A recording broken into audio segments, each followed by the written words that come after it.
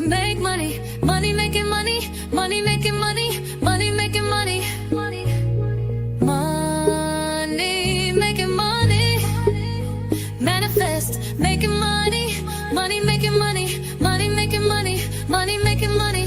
I ain't stressed, making money, money making money, money making money, money making money.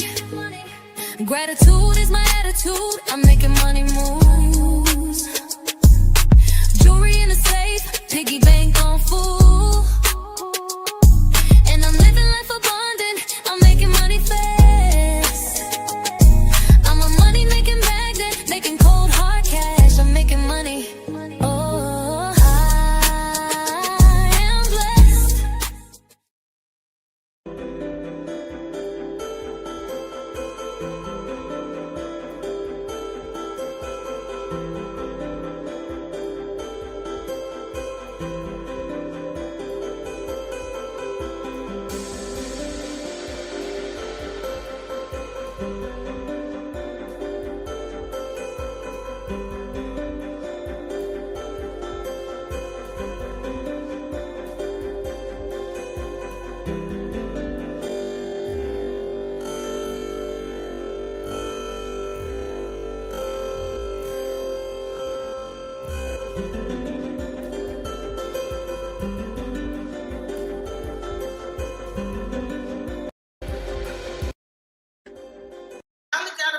All right. Okay. What's up, Eric? How you doing? I'm doing all right. How you doing? How you? All right. So first, hold on. Let me. I'm getting a lot of feedback. Okay. All right. So. Okay. Let me get all the sound together. Yeah, I can hear you. Yeah, it's echoing. Yeah, that's because you gotta hang up the phone. Huh? You gotta hang up the phone. Hang the phone up? Well, no, hold on. Hang up. All right, hang up the phone call that you're on with me. Okay. I was like, hang up. I'm ready. That's right. Okay.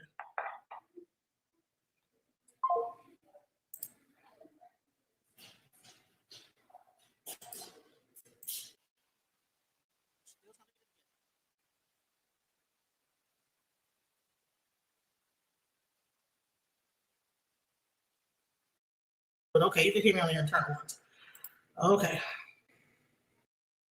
I come from the suburbs of what used to be the suburbs, but I come from the suburbs of Shreveport, Louisiana, and it was a bad choice that I made by one having a firearm at the age of 15 and 16, because we didn't need firearms in the suburbs. You know, there was no gang problem, no gangs. I didn't grow up with gangs. They had bullies, but they were bullies with a polo shirt on or something like that. It wasn't anything like you have today or you've had in the last 30 years. And it was a situation in which me and my friend we kept having altercations. And it was one summer, I'll never forget it. Matter of fact, it was like July 23rd, 1986. I was 16 years old. I was a sophomore, headed to be a junior, and it happened so fast. That particular day, I had after that pressure of me pulling that trigger, I had to become a man overnight. Things changed in my life tremendously, So I shot him with a 22, and he panicked and ran about a block and passed out, and he passed away. And I ended up getting 5 years manslaughter. That led me to going to one of the worst prisons in almost the world, the United States. I went to Angola State Penitentiary. So, like I said, I had to become a man. Everything changed in my life at a blink of an eye. There was no crying. There was no, I need mom, dad, none of that. You know what I'm saying? I had to go to prison, and so I ended up going to Angola prison and using Angola prison like a university, meaning, just learning all different types of things, Wait, hold on. What is Angola prison? What's the difference between Angola prison and the other prison? Okay, well, Angola prison, Louisiana State Penitentiary was once a slave. It was a slave plantation in the state of Louisiana. It's down in the mountains of the and swamp, close to the Mississippi River. It was a plantation. It's huge. It's a city within a city. So it was very, very, very dangerous. Very, very dangerous. It was compared to Alcatraz and some of your more famous prisons. A lot of movies. They made a lot of movies at this prison in Angola. So did they make you like? That's why they call it Angola, because of something dealing with the slaves or whatever. But yeah, well, Angola's in Africa. I don't know why they called it. But, so here's the question: did they make you pick cotton? Because I know in Texas TDC they make you pick cotton when you. Yes, we pick cotton. They had all white men on horses. We picked corn. We picked everything that we ate. It was a plantation. You were forced to call him boss man, or boss sir, or free man, whole bunch of slave names, but yeah, free man, things of that nature. So in essence, slavery still exists. It's just in the prison system, 100%, right? Most definitely, particularly in the South, in the South, in the South, the states in the South, definitely. Mississippi, Parchman, in Alabama. I think they even have chain gangs in Georgia. Okay, so I wanted you to continue to talk about that. I just wanted to clear up for the audience what Angola is and what that represents. Yes, it's one of the most notorious prisons. It was a very, very, very dangerous prison. By the time I got there in the 80s, it was kind of watered down. I got there in 88. I was sentenced to 5 years flat, which I think I may have got a break. I did get a break because it was a life taken. So I got 5 years, and then I went through the transformation of just learning prison. You know what I'm saying? Just learning the different things about prison. The do's, the don'ts. Like I said, it was a city within a city. It wasn't like you wasn't confined in a cell. At this point, you wasn't confined in a cell. While I was there, I was confined to a cell for 2 years for a riot that I was in. They had a riot, and my dumb ass, I was listening to some of the other convicts, talk about the trustees they protest about making the injection table, and they was like, yeah, that's wrong, that's wrong, we ain't gonna do that, we ain't gonna stand for that, and I'm young, so I'm like, yeah, that ain't right, you know what I'm saying? My naive ass, I'm like, nah, that ain't right, and so they was like, when we go out, we ain't gonna work. So I had never been in a slave revolt or anything, but I'm like, okay, I'm with this shit, like, okay, like they say, standing on business. So I was like, okay. And man, when that European came on that horse, they came on them horses, like who ain't gonna work? And everybody was just still, like nobody said nothing. It might have been like 5 guys threw their shovels down. And I just thought I was doing the right thing. I was like, man, that's wrong. I'm not, I ain't with that. It wasn't that I was being an asshole or trying to be militant.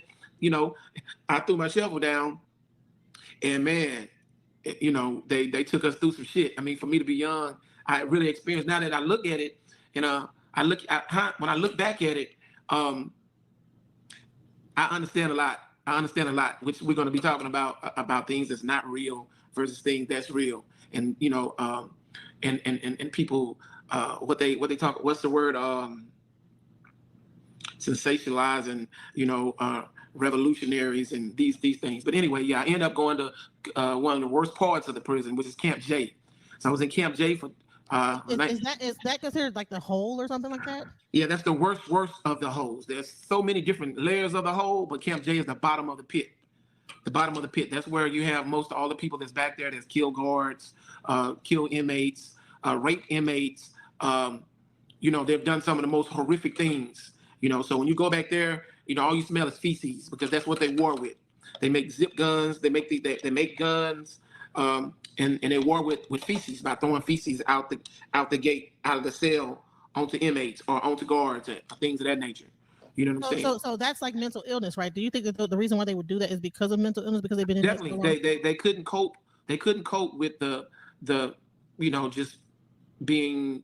They couldn't cope with being on the compound, which is on the main yard. They call it the big yard, main yard, whatever. But they couldn't cope, and they just lost it. And being in those cells, some of those guys have been back there like 20 years.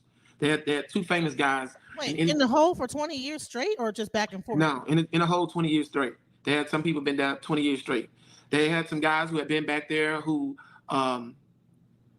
been back. Can you explain the conditions of the hole? Because I'm like, everybody don't know what the hole really is. The hole would be the size of your bathroom. Just imagine being in I'm talking not the new bathrooms with the garden tub and the two sinks. No, I'm talking about the old bathrooms where you have a toilet,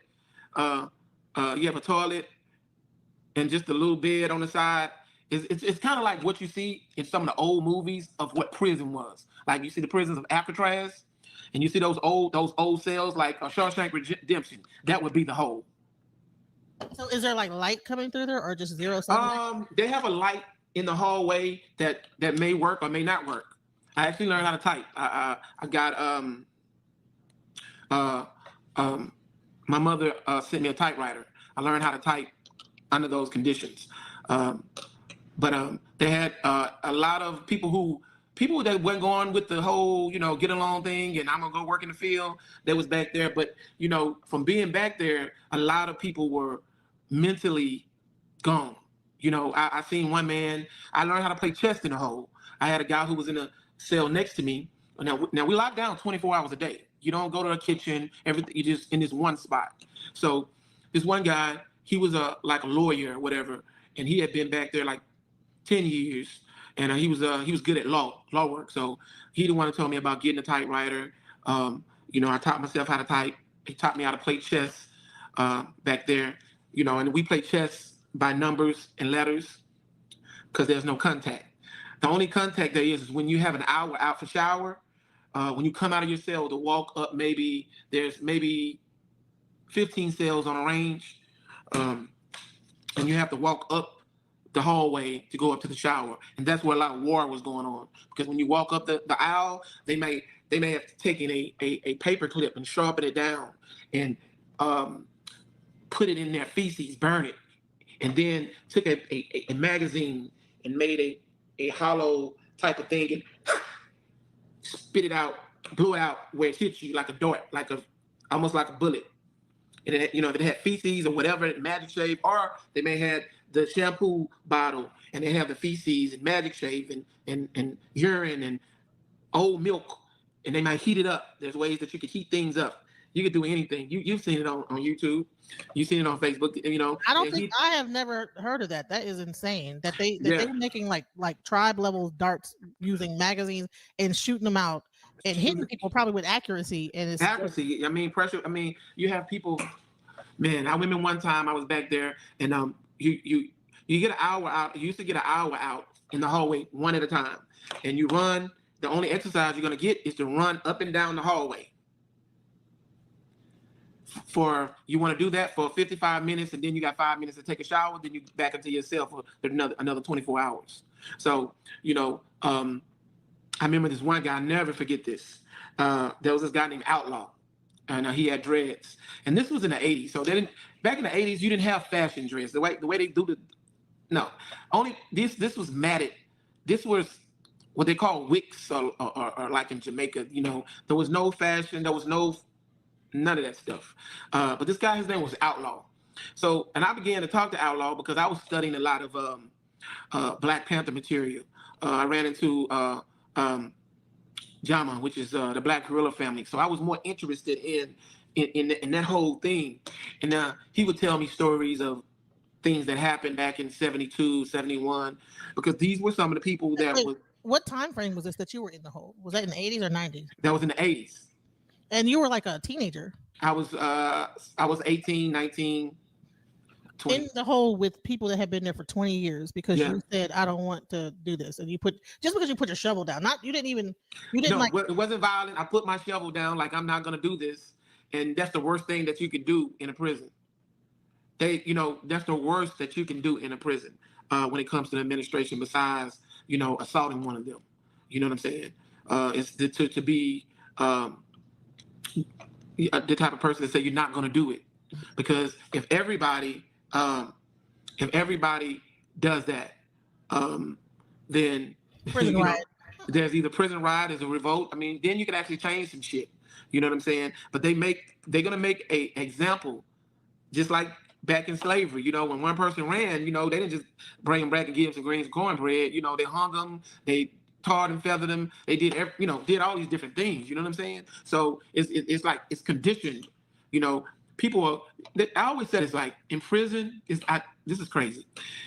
In prison, I've been in some of the worst prisons in I've been to federal prison in Lompoc, which is on a military base. I've been in Atwater, USB Atwater. All these are maximum security federal prisons. Leavenworth, Atlanta, maximum security. And you have some of the most notorious prisoners.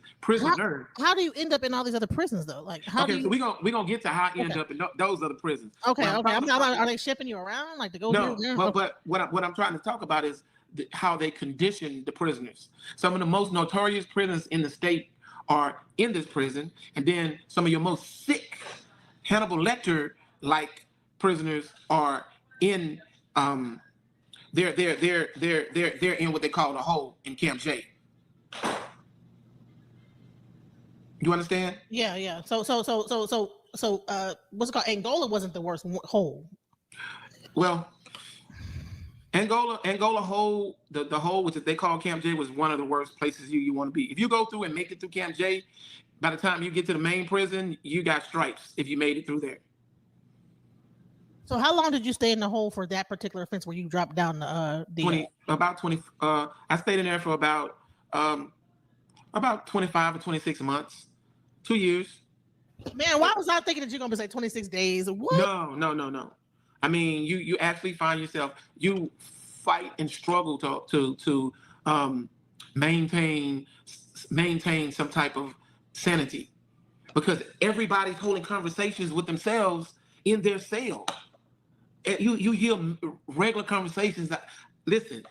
You hear regular conversations. The guy's having a conversation with his wife, and they're arguing, and he's either reacting, re-reacting to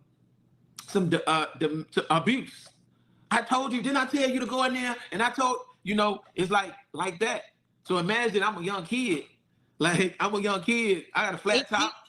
Dude, I got a flat top. I'm brown skinned, no hair, no facial hairs. You know what I'm saying? I probably was about 100 and maybe 30 pounds, 140 pounds. You know what I'm saying? I knew what I had to do to be in the prison now. I knew that, in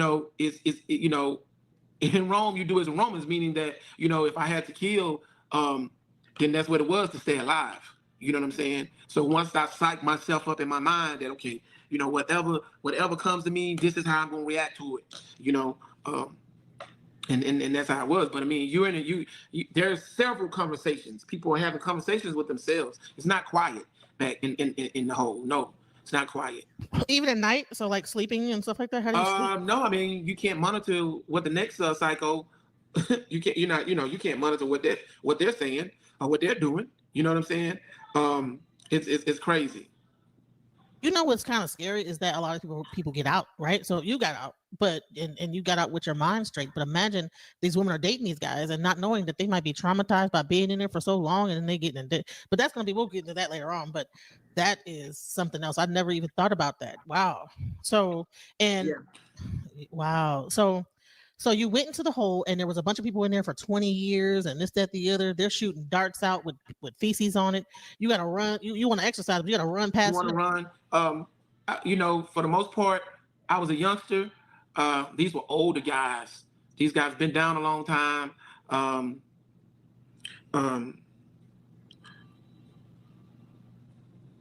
So once I started seeing some guys run, that was part of their programming. So I started doing that. I started learning how to run. And then it was a challenge for me to be able to run the whole 50 minutes. To just keep running the whole 50 minutes. And I kind of stayed further away from a cell, so can't nobody reach out and grab me, or maybe hit me in the face with some feces or something. Try not to talk to people. Try not to just have no type of interaction with nobody to give them a reason to go off or something. And if they did say something crazy, I'm like, okay, I'm definitely not finna get in an argument with your crazy ass. I'm not gonna do that. I'm just gonna lay low and not say anything, and hopefully one of the other crazy guys will interact with you. And I'm not going to do it. You know what I'm saying? Because it was just insane to me. You know what I'm saying? So you made it out the hole. All right. So once you made it out the hole, right now you've been traumatized. You went into the hole probably not as traumatized, but now you come out traumatized. And now I went in the hole. That's right. I went in the hole, not really understanding what was going on. But after coming out of the hole, after coming out of this place called Camp J, I realized that shit was serious. You understand what I'm saying? Definitely didn't want to go back. And I understood why some of these big guys, some of the the guys that's working out in the iron pile that look like Big Tukey with the big muscles, and I understood why they didn't want to go back there. You know what I'm saying? Because there was a place to break your spirit. It was a place to break your spirit. So being out in prison, that was kind of like almost like freedom. You know what I'm saying? But it wasn't freedom. So what I did was I got out, and I did kind of was like a celebrity a little bit, because they was like, man, they called me. I had a nickname. They called me Teenager. So they was like, man, Teenager, he just come from Camp J. And they looking at me like, damn, and he out here, and he, you know what I'm saying? So I went off into getting off into the drama club, learning how to act, dealing with drama, poetry, things of that nature. I had a friend who was my best, was like my mentor. His name was Wally Moo. He passed away. He was a Black Panther, and he was in a wheelchair. So he was a real famous guy in New Orleans. That he was a Black Panther out of the Ninth Ward. They had this big war against the government out of the Ninth Ward projects, the Desire projects in New Orleans back in the early '70s, and he was part of that. He was a bank robber or whatever, but he was kind of like the scholar of the prison. Like he would be somebody like Ben Yakinim, he would be somebody like he was a scholar or whatever. And he was an older man, white beard, white hair. So he was kind of like my mentor. So he basically, used to just whisper in my ear. I mean, when I say whisper in my ear, I mean, because he's in a wheelchair, of course I got to squat down, or I had to be sitting down and listen to the stories that he was telling me about the Black Panther Party and about things that we needed to do. You telling me about politics, some things that I had no idea. I'm from Shreveport. They country as hell in Shreveport. It was country then and they country now. You know what I'm saying? So the things that he was telling me about, Karl Marx, George Jackson, Jonathan Jackson, coming from out of Shreveport, come on, they weren't even talking about Malcolm X. I mean, you understand what I'm saying? So, right. He was my mentor. So being that he was my mentor, I became like a apprentice, kind of, so to say. And now that I look at it, I became indoctrinized, because he told me some things. The things that he told me, they was up here. He would tell me things. You're 18 years old, so you're very impressionable at the same time. Yeah, and he was a very respected. To be in a wheelchair, he was very, very Micey. You're not from Louisiana if you don't know who Micey is. Micey was like a Huey P. Newton. As a matter of fact, for people who know anything about anything revolutionary, he was friends with Mark Exit. If you Google Mark Exit, Mark was a guy who was in the movement, who took over Howard and Johnson in New Orleans. He was a sniper, and he killed I think the not the chief of police. He killed like the chief of the fire department. I think when the chief or something come out of the precinct, he was shot in the head from all the way down somewhere else because of how high Howard and Johnson set. Mark Exit is Mark Exit was more of a successful, like the guy in Dallas, Malik. Mark Exit was more successful than what that brother tried to do. But anyway, and he used to tell me things like, he was like, man, they got gangs. Where you from? And I said, well, when I left the street, they had no gangs. When I went to school, I went to a Catholic school. I went to everybody dressed preppy. Everybody was, like preppy. You didn't have any Bloods and Crips. You didn't have any of these. You didn't have none of that. So when he was telling me that, I was like, what? He said, yeah, because he kept up with stuff, and he told me, and he was like, they're initiating these guys. They're initiating them by having somebody ride around with the lights out, and if you blink your lights to tell them that your lights is out, then the people that they're initiating would drive double back and come and shoot your car up and kill you. I remember that. I remember like when there was like a whole thing like, do not, like, if you hear somebody blinking your lights, do not, like, yeah. So he was telling me about that, And he was like, man, when you get out, you need to let them know, man, that instead of tearing the community up by selling crack, and he gave me, I'm gonna use the word, he gave me the dynamics, the game on dealing with bank robbery. Now I wasn't in there for bank robbery, but I'm listening to these stories that he told me. At 18 years old, as a young man, and he's like a revolutionary, but then you're Exactly. respecting him as a revolutionary. He was he was no doubt he was a revolutionary. He's tried and tested. He was amongst some of the other brothers like Matula Shakur, Sokola, Huey P. Newton, Geronimo Pratt. So was he an ex-Black Panther? He was not. He was a Black Panther. He wasn't an ex-Black Panther, but he was a Black Panther. So he's a Black Panther, and he's teaching a young 18-year-old boy that just got out of like segregation and like the whole about robbing banks before you get out of jail. Yeah, well, it has some logic to it a little bit. I mean, like, he just basically was saying, hey, instead of them selling crack, they need to go in these banks. These banks are insured by FDIC. There's no security, and if there is security, it's one person. They could go in. The chances of a person selling crack to get $100 or $200 or $300,000. Right, little to nothing. Right, you have to like work your behind off to get that. Right. They're like penny ante hustlers almost, kind of. He like bump that. We need to tell all these people that's doing it to go ahead and start robbing these banks, which is pretty much what they did in the Western times back in the old days. They used to rob banks, like the that's why you get like the cowboy stories. A lot of the cowboy stories were like when they would say wanted, it was like Black cowboys that were robbing the white banks. I didn't know that. Yeah, like they actually have movies about that. Yeah. Yeah, so he would just tell me, he was like, hey man, if they need something to do, because these dudes, these guys were terrorizing the community all around the United States. Think about it, like all around you can't name a state, Detroit, Chicago. They were terrorizing. When gangs, some cities already had gangs, but where I was from definitely didn't have gangs. So real quick, so you went in, what year you go in, like 80? I was in 86 is when the incident happened, and when I turned 18 is when I got transferred and sent to prison. Right. So 1988. Crack was just kind of hitting around that time, 85. Yeah, well, it was hit, but it didn't hit. It hadn't hit this where I was from at that time. In the city of New Orleans, it's heroin. You know what I'm saying? Yeah, hold on for a second. Hold on for a second. No problem. Man, you guys are hearing some this is some serious content, because I want you guys to interact with us. I want you guys to ask questions, because like there's not too many times you get to hear a person that went into jail at 18 years old, went into the hole, was there for like what, 5 months or 26 months. No, he said 26 months. That's almost 2 years. Jesus Christ.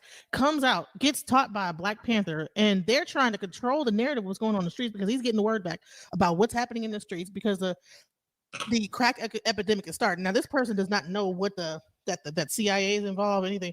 He's just thinking that the gangs are like doing this and they're acting like this. He's not understanding that there's a whole product on the market that's making them behave this way, right? So he gets you to say, okay, rather than doing this, you need to be doing that. They're just being penny ante drug dealers.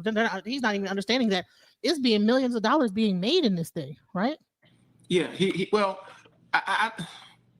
I think he did understand that he did understand the profit. He did understand COINTELPRO, because that was one of the first things that I learned. As a teenager, I learned COINTELPRO. We had study groups that broke down, and we broke it down about how it's done. We had study groups that dealt with how to destroy an organization, based on having agent traits. You can have agent traits by being a person that when you come into the study group, or when you come into the group, by always saying, bucking everything that the leader is saying, or trying to turn everybody against the leader, like divide and conquer. Sometimes you could be an agent and not be an agent. You're just a troublemaker. You're just an instigator, and you destroy the organization. So we had study groups, man, that talked about that type of stuff. I think more so he was basically. Hold on. Wait, the jail would allow you guys to have. So you're in prison. No, what they didn't allow. You would end up in the hole if you caught. what we did was they would have people that had classrooms as though they're tutoring you, and you had certain people who was off into Black nationalism, Pan-Africanism, or whatever, who would come in the classroom. And so they would act as though they were tutoring, but in fact it was kind of like back during slavery, how they act like they having Sunday school out in the woods, and then they trying to figure out how to escape, kind of like that. Wow. So you went through basically training from a Black Panther. I mean, you're really getting like what most people would wish for, like especially like people out here. Well, yes and no. I mean, yes and no. I think we're going to talk about that later on. But we're going to talk about people who try to, they think it's a fad, they think it's a trend. So yeah. These are some of the people. You got to realize that J. Edgar Hoover, when they tried to put their foot on the Panthers' neck, it was the late '60s and the early '70s. So these brothers, some of these, and it wasn't that many. You might have had 10 out of 5,000 inmates. You know what I'm saying? Just like it is today. This is most people are not. Was the Nation of Islam really prevalent in that jail too, or prison? Sorry, no, they didn't have the Nation of Islam, but they did have the Sunni Muslims. But at the same time, everybody was controlled. If you were on the compound, you were controlled. So you're gonna do what Master say do, or you're gonna end up back there with a shit throwing and the darts and talking to yourself and all that type of stuff. Have you heard of like the Melonics? You ever heard of these people called the Melonics? And they I had a friend of mine. He was arrested for a robbery, but he might have been there a little bit before you were. But he was about the same age. I think everybody kind of like at that, like in the around 85, went to jail for some stuff, right? Like these young guys, right? And he was telling me, but there's a group called the Melonics, and then they would like extort you. Like if they found out that you were doing something about like with drugs or whatever, that they would extort you for your money, and then like almost like make your family have to keep sending them money and all this stuff like this. Nah, they wasn't doing that back then that I knew of. Okay, so I don't want to get too, but I just wonder if you like knew about those. So all right, so let's go forward. So you get out of jail, or is there anything else you want to cover about when you were in jail and you were getting trained by this? Yeah. Well, so basically, he when he told me, when I got ready to get out, I went home and I got a job working at a car dealership. At the age of 23, I got a car working at a car dealership. But I knew guys who were hustling. I knew guys who were in gangs, and it was really, really bad. People were dying.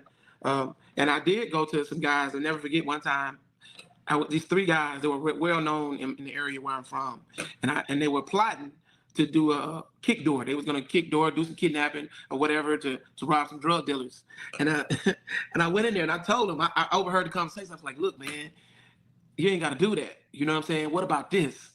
And I was like, what about? And I told him, I was like, man, listen, those guys that y'all initiate, why don't y'all have them to go in the bank? If they go in the bank, I give you everything. We could train them or whatever. They go in the bank, they get the money, then they're in the game. If they get caught, they don't tell, then they're in the game. That would be a good initiation. That's what I'm thinking. My logic was like, it was kind of twisted. You got to realize I was young or whatever. But I thought I had a good idea besides, kicking the door down and, kidnapping, somebody's child or, their girlfriend, holding them with a gun in their mouth and making them tell where the money is at in the safe and all that type of stuff. And that's really against your own brother, right? And, you're doing this against your own brother. Why would you? Yeah, well, you're doing it against. Yeah, you're doing it against the. They don't know that's their brother. I mean, they're all about money. You got to think about the early '90s and late '80s. You got crews or whatever. But my point is, and they looked at me. I never forget this. They looked at me like, hold on for a minute, hold on.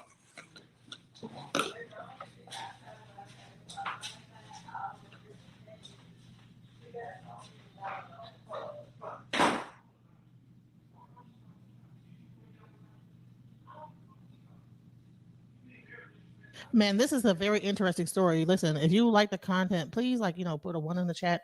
Also, any questions you guys might have. This you don't really get to talk to a person that have been through this before.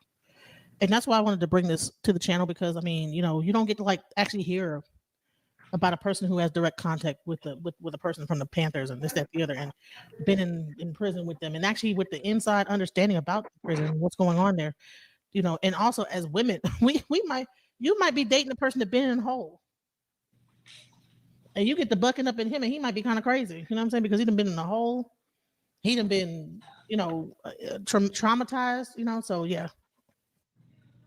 Okay, go ahead. Hello. Okay, can you hear me? Yeah, I can hear you. Okay. So where were we? Hello, can you hear me? You said you were talking about the guys and about how they should do this, at this, that, the other, and Yeah, and they looked at me and they said, bruh, them white folks gonna put you up under the jail. Can you imagine that? Now they're plotting to kidnap a child, kidnap a girlfriend. anything could go wrong, right? They're plotting to do this, but I'm telling them about a bank, and they're saying the white man is gonna put me up under the jail. This is what I'm talking about being controlled. Right. So they would rather bust into a drug dealer's house, and their kids and family might just happen to be there, and they're willing to kill their own, well, not even their own, just kill the family, whatever, and so actually do murder, which is going to be underneath the jail anyway. They was doing that they was doing it all over the United States. Philadelphia, New York, Chicago, Detroit. This is what they were doing in the early 90s. I mean, if you name some of your most notorious crews across the country, it was no brother thing. It was, yeah, they were ruthless. Trust me, I know a person that used to do that. That's why I like learn the story about the Melonics. So he used to bust in there and do this, that, the other, and yeah. And what happened is that he had a friend of his that kind of like was trigger happy and ended up shooting somebody, and the next thing you know, like, you know, this, that, the other happened. You know what I'm saying? So. Mm-hmm. So yeah, they were controlled. And when I saw that, I was like, oh, you niggas really, yeah, I may be fucked up, but you niggas really fucked up. You know, you're gonna do that over going to the bank? It's like, imagine this. Imagine us being these ferocious dogs in the backyard, and our master is coming out with the food, and they put it in the bowl, and we're like, we going to war with each other for the food that's been put in the bowl. What I'm saying, I'm that dog that was saying, hey, the food is coming out the house. Right. You know what I'm saying? Like, the food is coming out the house. And they was like, you crazy as hell for that. And they was like, man, you crazy. They was like, man, a white folks gonna put you on. What's wrong with you? And I remember it because they all are dead. And, you know, rest in peace to them. They're dead. I end up going to prison. I end up going to federal prison because I actually became a bank robber. That was my profession. I traveled all over the United States robbing banks. So you did it more than one time. Wow. Oh no, yeah, I did it. Yeah, several times. Several times. It was a way of life. I was really good at it, actually. Listen, this is the stuff that you only see in movies. You know what I'm saying? So you was a real, like, what they show in the movies and this, that, the other, you were really doing it. See, the thing about me is that, although it was, you know, looking back at it, it was the most dumbest thing ever. You know, very irrational when it comes to thinking. But, you know, after I got my feet wet, it was like, I had no fear. You know what I'm saying? And I lived a high, my way of life was very expensive because, you know, I wasn't working for the money. So, you know, it was nothing for me to, you know, to blow 200,000, you know, 100,000 in a week. Well, not really a week, but say, you know, I shouldn't be able to blow that amount of money in 90 days, sometimes 90 days, 6 months. Didn't have enough sense to start a business because I was young. Didn't have enough. I wasn't around those type of people to even assist me in starting a business. So all I did was travel. All my friends were in prison because they were in gangs and they were killing people and doing the regular stuff to each other. I decided that I would move to Atlanta. I moved to Atlanta. I got married, but I still was robbing banks while I was living in Atlanta. You know, so you know. Did you know that you were robbing banks, or was it like a secret like lifestyle that you were just doing and she just didn't? My wife? Yeah. Well, it came a time where she realized what was going on. Nobody else knew. The people in the town that I lived in thought I was a drug dealer because I had all the nice cars. I would come uh, come back in town with convertibles, this and that and this and that, or you know um, I was paying $3,000 for a shirt, trying to was Versace and just all type of crazy shit, just blowing my money. Not to mention, strip clubs. Like I said, I lived in Atlanta. This is during the time of Jack the Rapper. This is during the beginning times of Freaknik. It was just like we're talking 93, 94. You know what I'm saying? So had a Jaguar. I mean, I would go and just buy cars. Didn't have no sense of a value of money. So you're pretty much like probably how much money would you say you blew through during that time frame? I blew through probably about $500,000. So, all right. So you're saying you were robbing banks and everything. Were you doing it on your own, or did you have people with you? I eventually, okay. In the beginning, I had two other young guys who I was able to convince to drive for me or something like that, and then they decided that they knew what they was doing and they went off on their own and did some shit and they ended up getting caught. So then when they did get caught, they tried to debrief on me and tell the people like, hey, well, he's the person that told us about this shit. He's not the person that actually robbed the bank, but he did tell us about it.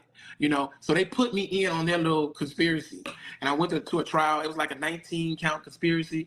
I went to trial in Dallas back in '95 during the time of the not the World Trade Center, but the Oklahoma bombing. I'll never forget it because they wanted to stop them from picking the jurors, and yeah, went to trial and actually beat it. Probably you don't beat federal, especially a bank robbery. But the thing was, they robbed a credit union and they actually told the people that I was with them. So the people think, okay, yeah, we got it. So they told the people that I was with them to make it more juicier to try to help themselves. And then when they did bring me in and try me, it was the particular day that they robbed the bank. I was going to like where you used to go and what was the place? Remember you used to go to the places and you used to send money back and forth? Like you could go and cash checks and stuff like that. A check cashing place? Check cashing place. But you could also send money. You could send money across country. So I was actually picking up some money at the time that they actually robbed this credit union. So they don't know this. They don't know that I'm in Norcross, Georgia, picking up some money. They're robbing a bank down in Mesquite, some damn where in Dallas. And they told the people that he came in there with us. And so when I went to trial, it came out that no, he couldn't have been in two places at one time. So all the other information that y'all gave them, my lawyer was able to show it. If you believe this when they were lying, then you can't believe nothing else they said, right? Well, I was fortunate enough to actually beat the feds. 1995. What district would that be? I don't know what district it, but it was in Dallas, Texas. That's like hysteric, right? That's the 30. Huh? I think that's like the 36th district court or whatever, something like yes, that. It's federal, but it was federal. It was federal. So, but anyway, so I beat it. So you would have thought that I would have stopped robbing banks. You would have thought that I would have stopped robbing banks, but I was good. I was real good. I wasn't getting caught. They just picked up on, a little information. It's like, we don't need this nigga now. We can do this shit ourselves. We ain't got to break it in 3 ways. So let's just go and do our own shit. Well, okay, so they end up going to prison. The one guy ended up telling on all of us. He ended up getting maybe 8 years, 5 years. The other guy, the youngest guy, he ended up getting 30 years. Okay, so I ended up beating it. I ended up coming home, still robbing banks. Not really understanding, what's really going on in my head. I'm like, man, why are you still robbing these damn people banks? And I still was doing it. I still was going state to state. And it wasn't until 96 that I went in the wrong damn credit union. And that was the end of my bank robbery sprees. And I ended up going to federal. I ended up going to maximum security USP Atlanta. Well, time I get there, I run into Matula Shakur, who became wait. So what made you get caught this last time? not get off into details. So I used to always rob banks when it's raining or it just started raining because I knew that the police wouldn't be able to respond that fast. So I'm in Dallas, and I wasn't it wasn't so I was in Dallas, and it was pouring down raining. So I said, yeah, it's time. That's my sign that it's meant for me to do it. So I'm going down. I don't know what interstate that I was going to, but I ended up at this credit union, and when I went in as planned and got all the money, and I was coming out the door, it stopped raining. It was just the sun was just shining when I came out, and I was like, oh shit. And by the time I made my little route, jumped in the truck, but I got about 5 blocks and I seen the ghetto bird. So if it would have been raining, the ghetto bird wouldn't have been able to get there in time. But on this particular day, it was meant for me for this madness to stop. Wow. That's yeah. It was in, and then I ended. Right. She said, "Damn, you work with the weather." Yeah. Well, I've always been a spiritual person. I'm a spiritual man, and I just always felt like, okay, I'm looking for signs. Like if it's I would look for any little thing that was out of place, I would turn around because I didn't. And that's the crazy thing. I didn't have to do it. Like I wasn't, I had money, right? You had already saved them. Yeah, I had money. I had brand new vehicles. I had jewelry. I was living. I could tell you stories of. I don't want to name famous people because somebody might see this, send this to somebody. But man, I know I was amongst some of the most famous people going to these parties. Man, like I said, I don't want to name anybody, but from the West Coast to the East Coast, you know what I'm saying? And that's one of the reasons how we're going to get to that. But that's one of the reasons how I end up getting introduced to the lifestyle. But we'll talk about that further up in the story. But I didn't need to do it. I did not need to do it. I would, when you rob a bank, you can live off that money for 2 to 3 years. It became an addiction for you. It was addiction. I mean, I was good. They say the same thing about like dealing drugs is that once you like get into that like lifestyle, you get like addicted to like the money of it all. Yeah, and you got to realize too now, we passed the point to, I didn't believe in nobody pimping me. You know what I'm saying? And there was a lot of situations in which when I first did a bank, I robbed a bank for $8,000 and I got $5,000, and the money was supposed to be going. It was supposed to be going to the movement. I don't know where it went. I just know I got $8,000. But at the end of the day, I'm like, you know what? It's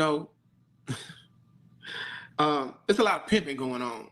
You know what I'm saying? I mean, from being in the nation, I used to be in the Nation of Islam, and I forgot to tell you about that. So I was selling papers, and I used to get a dime on every dollar.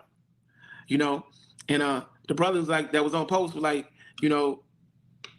I'm like, man, I just got out of jail. I need a job. I need a real job. Like I'm making a dime on a dollar. Those brothers that work out on the corner with the bow ties, them brothers be hustling. They gotta sell papers to see some money. The majority of that money is going to the headquarters. It's going to Chicago. Right. So that they have to respect that these people are honest enough to like send that money over there, or is like what? What's the question? So these guys have so much respect that they're not gonna slight the nation. Like they say, okay, well. Yeah, because they got so many papers. It's like when you was a kid, you sold the cookies and the candy bars. So you got so many papers and you got so much money. Okay, if I give you 48 papers, then you should come back with. You understand what I'm saying? So, but anyway, yeah, I was doing that, and I was like, really, and I was like, damn, and when the brother's situation happened, I got $5,000 out of $8,000, and I was like, nah, I might as well sell papers. Like it's a lot of pimping going on. So basically, you got caught, right? So what happened after you got caught? Did you go straight to? I go to federal prison. I go to USP Atlanta. I was in USP Atlanta up there with Akbar Prey, Matula Shakur, some of the big not Nicky Barnes, but Nicky Scarfo, I think is his name. Just a whole bunch of gangsters. From New York from Brooklyn to Queens to you name it. But you got to realize I go in with the mindset of a cub. You know, I was in Angola. Remember, my mentor was a Panther. So when I go back into prison, it's back into that mode. I'm getting right back into uniform. How old were you then when you got arrested for robbing all the banks? 26, 27, So from 18 to 23. you got that charge, and then from And then free, and then you went from right. 26 to 41. Okay, so now you're back into federal prison, and what I'm seeing here is that, like, so it's almost like the prison. You know, they always say that you learn how to be a better whatever it is in prison because you're around other people that are doing XYZ, and they teach you how to be better at it. Is that Yeah? Well, if you're a person that master the craft, then yes. Not everybody master the craft. I mean, but if you're a person that master the craft, you're going to figure out ways to beat the system. So how was federal prison? How did that go? So you're in federal prison with some of the biggest people known to man, and you're going in there for what you did. So I mean, federal prison for me was a learning experience. I did the same thing I did in Angola. I used it as not everybody do what I did, but what I did was I studied under every religion. I studied under the Muslims, the nation, the Sunnis, the Moors, the Rastas, Scientology, even the Native Americans. I did it, and people were like, "Man, you don't know what you want to do. You confused. You confused." They would say, "I'm confused." I knew I wasn't confused. I just was using the time, to make my time go by. But I was in my mind, I'm in college. So each place that I went in with whatever book that I went in, I was studying it. You know what I'm saying? And then it got to the point to where it's okay. Certain ones was you couldn't do that. So I had to kind of like back up. Like they were like, "Oh, brother, we want you to in the ranks." I'm like, "Nah, I'm good. I'm good. I don't want to do that." But I did so. But what I did was I studied under Matula Shakur. He taught me more. Once him and the guy Maisi, who I told you, Wally Mu, which means teacher, him and they were friends. They were part of the New Republic of Africa. Only people that knows this language, the words that I'm using, they kind of gonna know what I'm talking about. But they were part. But here's the question. Wait. Before we get into that, how long were you sentenced for robbing the bank? Well, I was sentenced to 121 months, and then I got re-indicted, and and then I got sentenced to 90 months on top of the 121 months. How many years is that? 15 years. I mean, with the good time and all, it was like 15 years. The 121 months was 10 years. It was like 90 months added on to that, something like that. So how was that being in federal prison? You got into it with you began to like make alliances and allegiances.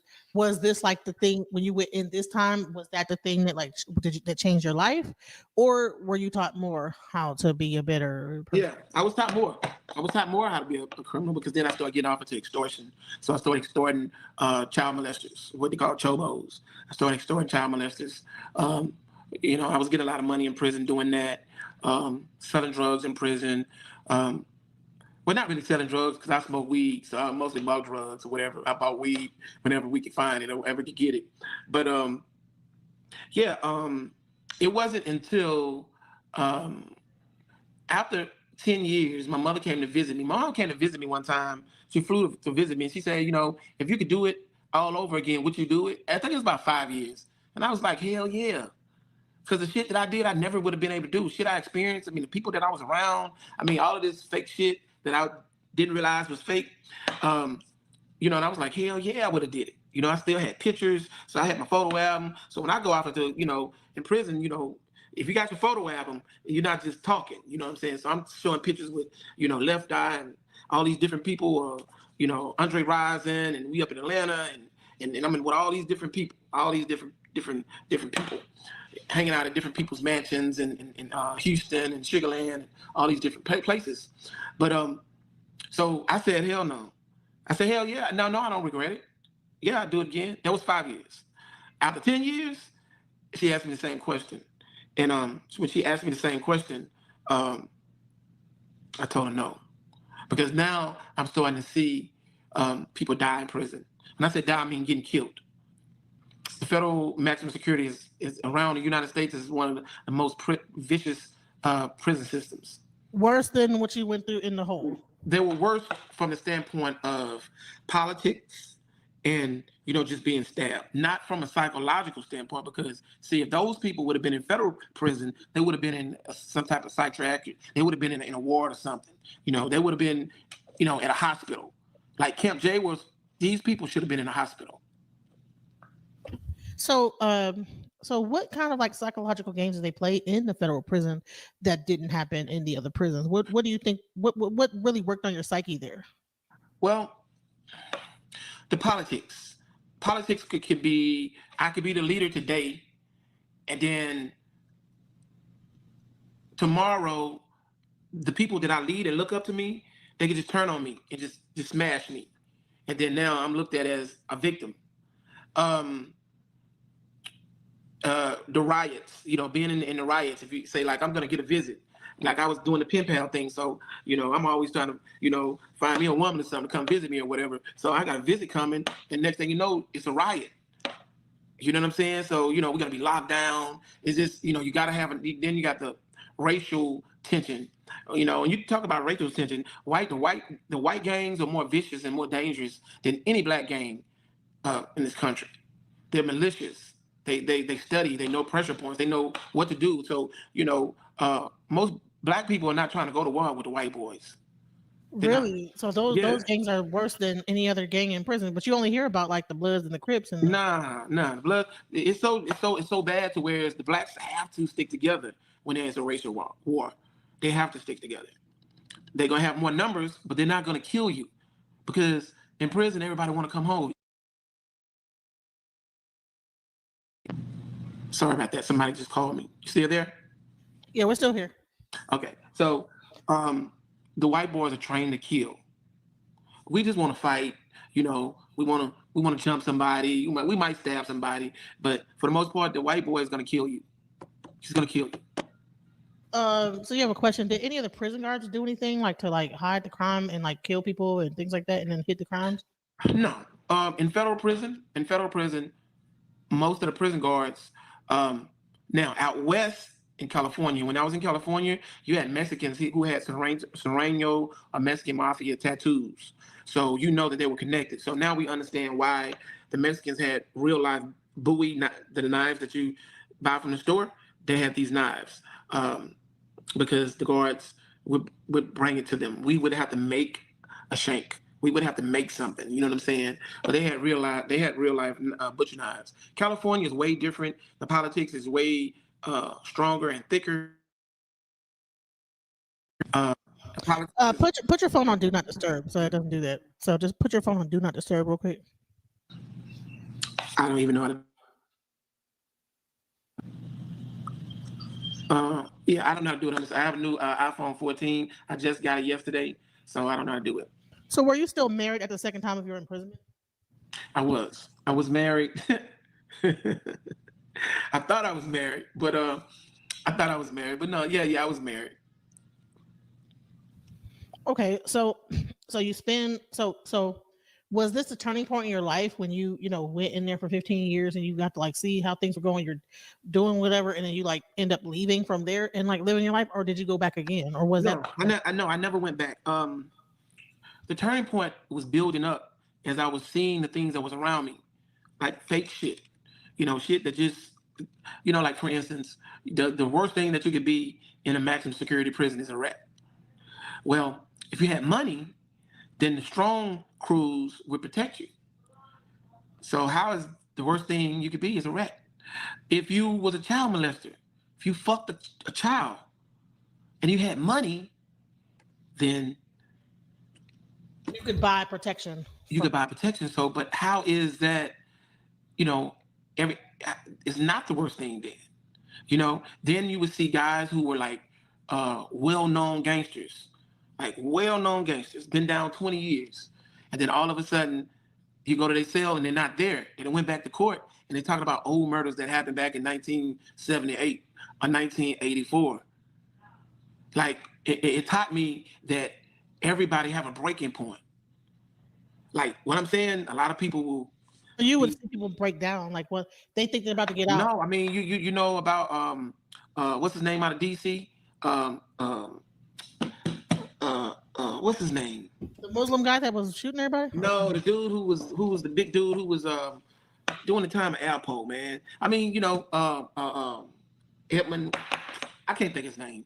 But what I'm saying is you will be around these thorough dudes, and then who knows what man is gonna do?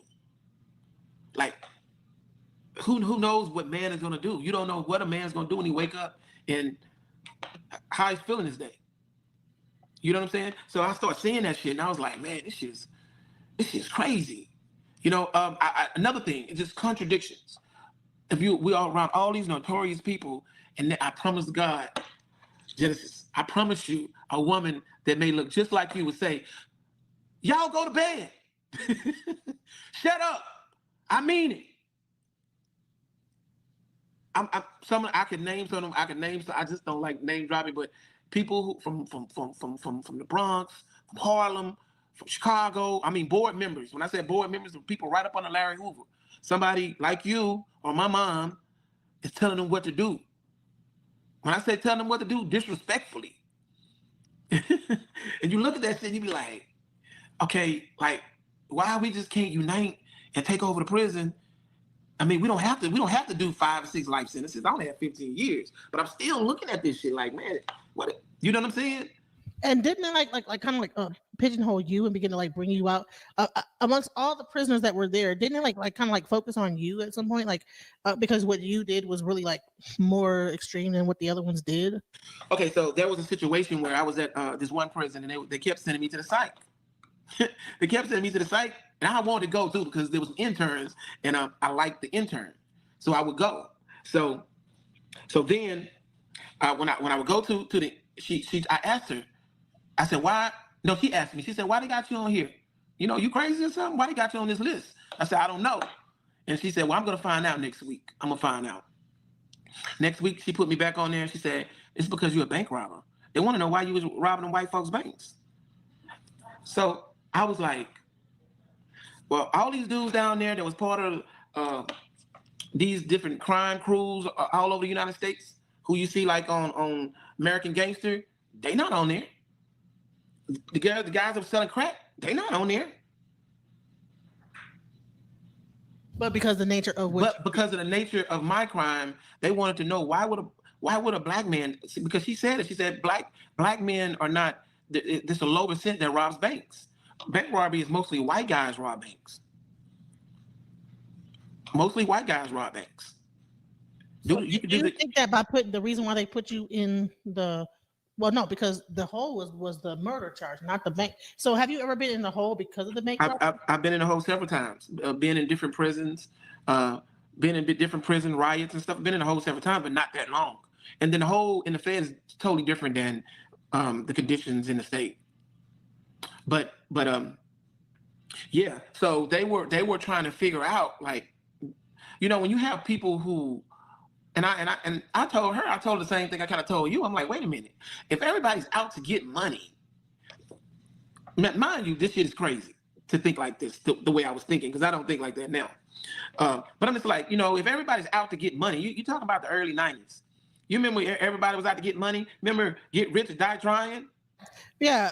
Okay, so bitches get money. So this you had that was your soundtrack in that time. Like, yeah. So if get money, case, you just. If that's the case, why? If you want to get money, then why not go to the bank? I know. Now we know why not to go to the bank, because that was a whole 15-year sentence you had to. But think about it. Compared to the majority that stood on the corner and got in these trap houses and destroyed the community. Think about that. You're looking at it from a different lens. Well, no, I get what you're saying. I'm just saying. Think about it. So. Every major city, crack came out. They were selling this crack, and why y'all still crack? Oh man, because I want to be able to afford a car. I got this Mercedes Benz. The AMG car. I got blah blah. When you see all these documentaries and all this type of stuff, yeah, they got the fur on and blah blah blah. Think about it. All over America, you would rather sell this product than have the mindset was like, well, damn, all the money is in the bank. Well, it's not anymore because they didn't figure it out. Yeah, it's a whole new thing right now. You can't go to the bank and rob and get nothing. You know what I'm saying? I don't think the banks even hold more than like $2,000 a piece. You know what I'm saying? No, that's not true. I mean, if that's the case, how are you able to people go to the same bank account and check? That's crazy. Listen, what I'm saying is that why not study people who kill for colors? Why not study, the people who have multiple charges of selling drugs? Why? They want to study you because they're like, we want to make sure this don't happen again. Like, yeah, well, because at the end of the day, it means that you're not scared of the white man. I mean, not the white man. I didn't mean to say the white man, but it means that you can go from 0 to 100 and not being afraid. You can be dangerous when you're not afraid. You know what I'm saying? And that's where it gets into mental health, right? So yeah, you can be dangerous. You can, in which they think this when you're not afraid. Okay, but you take these other guys. They're not afraid of nobody black. They're not afraid to sell crack. But like the guy said, if you go in the bank, they're gonna put you under the jail. They're gonna, master gonna let us sell dope, but you can't do that. Think about that. You can't do that. There are just some things that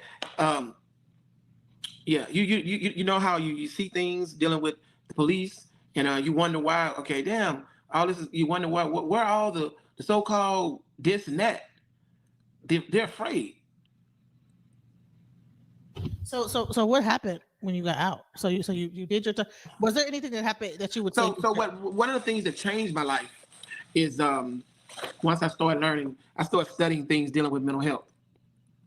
So I started learning about accountability. I started learning about, irrational behavior, irrational thoughts, challenging those thoughts. I started just reading these different self-help books. You know what I'm saying? Did they like do that for you, or did you just do it on your own? I did it on my own. They had programs, and I exercised the programs that I was in to the utmost to learn and get down to the root of why this happened, or why this happened, and why that happened. As a chess player, I want to master the craft of learning human behavior. And it helped me so much when I came home from prison. So those days of putting my life on the line to go to prison is definitely over. I remember a conversation I had with Dr. Matula Shakur, and when I was getting ready to come home, and he was telling me, when you get out, you better not go out there, and you better not be getting in those groups. Don't make yourself a target. And when I came home from prison, that's the first thing I seen about everybody. I guess with social media, with the new organizations that were sprouting up, everybody wanted to get on the bullhorn and say, hey, I'm this person, and we're gonna do this to you. We're gonna shut you down. You know what I'm saying? Making themselves a target. And everybody that's made themselves a target,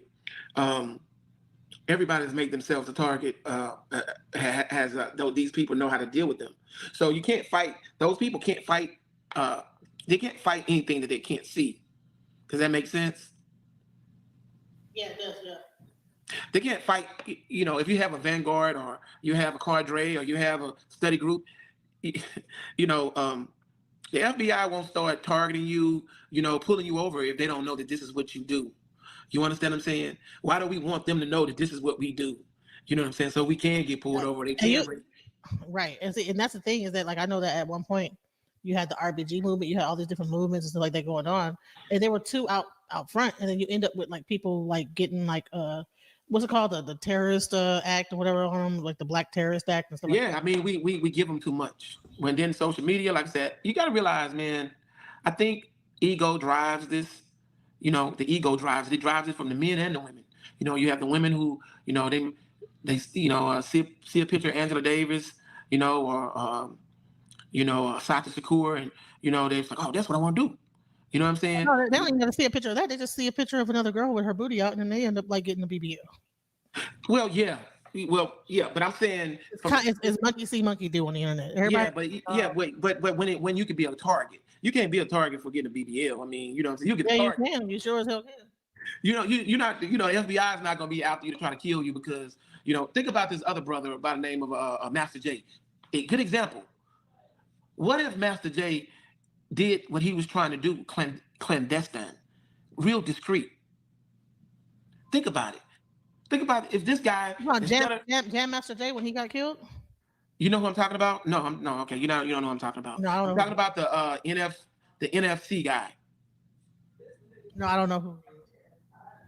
The NFC guy. He was the guy who they was dressed in all black and they were marching. They had all rifles. They had a lot of your militia groups, black militia groups, was meeting up to Stone Mountain, and they were doing all this stuff. If you make yourself a target, then Oh yeah, during the whole thing when they was actually protesting, and so he yeah. and they dismantled that so quick. It was like, yeah, it was crazy. And they was look what they was able to get the head. They was able to get the head, and guess what? You know, now everybody going back to whatever the fuck they was doing before. You know what I'm saying? Same thing, same situation. You know, with the brother in with the situation that happened in Dallas. Same situation. You know what I'm saying? So you know. So when we get back into mental health, though, so all this stuff, like really, what this conversation was really about, and what it's really about is like mental health, right? So all these things, right, affect our community in an adverse way, right? Because these people get out at some point, right? They have to get out, they have to like be in society. And so, what do you feel the impact? Okay, so think about this. Like we were talking about mental health earlier today, and I was telling you, I was like, why do people forgot that there was a crack epidemic? There was a crack epidemic that went through this country that tore communities up. They even tore infrastructures up. You from Detroit, I know you know. You understand what I'm saying? I mean, all over. So if there was I remember when there used to be winos on the corner. There's no more winos no more. They're crackheads. Remember there used to be winos? So if you have crackheads and it was a pandemic of addicts, what do you think happened to those people? What do you think happened to the women? Some of these women had babies, right? You remember they talked about crack babies? Yeah. Okay, so what do you think happened to them? Some of these people have, they have mental dysfunctions. Okay, even during the crack era, when you had the gang epidemic, when there was a real serious epidemic, what do you think happens to a person who kidnaps somebody, takes the body and put it in the trunk, and then take it out in the woods and bury it or burn up a whole family? Right, and don't get caught though. And don't get caught. And that was a lot of women were doing that. They were like actually setting people up and doing all types of stuff. Okay. Let's talk about that. Let's talk about that. The women, some of your purity women, some of your mothers, they're mothers and grandmothers now, and they living with. Oh, I met this guy. I was going with this dope dealer, and he wanted me to set this other guy up at the hotel, and all my job was to go to the hotel and leave the door open. And once they came in, I left. They gave me $10,000, and they killed him. Cut his dick off and put it in his mouth. What do you think? We just forget like what happened yesterday. And then think about the prisoners. Okay, let's even let me bring it more. I don't want to talk about so much prison. Let's talk about the women who've been molested. They've been molested. They were molested by an uncle or a grandfather every Thanksgiving, Christmas, when the family's in the front room playing dominoes, and then the drunk uncle go in the back room and he molests the 6-year-old girl, and he's been doing it for 6-7 years. Right. And we wonder why, somebody, have these outbursts. Like some of the people that we know, oh, she's crazy. Yeah, she might be crazy, but there's a reason. There's something behind it. And I hate to bring her name up, but I'm gonna say this is that I've heard stories even from Jaguar, right? Mm-hmm. And when I hear about the stories that have come up in her life, right, I think about these things. When she talks about when she was younger and I'm not sure how much of these stories are true, right? But she talks about stories where she was there when somebody did this and did that. Now I'm not sure, but the bottom line is that this is during that time frame, and so I don't think it's far fetched to think she might have been. There are so many women that live a regular life. Doctors, lawyers that was molested and raped. Some, how many women that was raped in college? How many AKAs and Deltas been raped? They don't talk about it. How many accused and raped? Not just accused, but part of the initiation ritual. Well, I don't know anything about that. I'm talking about rape. I ain't talking about the initiation ritual, because I'm talking about, and then if that's the case, then they were willing participants to be a part of something. I'm talking about the girl who liked the guy, right? She came over to the guy's apartment. This happened everywhere. Howard, Morehouse, Clark. She liked the guy. She went to his apartment. She had sex with him, and 3 guys come out the closet. Yeah, that was happening. I remember like stories like that. Listen, we are people that we forget so fast. We get on the blue app and you hear them judging other people and you be like, wow, that happened to you. I know that happened to you. Like, it's so much dealing with mental health. I've actually had that happen to me before. I've actually been with a guy, and then all of a sudden, I guess they thought I was drunk, and then next thing you know, like I'm with this guy, and all of a sudden I feel like extra hands touching my legs. I'm like, what the fuck is going on? And I see But some people that traumatizes some people, and they take it the rest of when they in relationships, it play a part in the relationship. See, this is like regular life. I'm not talking prison where niggas coming home from prison and a motherfucker threw shit in their face. I've seen several officers quit their job because somebody threw shit in their face, like from here to where I'm at, bam, and they just quit the job. Right. So imagine being a prisoner where you done got some shit thrown on you, some hot shit, whatever. It's beyond being sexually abused. That's television. Nobody gets sexually abused in prison anymore. They got too many people that's just freaked out the game to where it's whatever. That doesn't happen. Hell, you don't have to sexually abuse them because they come in gay anyways. Yeah. So, but when we talk about, traumatized, do you know how many people out of the projects and seen a kid? Think about it. Maybe a 10-year-old kid that's seen somebody get smoked, get killed in the projects, or they come outside on a Saturday to play, and Friday night somebody got killed in the corridor, and then the kid coming out instead of going to watching cartoons, go out and see a dead body. Think about it. People it's something about black people. It's certain shit we want to. It's certain shit we want to forget. We're good at that. We're really, really good at that. You know what I'm saying? We remember what we want to remember, but at the end of the day, what I'm saying is that people are traumatized. Most people have post-traumatic stress. If you were a person who was doing drive-bys, most likely you got post-traumatic stress. Because if you could be in the military and you could do a drive-by in the military and be post-traumatic stress, then most likely in society it's the same way. But who cares? Right, and ain't no veterans benefits to like go to the psychiatrist about your drive-by that you did when you were younger. Exactly. And these people aren't really living in society now. They're our elders now, right? They're Generation X. They're my generation. They're 50. You 40. And then then I'm gonna bring it a close home. So think about this from a mental health standpoint. Do you know, a guy told me the other day, he said, man, I don't even go out because the music they play make you want to fight. You notice they don't play love songs where everybody slow dance. Right. Back in the 70s, it used to be all slow dance. Well, not just the 70s, in the 80s, during the time of, Prince and at the end of the party, they would like play like even R. Kelly. I mean, they always played music where you could slow dance. That's how you interact with the opposite sex.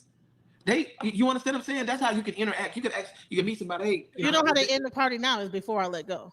Not like play another slow jam. No, none of that. Before I let go. Now they didn't heard, Nuck If You Buck, and I'm old, so I'm like but it's demon music. It's demon music. It's music that make you want to kill, because that's all they talk about is slide, a step, a slide.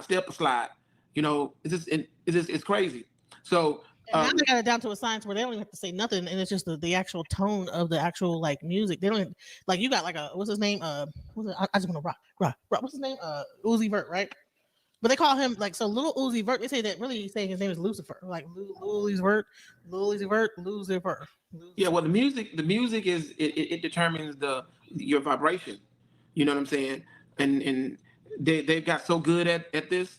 It's not even television anymore. They don't use television. They use the music, and the music can basically have you in a trance. If the drums talk, in Yoruba, in different parts and tribes in Africa, them drums they do things to your spirit. You know what I'm saying? I've heard them. I've been in to places, and I've seen things and felt stuff. From hearing those drums. Oh no, trust me. Like, I've been in ceremonies where they have that talking drum, and like that talking drum will have a possession. Yeah, exactly. So now they got this type of music. This stuff is documented. But like I said, then you have, like I said, people coming home from prison, and you just expect, okay, because you're out from prison, you just get a job and you just go on with your life. But there's trauma that haven't been dealt with. there's mental health that haven't been dealt with. You know, And listen, I want to. The main thing my panel, I've always been about relationships because I've actually dated a guy from prison before, a few. You know what I'm saying? mhm.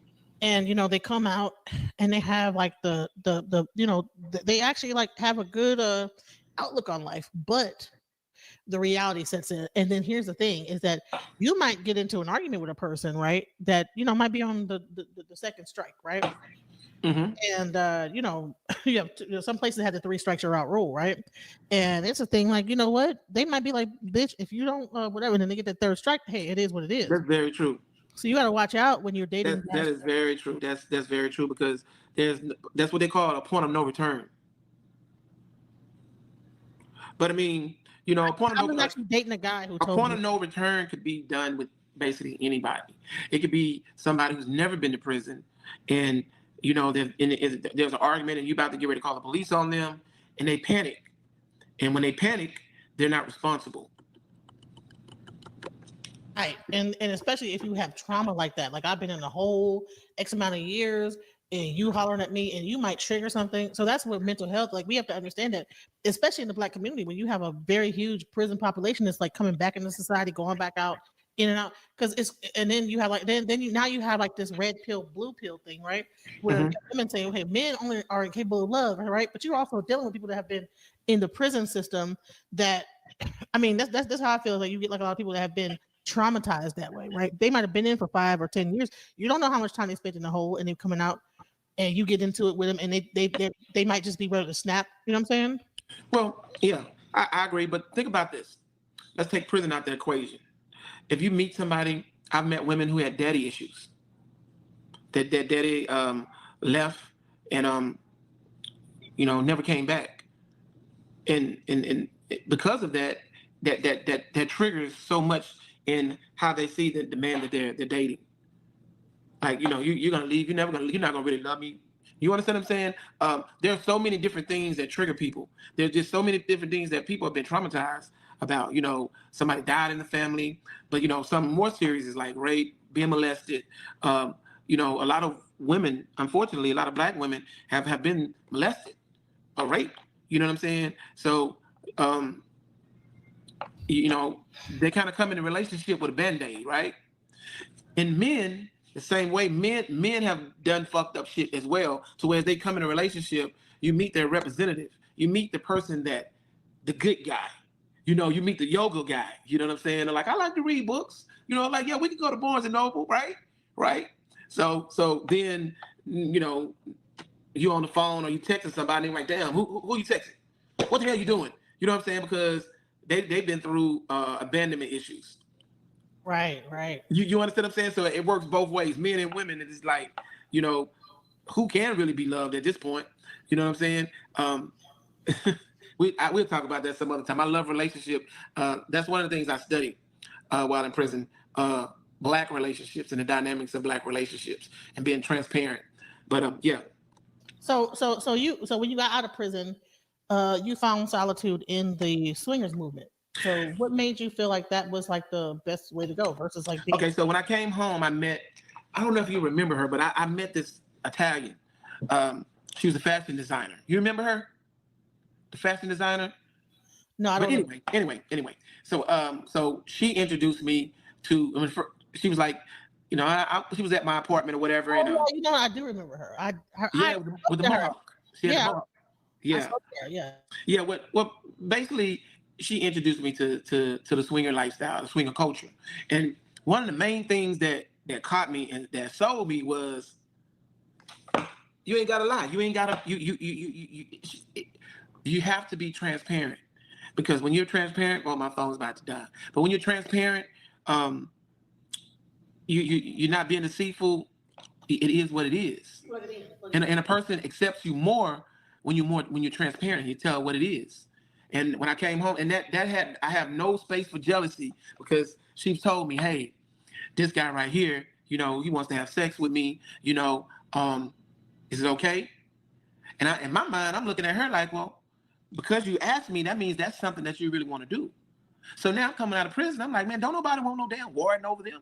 Don't nobody want no police state over them. Like, if she come and ask me and say, hey, he wants to do this. Is it okay with you? Because if it's something that you don't want to do, you wouldn't even have to come and ask me, right? Right. Okay, so, and I'm like, okay, damn. All I have to say is, yeah. And then there's somebody with the same situation with me. I don't have to lie. So it kind of sold it. That whole culture sold me like, oh man, I'm gonna come home and I'm gonna be transparent.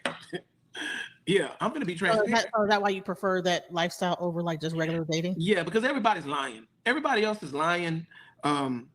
Everybody's lying. Everybody's lying. From the married man, you know. Oh man, that's a whole nother can of worms. I mean, But what about polygamy? What's the difference between like the swinger? well, I mean, polygamy is there's a need for polygamy. You know, there's a need for polygamy as well. I mean, but it's about being transparent. You got to get past that first. You got to get past, you know, everybody believe that, oh, I'm enough for you. You don't need nobody. They tell you that you don't need nobody. And here you are saying, hey, baby, I think that we need to do this. Or she may say, hey, baby, I think we may need to do this. And you might be a person that got high blood pressure and your penis not working no more. You know what I'm saying? That happens. That happens, especially, you know, with black men. You know what I'm saying? They're losing their sex drive the older they get. So this woman is being deprived, you know what I'm saying, of some good sex. So okay, so she needs all about sex. Is the whole swingers? Well, no. Well, what you say? What's the question? Is the swingers movement all about just 100% sex, or is it just also relationship? No, I mean, it's not 100% sex. I mean, swinging it's sex, but I mean, you know, there's relationships that you build, or whatever. It brings it for being married or being in a relationship. It brings excitement to the relationship. You know, it's not just it ain't just a threesome. You know, because sometimes with the threesome that could go bad because, you know, if the man is not transparent, then now he might be having sex with the woman when you're not around. So that could destroy the relationship. You know what I'm saying? But if you're transparent, if you're best friends with your partner, and you're able to talk to your partner, because a relationship is based upon communication and honesty. I like to know what else is based upon communication and honesty. So you felt like coming out of prison that was the best option once you got introduced to them? Oh, it worked for me. It worked for me. You know, I've tried monogamy relationships. I've tried it, but at the end of the day, you can't be who you are. What you want to be with a man he's basically faking it. He's, for whatever reason, he's doing it, but he's basically in a relationship with you faking. Once he walk out that door, he's somebody totally different. He's not who he say he is.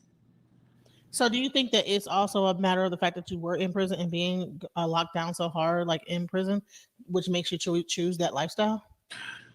Well, I mean, as far as coming home at the beginning, you want to be honest.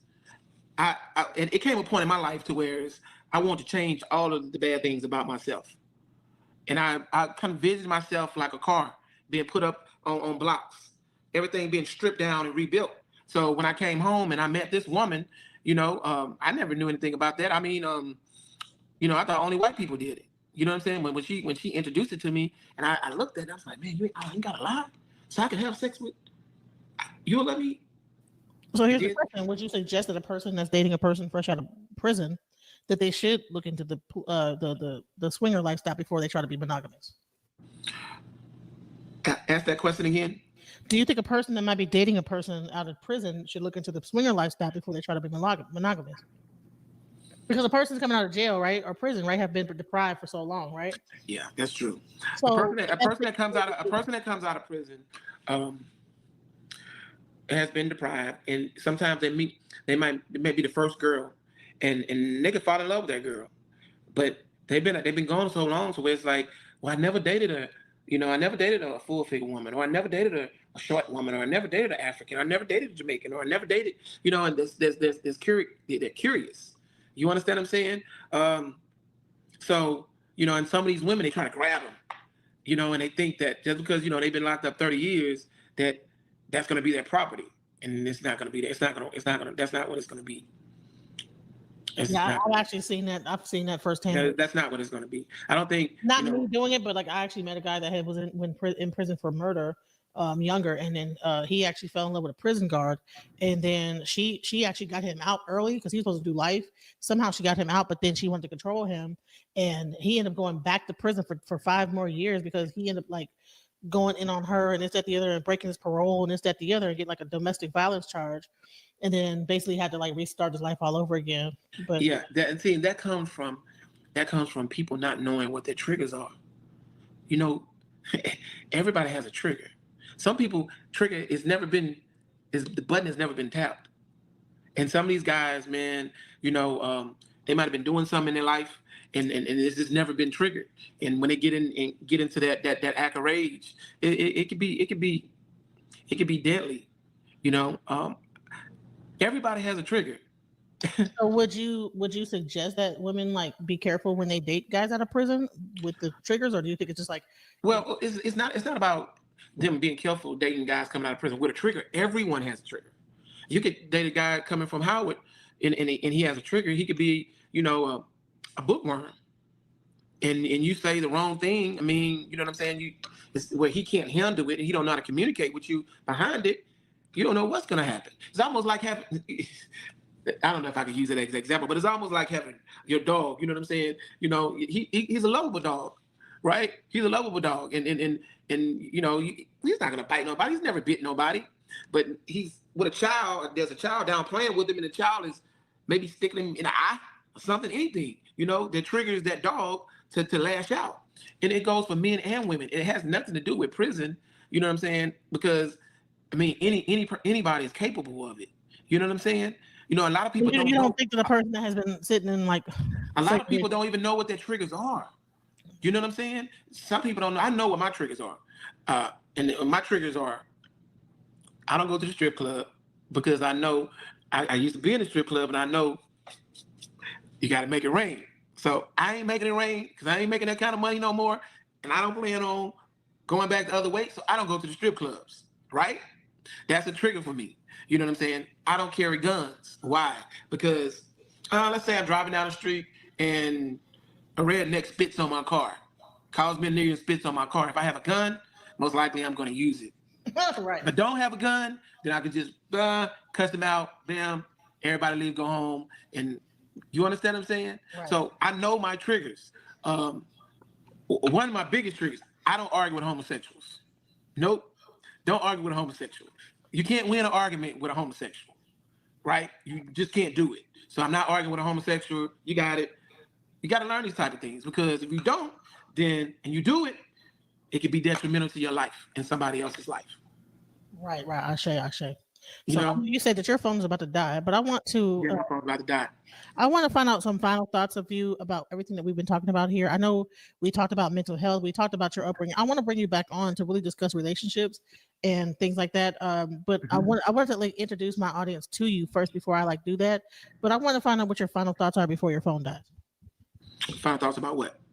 Just everything that we talked about here. What would you say? Well, I think that I think mental health is the elephant in the room when it comes to us, interacting with each other. Even if you're a mother and you have a son, and they do things and they don't know why they're doing them, these are things that we have to deal with. We can't let it spark out of control to say, oh, he just fall. Next thing you know, he can call you a bitch in your house. It's just so many different things.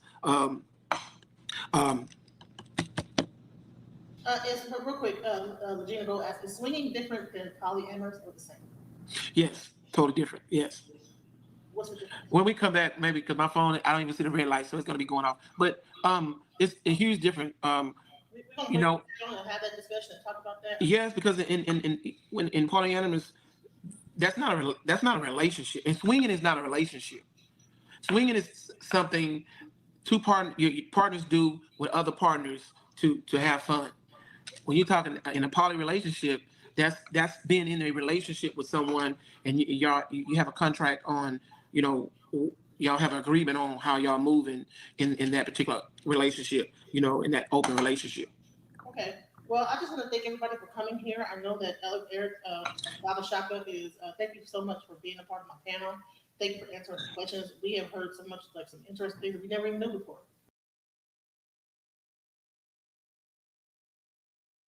So this was a interview I did. I mean, with Baba Shaka. So I started off doing an interview with him, and then what happened is that he ended up on Real Life Street Stars. I introduced him to Jonathan, and so the most weirdest thing happened, right? So you hear the story that he told me about the whole bank robbery, how he got introduced to it. So Jonathan from Real Life Street Stars was like, you know what? I want to bring him on to Real Life Street Stars. So in the most weirdest chain of events, this was the introduction to Vernon. So Vernon got raped in prison after learning how to rob banks by Baba Shaka. So check this out. You know, I went to prison at a young age. I was 16 years old, and I went to prison for manslaughter. I killed my best friend at the age of 16. They tried me as an adult. I might have been the second juvenile that they tried as an adult in Shreveport, Louisiana. Real life.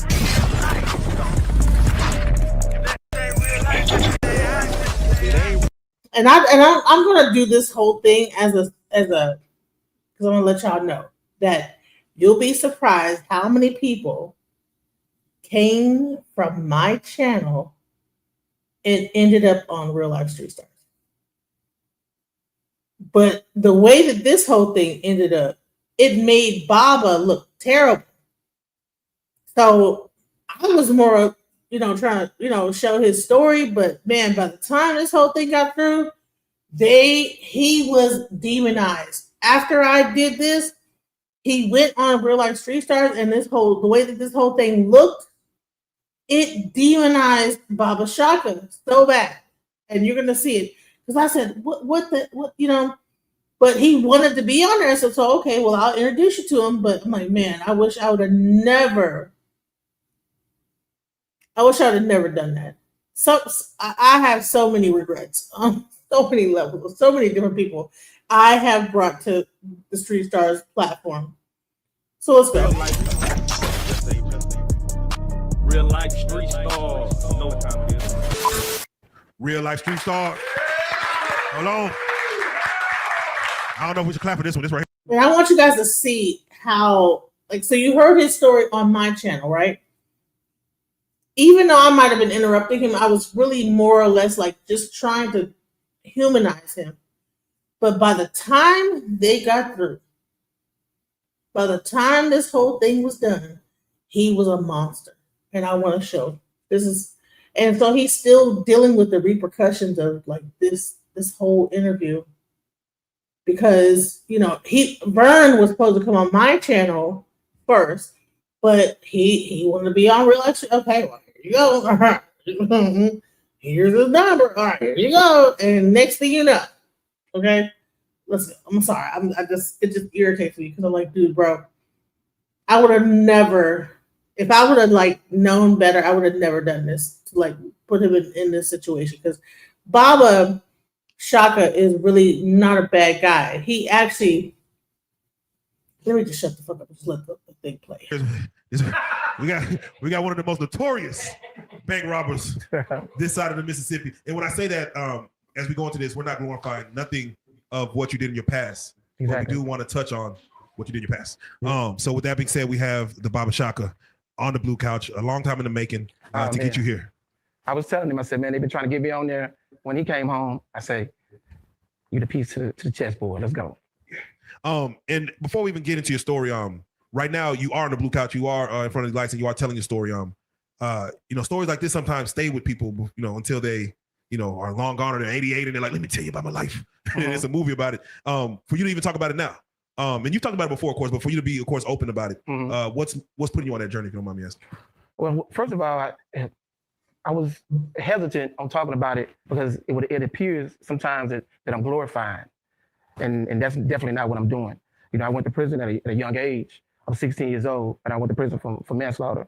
I killed my best friend at the age of 16. They tried me as an adult. I might have been the second juvenile that they tried as an adult in Shreveport, Louisiana. They was getting ready to start trying people because, a lot of gang members were being sent from LA to Shreveport. And so they used my case to basically, because they knew that they were going to be trying everybody, kids, for adult crimes. Exactly. And let me ask you, in regards to, because we've had guys like Charleston White, King Shu, a lot of other guys who come through, Anthony Dewberry, who were sentenced to hard time for doing a crime under the age of 17. Manslaughter, whether murder, whether first degree, second, third.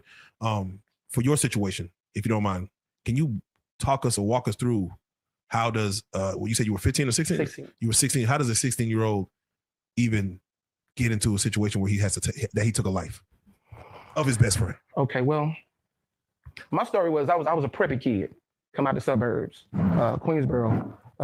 It's not the suburbs no more, but it was the suburbs back in the day. And just being naive, running with the wrong crowd. And me and my friend, what happened was we had a guy pulled up on us who was going to the swimming pool. And he said, "Yeah, y'all want to buy a gun?" And we was like, How much? He said, $25. So we looked at each other. I was like, "Look, I'm going to go get the money. I'm going to get my half." And we went half on the gun. So we went half on the gun. We had no bullets. Why did you personally, why did you want to buy that gun, if you don't mind me asking? Just tempted. I mean, just being a kid and having a gun, just mischievous. It didn't have no enemies because we were preppy kids. Like we was, first of the first polos and Tretons and shell toe Adidas, flat tops. Yeah, like the 80s, this is the 80s, right? 80s. Oh, yeah. Just like 80, 84, 85, 86. Yeah, y'all fly. Yeah, so just, they said you want to buy a car, we'd have been like, it's cheap, So being mischievous, because we went half on the gun, that means that half of the gun is mine and half of the gun is his. Well, so now we doing juvenile stuff like, well, it's my time to hold the gun, but we ain't got no bullets. You'd have kept it 6 months. I want to keep it some too, just, right? And it led up into us fight. Physical fight? Physical fight. It led us, who gets the gun? Nah, just mischievous stuff in the neighborhood. It led us to us fighting. So at this point, I had the gun, but no bullets. So we ended up getting in a fight, and he had some hands. He can close my eyes, raccoon me up. You know what I'm saying? And at this time, I was one of the type of people. I'm one of the type of people. I ain't gonna keep on letting you knock me up. I'm still not gonna let nobody knock me up. Even in my adult going to prison, like you want to fade, but I can't win. Nah, we ain't doing that, right? But on this particular day, I never forget it, July 23rd. I had the gun, no bullets. I had a friend. He said, "Man, you still got that gun? You ain't got no bullets?" I said, "Yeah." He said, "I'm gonna get some bullets from my mom." I said, "Go get the bullets. We're gonna walk to the swimming pool." So we walked to the swimming pool, and I seen him. I hadn't seen him since he knocked me up. He knocked me up. And when I seen him, he approached me. So I got a gun. If you pull a gun, you got to use it. But I'm not going to fight you, and I got a gun. So I pulled the gun. I'm thinking I'm going to scare him.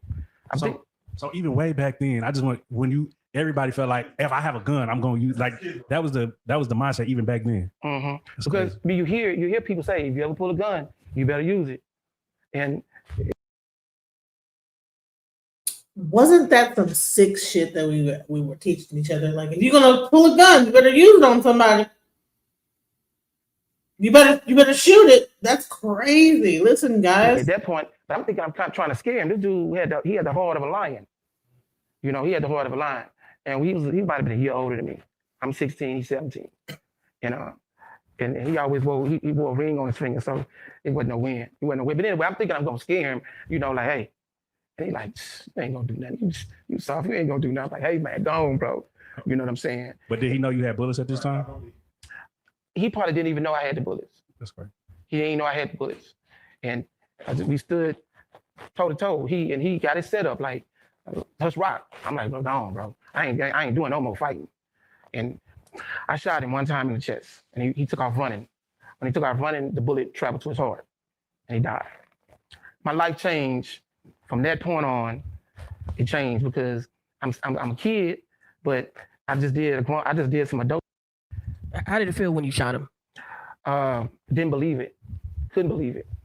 Especially when, by me being a juvenile, the police they can't question you unless your mom or adult is with you at this time back in the day. And my mom came in and she was like, he's dead. I'm like, what? He dead? So let me ask you, did you not render aid? Did you have like an out-of-body experience when it happened? Did you run away when it happened? I ran away. Because he ran that way, I ran that way. I ran home to tell my parents, hey, I just shot somebody. They like, what? I said, I just shot my friend. I just shot him. They're like, what? And I just couldn't believe it because at this point, I'm like, I need to wake up from this dream. It's a lot of those I need to wake up from this dream in my life, right? Yeah. But it wasn't no dream. They took me to the juvenile detention center, and I'm in a concrete room, and I'm saying, I gotta wake up from this dream. This ain't true. I'm gonna lay down, and when I wake up, I'm gonna be at home. And the lights came on about 5. I'm like, I got a murder case. Did you know the ramifications of what was about to take place? Where you about to go? I mean, did you know anything? Not at all. I was charged with 2nd-degree murder at 16 years old. Now, mind you, I'm not in a gang. I'm not, we didn't come from that. Everybody that knows me, they're going to tell you, man, he was a preppy kid. I was, popular in high school, So I'm not knowing. All I did know that shit just got real. So you got to, you're going to have to do what you got to do because ain't no getting out of this. It's a murder. Did anybody see you shoot him? Yeah, I had 4 people that was there that sat there. And, as kids, you kind of see, being mischievous, you want to see what's going to happen. Right. And I think that was their stance. I can't really speak for them. But they didn't get up and say, man, don't y'all do that. Right. Man, get back. They just sit there and watch, And did you have any inclination at any point to try to lie or try to get out of it, like make up a story, or did you just like, I did it? I wasn't no getting out of it. And my whole thing was, my defense was, it was naive. My defense was I wasn't trying to kill him, which I wasn't. I just wanted him to get back, and, It's crazy because the stand your ground law, you can fight for that probably now, but this was in Louisiana. This is Louisiana, 86. Okay, so yeah. So if you don't mind, tell us as far as the trial itself and sentencing. You go to juvenile, and you're gonna. So do they? I get bond. Okay. What happened is what they did was they automatically said, "Oh, we finna try him as an adult." All right. How old were you? 16. 16. 1986. So they try me as an adult. I get a bond. So I'm back on the streets. I'm able to try to go back to school and try to pick up my life until the actual trial. So I end up getting a good lawyer, and he was like, "Look, you're gonna have to do some jail time." I'm like, "I can't go in the military, no boot camp." You know what I'm saying? Like, anything but prison. But he was like, "Nah, you're gonna have to." They came to me with a deal of 5 years, and I grabbed it. Yeah, I grabbed it, and I went off to the big boy, adult prison. Yeah, you're in Shreveport, so we already know where this is going. Yeah, so when I go to the county, which was called CDC at the time, and they called me teenager because I was so young. I had a flat top, kind of looked like just no hair on my face, no hair on my face. So they gave me the nickname teenager. And it's like, look, teenager, you going to Angola? You gonna go to Angola? And they gave me the rundown on how to make it, how I can make it in prison. And I listened to them. Were you scared? To death. To death. I mean, like I said, I didn't come from the environment for me to be ready for that. You know what I'm saying? I was scared when I shot him, scared after I shot him, scared when I went to prison. But the thing about it is, my mindset was, I done did it. I done did the crime. Now, whatever comes with this how you finna rock. This how you gonna rock with it. Matter of fact, I got sent to Angola. Real quick, Okay. before you got to Angola, you said they gave you the rundown. I'm just curious, what was the rundown they gave you to survive Angola? To survive in Angola, the rundown was, it really was two key things. Don't take nothing from nobody, and don't mess with no punks. That was It's pretty simple rules. Don't take nothing from nobody, and don't mess with no punks. By me being a kid, being young, all the convicts, they want to make sure when I go down there, you don't get turned out. The only way you're gonna get turned out is if you messing with a homosexual, some kind of way. You know what I'm saying? Because in prison, in Angola, hanging out with, like even congregating with. No congregating. Yeah, no eye contact, no friends, no nothing. You see? So So in Angola, are they set? Is there like a separate? Is there like a spot for homosexuals, or would you know how to avoid, or does they like you? I would think they would just. It's like Penitentiary 1, Penitentiary 2. You remember that? Yeah. That might be that. It was a movie called Penitentiary with Too Sweet. So you know punk. You know you see a punk. Right. At least I thought I knew a punk because they had some muscle bound punks that was lifting weights and shit like that. But for the most part, you knew it when you seen them. You know. All right, so take us through. We always talk about first day out or whatever, but we like to go through your first day in Angola, like because Angola is one of the most notorious prisons in American history. Technically like modern day slavery back then, possibly even now. What is your first day in like? You being that young, that green. I remember like it was yesterday. I went down the walk. You had a long sidewalk, and the prisoners, they come from all different units. They could come up to the walk. If they know you, they all right, blah, blah, blah. They holler at you or whatever. They might be whistling, and I'm nervous. I'm keeping my head up because now I already had dudes school me on everything I needed to do, when I'm there, So first thing I did was get on the phone and call my mama and tell her I ain't never coming home. But because I'm in Angola. When they classified me, they could have sent me to a sweet spot. They sent me to the worst spot, one of the worst spots in the United States. So I said, Mama, I ain't never coming home. That's for her not to worry about you, or you thought you're not gonna make it? I'm saying to myself, I'm in Angola, so I'm gonna have to kill somebody because I'm a kid. I done heard the stories. I done heard these stories. So if that's gonna come to me, then this is gonna be my life. And she started crying. I hung the phone up. I had to hang the phone up because when your mom cry, you cry. So I hung the phone up and went back to my bed, sit on my bed, until one of the dudes I was in the county with, he said, "Oh, you finally made it." He come, showed me around the prison, and it wasn't as bad as I thought it was gonna be. Because what I did was, my mother used to tell me, she said, "Son, don't give up." She said, "Use the prison like a university." And that's what I did. I used it like college. I went to drama. I studied drama, hobby craft. I went through every religion they had in the damn place. Why go through every religion? Just because? Well, no, I just was searching for the truth. I was searching for the truth. And when I found a contradiction, I'm out. Nah, what? You know what I'm saying? What? Jesus, what? Let me ask you, what religion is the most contradictory? Christianity. I'm saying a lot of people saying that, man. Christianity. We'll leave it at that surface level, all right? Yeah, we can go deep. Why? Well, let me think of me. I'm not a person that a lot of people used to get off into religion to debate. So I ain't a debater. You know what I'm saying? I'm like, I see something, man, and it just I can't really think of it right now. What I'm sure, I'm sure that you go down that path. Yeah. boy. But with that being said, what religion did you land on, or are you like now? What do you? I got a story on how I left Christianity. Yeah, just tell us that. You want it? Yeah. All right. Okay. Did you leave running? No. I got to tell the story because the story it began to define who I am as Baba Shaka. But I was a Christian, so I would go to church, and all my homeboys they thugging. When I go to church, they would be laughing at me. So I'm like, man, these dudes are hoot. They hoodlums. They going to hell. I'm doing the right thing. I'm going to church. I got my Bible, and so the dude, he was a muscle bound dude. You know what I'm saying? He was a preacher. So he talked in tongues, and he was like, I'm gonna lay my hands on you. I'm gonna lay my He did the tongue, right? So I'm like, oh man, I want to learn how to do that, right? So one night, I woke up and I went to take a piss, right? And I'm standing up at the urinal, and there's a guy standing up. He's standing up like he's using the bathroom. It's like 4:00 in the morning. I'm in an open bay dormitory, so I'm using the bathroom. I knew it was a dude right there, so I see him. So he walked away.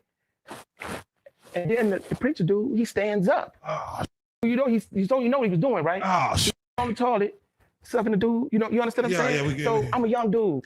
I don't want to be. Y'all got me down here. Oh man. Now mind you, he was laying hands on your head and shit on, like talking in tongues on you. Homies, they laughing because like you going down there, and I'm thinking I'm doing the right thing. I called my mama. Because me and my mom real close. I called her, Mama. Why you didn't tell me? Oh no, it just was crazy. So because that was a weakness, you got to realize I'm a kid. I can't be around no weakness. You know what I'm saying? Everything got to be thorough. Everything got to be thorough. And the dude, one of my homies told me, he said, man, I thought you knew. I said, man, nah, bro. I thought he didn't look like a regular punk. You know, he had muscles. You know what I'm saying? Yeah. Like he didn't look like a So man, listen. Damn, man, listen, I ain't go back to church, bro. Yeah. So this is what I did. I used to walk the yard and I seen these dudes that had on all black and they had dreads. And I'm like, they must, you know, they look like Jamaicans or something. But they weren't Jamaicans, they were Black Panthers. So the dudes used to see me, I was interested in what they had going on. It looked like strength to me. Yeah. You see what I'm saying? And I want to be where there's strength. You know, I want to be a part of something that's strong. You know, can't understand how in Christianity, you have all these gospel singers who they're coming and they tell their testimony, and then they want to say, well, that's why I was, you know, this happened to me. I'm like, what? How y'all got molested? Yeah, I think Christianity might be overutilized. Maybe, I don't know. It's like a lot of a lot of stuff going on in the choir. You know, singing in the choir. So anyway, so the dude said, man, you ever heard of Malcolm X? I'm from Shreveport. This is '86. I said, nah, is that a rapper? He said, nah, brother. He gave me the Malcolm X autobiography. It's the first book I read from front to back. Wow. And from that point on, this is what I want to do. You know, I realized that all the stories that I had been told was lies. I thought Jesus was white.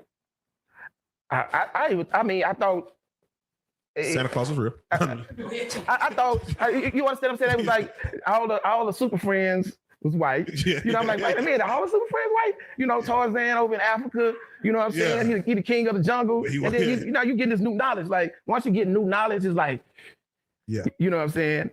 And that's I'm curious, why not Muslim? Was a Muslim a thing back then? As far as did you try? Did you the Muslims, I tried the Muslim, I tried it.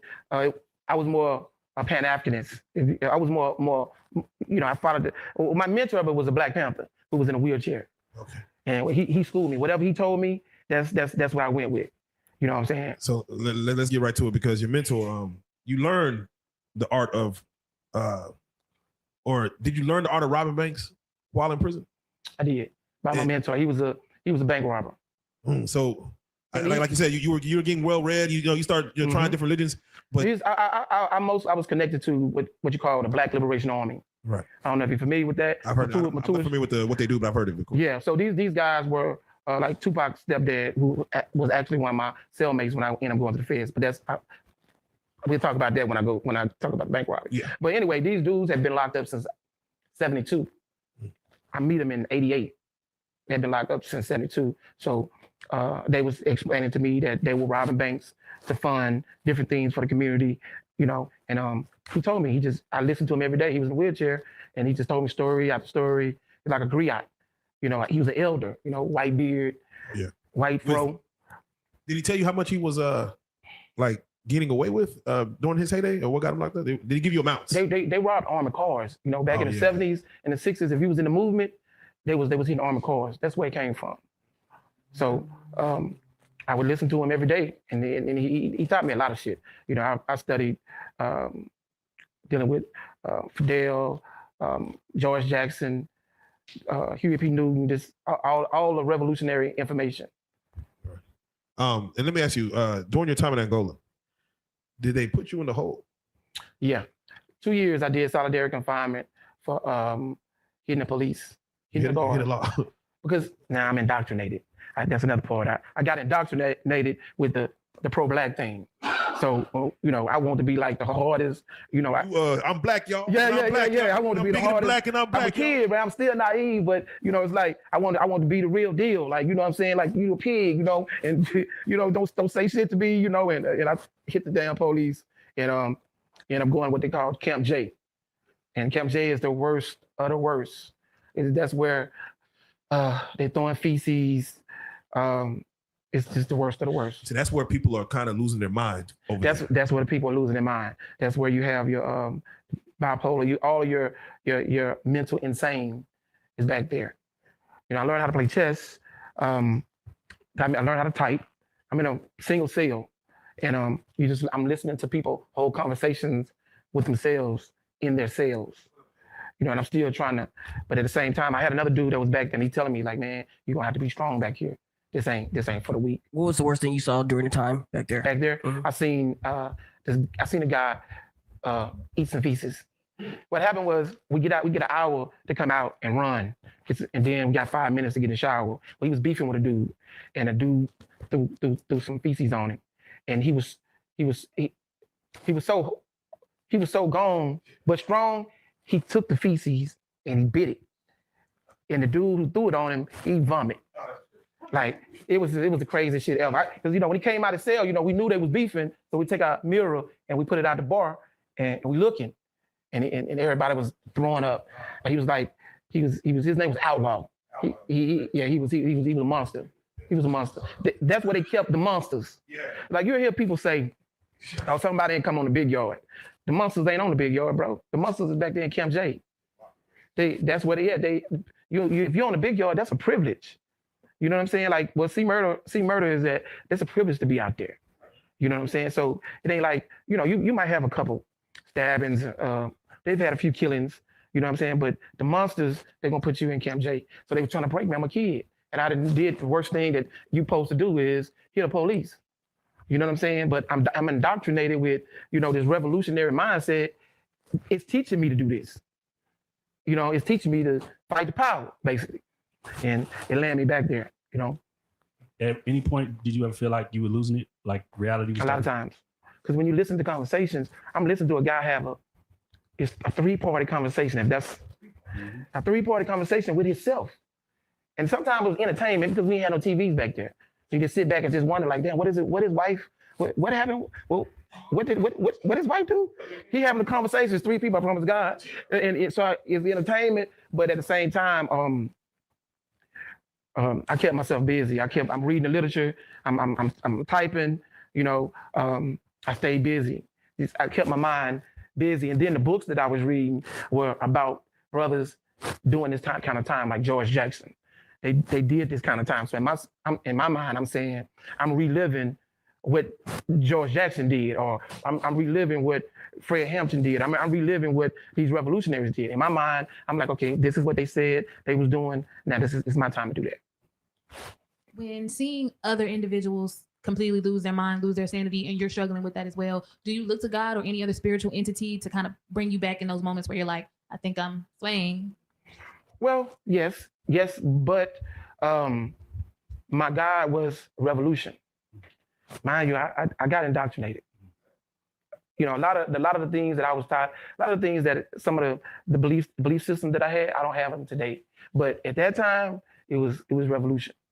It was I love my people more than I love myself. Going to war, I couldn't understand even in that prison, I couldn't understand and still don't understand to this day how some of your most dangerous prisoners can be in a prison and the guard is like my mom or your mom, and she's saying, lock down, go to your room, and all these dudes go to the room. Like you could get somebody on this couch and they could brag about Angola, but you dudes y'all don't run to the fence because we can take the fence down. There's contradictions in what people say. They want us to believe something, but it's not real. Like how do you do this? Kanye West said slavery was a choice, right? And everybody got mad at him, right? And I just agreed with him because I'm saying these dudes are doing life. How do you just do life? Thousands of dudes doing life. How you don't want to escape? They don't even try to escape. Now they're gonna be mad at me for saying this. But but it's 1,000 of us in here and we fighting each other. Yeah, we fighting each other. You listen to I listen to my man talk about Ferguson, and I'm like, man, when do we just get tired of don't want to do this? We don't want to do it. One thing I can say, and it's a fact, white boys, they hitting that fence. It's like they don't believe in bondage. It's in their spirit not to be in some slavery. With us, we're going to go out there. You see the pictures of them walking behind the horse. We're going to call them Bossa. Boss man, all this crazy shit. You know what I'm saying? They had you picking cotton? Picking cotton, picking corn, work in the field. Still to this day, they work in the field. Like in that sense alone, you're saying black people have a mindset of just enslavement. We got a mindset of being the toughest OG, the toughest whatever in society. But when I go to prison, I basically bow down to this, and that was a reality. When I got out of prison, I was like, I never subject myself to this shit. There was another reason why when I started doing what we're gonna talk about later, you know what I'm saying? I'm like, I'm going fed, man. I ain't picking corn. And I'm looking at this dude, it's almost like you want to say something like, man, all we gotta do is come together. We can stop this shit. We ain't gotta come out here. We ain't gotta be out in the field. You know, it's What do you think? What are your thoughts when you see like a black man like pandering to like the guard, trying to be like a friend, or like he'll down his brother to like get the praise of the boss of the guard or whatever? Well, back then I didn't have no thought about it because the dudes who was doing it was killers. So you know, it's like you know what I'm saying? Like I ain't got no thought. I ain't gonna say, you know. And they bug we call it bug jumping. Right. You on some cool shit. You know what I'm saying? But you can't say that because he's a killer. You know, he kill you. I ain't got nothing to think about it. Like, okay, I ain't do it. See, that's the problem right there. You have to have some guys that's not afraid to die. Well, turn the system. And the only way that's gonna happen is you get indoctrinated, and you get a belief system. Yeah, you get a belief system, something to stand for. You know what I'm saying? There you go. Yeah. You know, we don't. Yeah, people go in there with no religion, no, just like you said, they out here doing whatever they go in there. But go in there, they go. So the basketball court is full. The law library is empty. That's some real shit. You understand what I'm saying? The education building is practically empty. Everybody is watching rap TV, BET, HBO, playing basketball, playing football, rapping in the studio, but nobody's in the law library to get out of prison. And nobody's basically, you being a revolutionary is a 1%. Oh yeah, and they're lifting weights. Oh yeah, they lifting weights. Most people who haven't been in prison, I think that's the first thing they think they know to do: get in physical shape to be able to stand in prison. So I think that's a mindset. Something I think you asked me, we program to submit. Just like when the police come, we run. But I'm just the toughest dude in the neighborhood. You know, you got bodies, but when the police come, they run. So you just program when it comes to authority to lay it down. Yeah, to not battle. You see, so when you go to prison, you fighting to get your freedom or us coming together is just not what the mindset is at. Let me ask you were speaking something off camera when we were speaking on Boosie. Mm-hmm. And of course, if he had to do PC versus, you know. So Angola don't have a PC. Explain that, because that's one thing that we. And first of all, Angola don't have a PC. Right. You got a main yard. First of all, Angola holds. Angola is a city. It's a city. The prison is a city, and they have Camp A, Camp B, Camp D, Pine. They name. Guards even live. The guards live. They there. live in houses. We eat everything that we grow. We eat it. They got a catfish pond. They had a catfish pond that was the sewer system. Yeah. The cesspool. We got everything that we ate. We grew it. Beans, vegetables. The meat came from the cows. The cows, we ate the beef. You know, so there is no PC. You dig what I'm saying? So when he came, they put him in another unit. They put him on the walk. A lot of people don't go to the walk. They got revolutionaries. They got cold killers. Never get a chance to go to the walk. Go to the big yard, like they would say, the big yard. Correct. So it was this. I think you know, when you're talking about prison and individuals, you know, if I don't like you, I could basically say whatever. You know, let the masses judge. You know, but definitely not PC. You have to take somebody. I guess you would believe someone if they actually did time with, or like maybe somebody's bunkmate, cellmate. I guess would you believe that person? But even that person, do you believe totally? Like if someone tell you, yeah, that was my silly, and this person was that. Like, do you believe what you don't see? Nah, I don't. Because I've heard dudes say, oh, this dude was a homosexual. And then when I get there and go, the dude ain't a homosexual. Because if you don't like me, it's just easy for you to say, kind of like cloud chasing, kind of. You know what I'm saying? Like this new school thing, but back in the day, like if I ain't like you, I could put any kind of jacket on you. You know what I'm saying? And just say it. And then people, then when I go, I'm looking for that. I'm saying, man, that dude ain't even like that. This is bad low. Oh, man. All right, Bobby, let's get to it. You learn of, you know, your mentor. And you say he was confined to a wheelchair? He was confined to a wheelchair. He got shot. They did a armored car, and like I said, in '72, and he was shot by a sheriff He was in a wheelchair. Very famous. He was a truth. Okay. He was one of the most respected dudes on that plantation, which is Angola. Definitely. You know, because of the work that he put in New Orleans as a Black Panther. His name was Micey. Okay. Okay, yeah. Wally Moo is Swahili for teacher. Yeah, he would be like a Baba, like me, but I'm Baba Shaka. Baba means is elder, father, teacher, grandfather. Correct. So in Swahili. So you know you're doing 5 years, or you get out early, or you know the 5 years you're doing. You know when you're getting out. Mm-hmm. So as the last 6 months before you get out, how was that last 6 months? Are you prepping for what you're about to do when you get out? Are you you staying clean? It was no thing of staying clean because I'm a revolutionary and I was his student. And he was trying to get me ready for society because I'm going back out. I've been locked up 5 years, and he trying to basically he was schooling me. He was teaching me. He was doing what an OG is supposed to do. He was teaching me. When I say he was just telling me what I need to do to survive out there, to stay away from the gangs that I was going to be headed back to in my neighborhood that wasn't there when I left.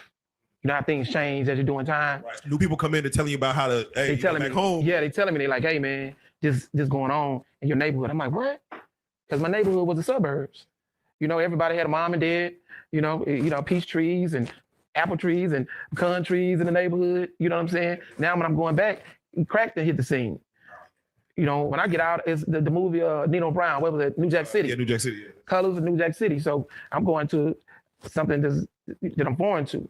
So my OG, which was my Baba, he like, listen, you need to go out there and you need to school them because they killing the community with crack.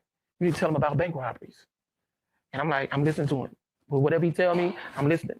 You know, and he's telling me, like, look, man, they trying to give it to us. We ain't got to kill our community. So when you get out, you make sure you've been in Angola, you're a thoroughbred, you done made it, and you tell them. And so I was preparing to come home. So when you got out, you knew you was gonna rob a bank, though. I knew I was gonna rob a bank. So I had a. Hold on. Before you do that, before you say that, you know that's some wild shit. Like, like no job, no. I'm gonna see what my mama talking about. Like, we finna hit these banks because I'm indoctrinated. Oh yeah. A lot of people. I'm indoctrinated. I'm you know how somebody would be. You can get indoctrinated in anything. Like when you damuing, you get indoctrinated into, the soldier walk. You know what I'm saying? And I got indoctrinated into. So let me ask you, because you're coming out of Angola, but you said if I rob banks, the worst they could do is send me federal. Is what you're saying? You're telling yourself.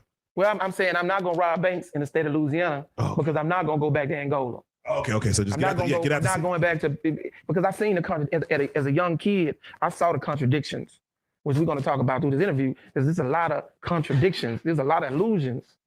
We caught up in a lot of illusions of the world. So when I got out, I got a job. I did get a job, and my people called me, and they was like, "You ready?" So I had some people come to me.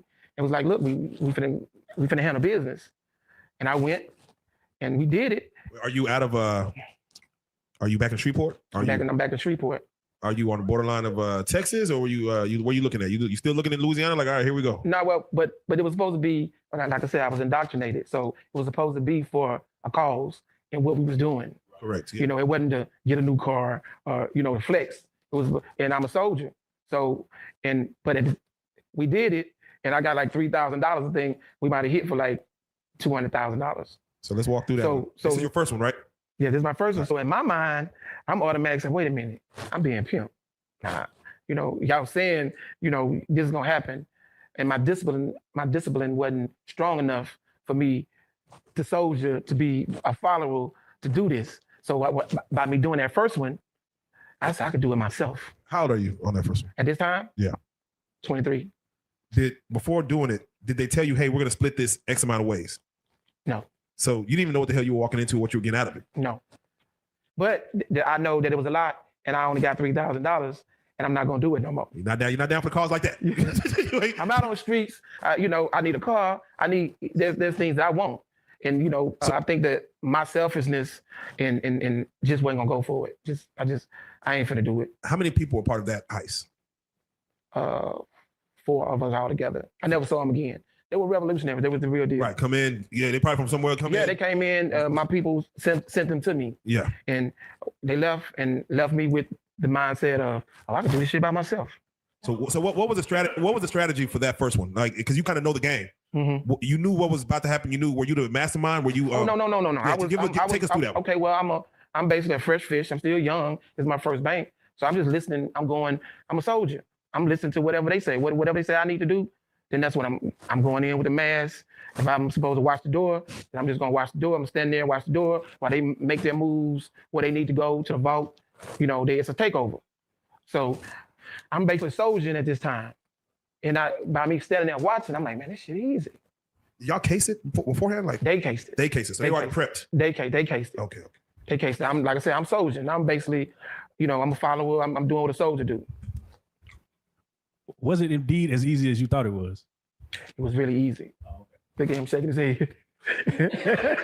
It was easy. Easier than what I thought. It was definitely easy. It's definitely easy. Do people, and just bank robbers in general, do they expect resistance? Did you expect resistance? Did you guys expect No, because resistance? once you go in, you realize that the people in there are just workers. Like they regular people. They want to go home. It ain't a tough guy. It ain't a, you understand what I'm saying? These are women. These are women who, you know what I'm saying? So you like, they're trained to give you the money. Once you learn that they're trained to give you the money, you like, they trained to give me the money? Right. You know what I'm saying? This is what's Yeah, and I have homeboys, they're dead now, they rest in peace. They was Bloods and Crips. And I used to tell them, hey man, look, instead of doing this, y'all finna get ready to do a kick dough and kidnap somebody. This back in the 90s in Shreveport. Shreveport was a hell of a city, right? So for y'all doing that, instead of doing that, go in the bank. And they would look at me like, man, them white people gonna put you up under the jail. Niggas, you crazy? But this the mind of being programmed. You have everybody selling crack in every neighborhood, but nobody is willing to go get the money where the money is stashed at. It don't make sense to me. If we're dogs, listen, if we dogs, we pits, and we out in the yard, and our master is saying, y'all come get it. If we go run, and that one dog gonna be like, damn, food up in the house. We're trying to get up in the house to get the food. Because we out here, we out here getting this little bit that's in the pan, but the money is there. It's an irrational way of thinking now that I'm 55 years old. But back then, it's like, man, I got the goggles on. I'm thinking, like I'm woke. You know what I'm saying? Like, you niggas keep on doing what y'all doing. I'm going to go do this. I come back, I got a Jaguar. I come back, I got a drop top BMW. I come back, and they like, man, what the hell? I told y'all, bro. I told y'all still set tripping and over crumbs and to get more time. They get more, you get more time selling crack before the crack law. You get more time selling crack than robbing a bank. Right. That's why when we go to the feds, it's mostly white dudes in prison for bank robbery. They get 5 years. You think that you're gonna get life? You think the sentencing guideline was set up for them, right? When you went back in the day in the 60s and the 70s, when they were robbing banks, they go in, get out. So it's a known fact. Now if you go in there and you shoot somebody, that's a whole different story. Okay. You go, but for the most part, you get lesser time. Speaking of going there and shooting somebody, did you have anybody that resisted? Like, nah, like a hero? Like, so that's just in the movies. Well, I used to tell them, listen, if we see somebody with a certain type of truck driver hat, like if we would have seen somebody with a pro bass hat on, a white boy, we ain't going in because he's gonna be a hero. Yeah, he done been to Vietnam, he done been in the military, and you don't deal with them. You see what I'm saying? Because he gonna be able to look at us and tell us, man, damn kid, that ain't no real gun. If you went in there with if the gun wasn't real, so you gotta pick your battles wisely when you scoping it. When you go in, it's like, okay, this the right time to do it. Did you ever go in there and say, "This is not your money"? Yeah. We said it all the time.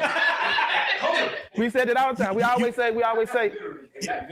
But that's what you want to say. Yeah. But I mean, it's like I want to convince you to give me the money as fast as you can, and then I'm not gonna hurt you. There you go. Right. I just want you to let's make this smooth. So you know what I'm saying? You don't have to cry because I don't want them crying and nobody have a heart attack. You know what I'm saying? Yeah. So you want them to be calm. Like, man, look, this ain't y'all money. It's insured by FDIC. Was it FDIC? Right. FDS. It's insured. The money is insured. So let me know, because we're about to go into your personal when you did it by yourself. So Are you going in masked up? At that time, yes. Is it bandana? Is it stocking cap? Mask, ski mask. Ski mask. Okay, yeah, you scary. Ski All right. what is your It weapon? wasn't until later, when I started trying to analyze, a better way to do it. I always trying to think of better ways to do it. So you walk in with a ski mask. Yeah, we would get out the stolen car, run in, come back out, get in the stolen car, and we got another car. We get to another destination, jump out that car, and get and one of the most famous.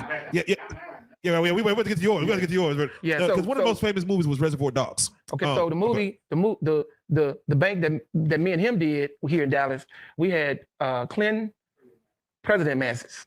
Oh yeah. Oh, y'all went in what's the movie with y'all went in like Point Break. Yeah. Okay. Yeah, that was Vernon. Oh, that was Yeah, okay. yeah. We about to get on This was that. 94. This was before that movie. So let me ask you: do you have a time frame in which you're gonna get in and get out? Is it like 5 minutes? If it's not done, I'm 2-3 minutes, we out of there. all right. So 2-3 minutes is the time We're frame. doing a takeover. At that point, we was doing takeovers because we trying to, we going in this bank with the idea we ain't gonna rob another bank. That was my was my thought. Everyone is the last one. Everyone is the last one. Okay, yeah. Everyone is the last one. 12 banks later. Everyone is the last one. Everyone is the last one. And that comes from being ignorant, not having the right people to show you how to invest your money. So we young, so we buying cars, we buying Daytons, you know what I'm saying? So wait, Go ahead.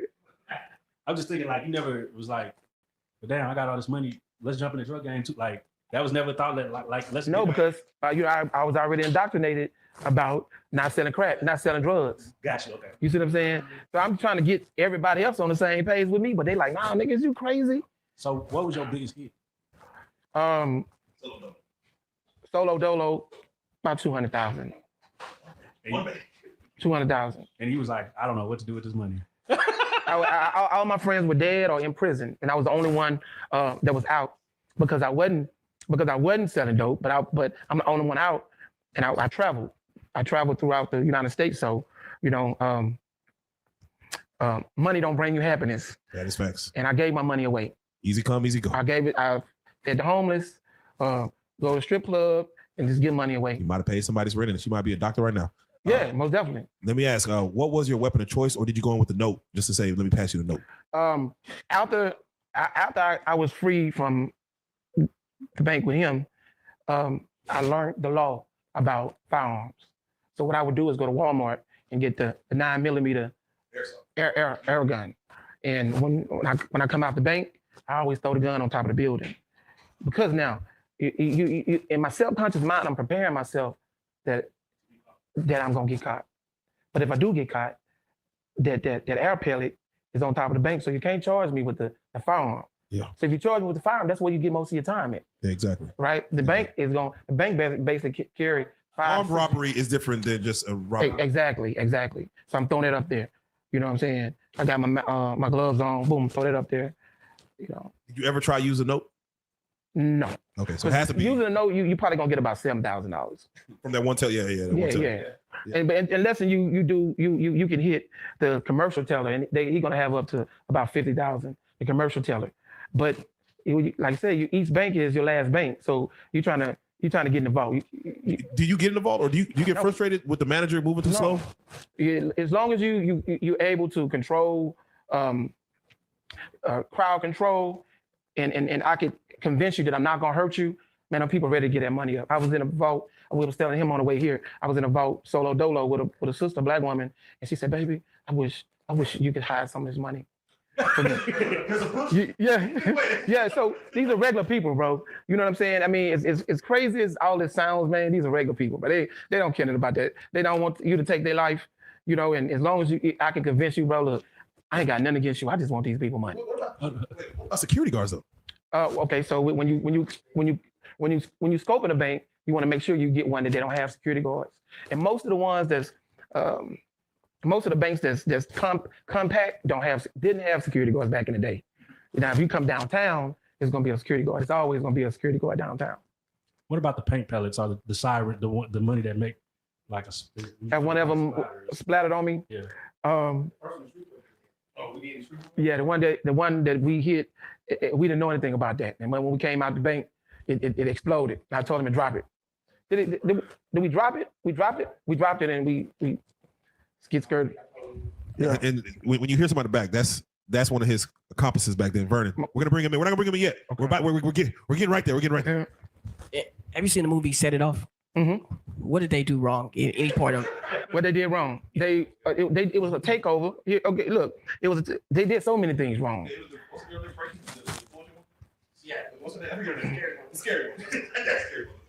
They did so much wrong. From dealing with the takeovers. Trying to see how they end up getting busted. But what I learned, what I can say about bank robbery or any type of see how to say this, any type of crime, how white boys are so good at doing crimes, you don't even see it. You understand what I'm saying? They go through Walmart and they got one item and ding, ding, ding, ding, ding, and they got like $500 worth of groceries and just walk on out. You see what I'm saying? So when you got some people, they from the hood and they get out of the car, the guns drawn, you're drawing attention to yourself. Then you go in there, you got people got their hands up. Well, somebody in the drive-through. So we can look over in the drive-through, they're gonna drive off. You know what I'm saying? Because they see everybody with their hands up. The people in the drive-through got their hands up. So you want to be smooth. You got to be smooth when you doing anything. Anything criminal, it got to be done smooth. You know what I'm saying? In the movie The Town, that's how I know that you're absolutely telling the truth. They case a bank job, and the guy says, "I don't like the guard on this. He's got the high top boots. He's got the gun. He's going to be waiting for us. He's going to kill us." They decide to rob it anyway. They go into the bank. When they come out, the guy has one of them. So when you're preparing for a bank, you do have to look at, is the guard 60 and retired? He's not going to give you any problem. You don't want a 28-year-old Marine with 2 pistols. He's going to be a hero. Shiny boots. He's going to be a hero. And didn't you find it hard to convince your friends to rob banks instead of stealing drugs? Because the casinos are the same way. They won't rob a casino and get probation, but they'll sell drugs and get 10 years. And they absolutely right. 1/100th of the money you get from robbing a casino or bank. Absolutely right. Absolutely right. Absolutely right. So, let me ask you, because we're about to bring in one of your compadres. Okay. But you're doing this solo dolo. Why would you ever invite anybody in on this? Like you start off with a group of guys. Mm-hmm. The biggest you hit was 200,000. And let me just ask you before you answer that. What location were these banks? Where are you at? Are you in Louisiana, Texas? Where you going? Well, it depends. When you talking? I'm talking when you're on your solo run. How many banks did you hit? About 19. 19 banks. 19. It's addictive. It's very, very addictive. Man, how often? Like once every? Well, it depends on how irresponsible I was. Okay, so summers you might have turned up during the summer. Yeah. Well, I mean, it depends on how you flexing. Okay. You got a concert coming. You want to get the 24 passenger, double axle limo. You know what I'm saying? If you flexing, you're responsible. We're gonna get to the lifestyle of it. Okay. But with that being said, what was your locations? Were you mostly Louisiana? Houston, North Carolina, Georgia, Arizona. Louisiana was a no because of Angola. Yeah, correct. We did hit a bank and the dot went off, and I was like, nah, we're going to Texas. All right. Now when you say we, all right, let's go and do it. Let's make sure he's on. Let's get him on. We are about to bring in my man Vernon. Vernon, did you have a nickname you went by before we even introduced you? This is where it gets like some bullshit, you guys.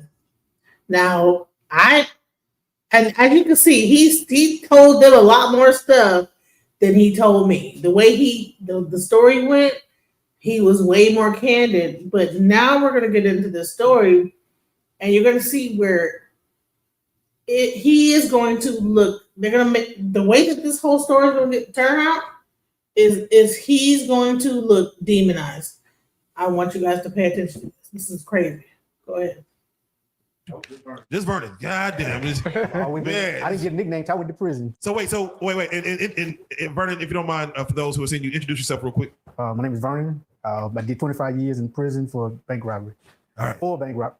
Well, I was actually charged for 3, but the 4th one, which was the first one in Shreveport, they wrapped that inside the conspiracy count. So okay. I was charged for it, but not charged for it, basically. So you did 4 in your lifetime. Mm-hmm. And this man did. I can't even count. So the very first one I robbed was with him. Okay. And we had a driver. And then I did another one by myself with the same driver. And I did the 3rd one with him with the same driver. And then the 4th one I did by myself with the same driver. All right, so stay right there. We're gonna put a face to the name. So how did I pick them? Yeah, and let me ask you, as you got to speak, as you know, Vernon is a name. And at the time you were going by Eric. E. All right, E. Mhm. Y'all didn't use nicknames. Blue, yellow, Nah, Mr. Pink. no. No, because when we went in the banks, we didn't talk. Okay, We already talked about everything we could So you possibly didn't have to get talk. nobody's attention. Like Nope. y'all just okay. All right. I knew what my job was when I went in the bank, and that was just So we I'm a did soldier. practice runs on Fast food places. fast food restaurants. That's So what I hit 3 fast food restaurants within an hour. What, like a Bojangles or something with you? Taco Bell, Kentucky Fried KFC, Chicken, and I'm basically showing how in easy an it is. hour. An hour. Now I was at home. Now when him and the other guy named was Larry, when they came home and they started telling me about that, I'm like, well, goddamn. All right. Yeah, we pouring out the money, like I see, I'm telling him, like, man, see how easy this shit is, man. Blase, man, this shit easy. I told him, you know what I'm saying? So I'm like, well, fuck it, I want in too. Yeah. So I just want to get your mindset real quick. You need some paper. You're like, oh, I'm trying to do something tonight. Mhm. You just go rob. Absolutely. Absolutely. I remember a concert in Houston when R. Kelly was coming to Houston, and I was like, well, shit, I'm finna go to the Versace boutique in the Galleria, pay by $5, for me to Versace, then I'm gonna get the limo, I got some of the strippers that I knew, like, hey man, look, this how we flexing. So now I done went through a whole bunch of money because I'm getting them money, I'm buying the bar, I'm up in Atlanta, Magic City, I'm hanging with, I ain't gonna say their names, but it was during the time of the Atlanta Falcons. Right. So when I got this money, when I got this money, right, I'm able to go to the bar and buy the bar. So anywhere you at and you got the money to buy the bar, these celebrities, they gravitate to you. Are you a good looking, strapping young man back then? Like, man, I'm already looking fly as fuck. Yeah, most definitely. The ladies, they follow. Yeah, most definitely. Then You buy the bar, my nigga. It's like, you buy the bar. You buy the bar. So now you got NFL players in Atlanta. They peep because the DJ saying, man, somebody just bought the bar. I'm standing at the bar, like, hey man, y'all give it. You know what I'm saying? So they coming over to me like, man, what's up, man? Where you from? So now you meeting people. What do you tell people you do? I never had to tell nobody what I did. Oh, want to ask? No, they didn't ask. They smart. It's too much money. Whatever. They would say, man, follow us, man. They would say, follow us. I might be in Houston, and your camera's not connected. They gonna watch this. So I don't say their names, but they might watch this. But I'm in Houston, and I'm at Jamaica back in the day when they had Jamaica. And they be like, man, follow us. I said, what a party at? And I end up going out to a mansion, and it's a big old party. Does your mom know what you do? Not at this time, she didn't. But you was just taking care of everything. Yeah, she did. No questions or nothing. Yeah, well, she didn't really know what was going on. Right. You know what I'm saying? She knew I was popping up with new cars and stuff like that. I think she probably thought I sold drugs or something like that, What's the craziest car you had?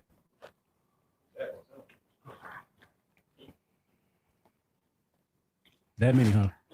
I had a. Do you remember when I had a '68 Newport? As the car that Malcolm X had doing the movie, I had that. I had a white one. Remember that? Was it pristine?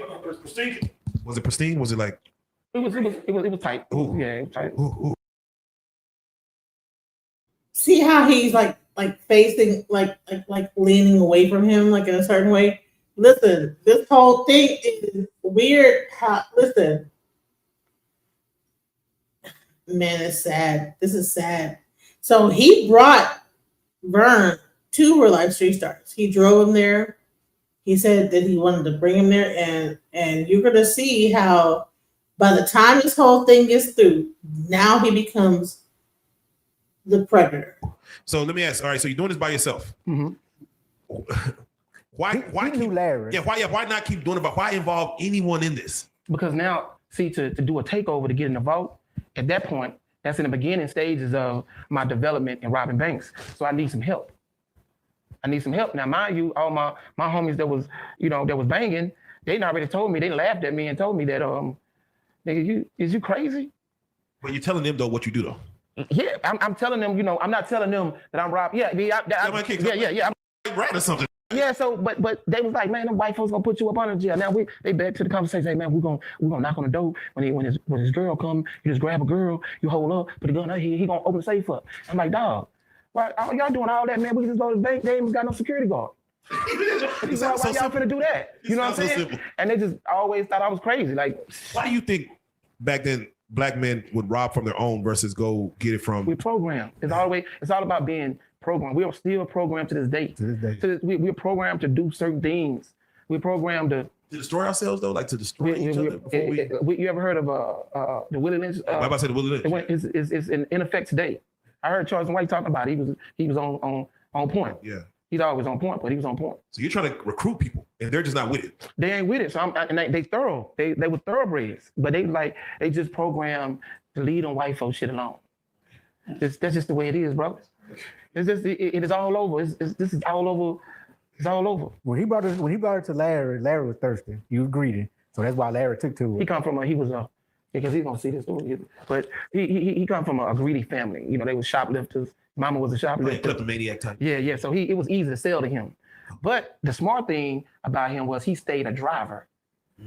See, Did he want to stay a driver? Or you made him stay a driver. No, he chose to be the driver, and he said, "I got somebody else." I said, "Man, you know that." And I seen him. I was like, "Man, you know, he was in the military. He went to Grambling. He didn't go to college." And I'm like, then I thought about it. I was like, "Well, you know what? You can't from the streets either. You can kind of control them a little bit. You know, I'm thinking you can kind of control them a little bit. You know." Let me ask you, did you feel like you needed a driver? Yeah, because mind you, I'm trying to hit the vote. I'm trying to get in the vote. Yeah. So I need it's gonna be 2 people gonna go in. I need you to be able to watch everybody while I'll be able to hit the desks and go in the back.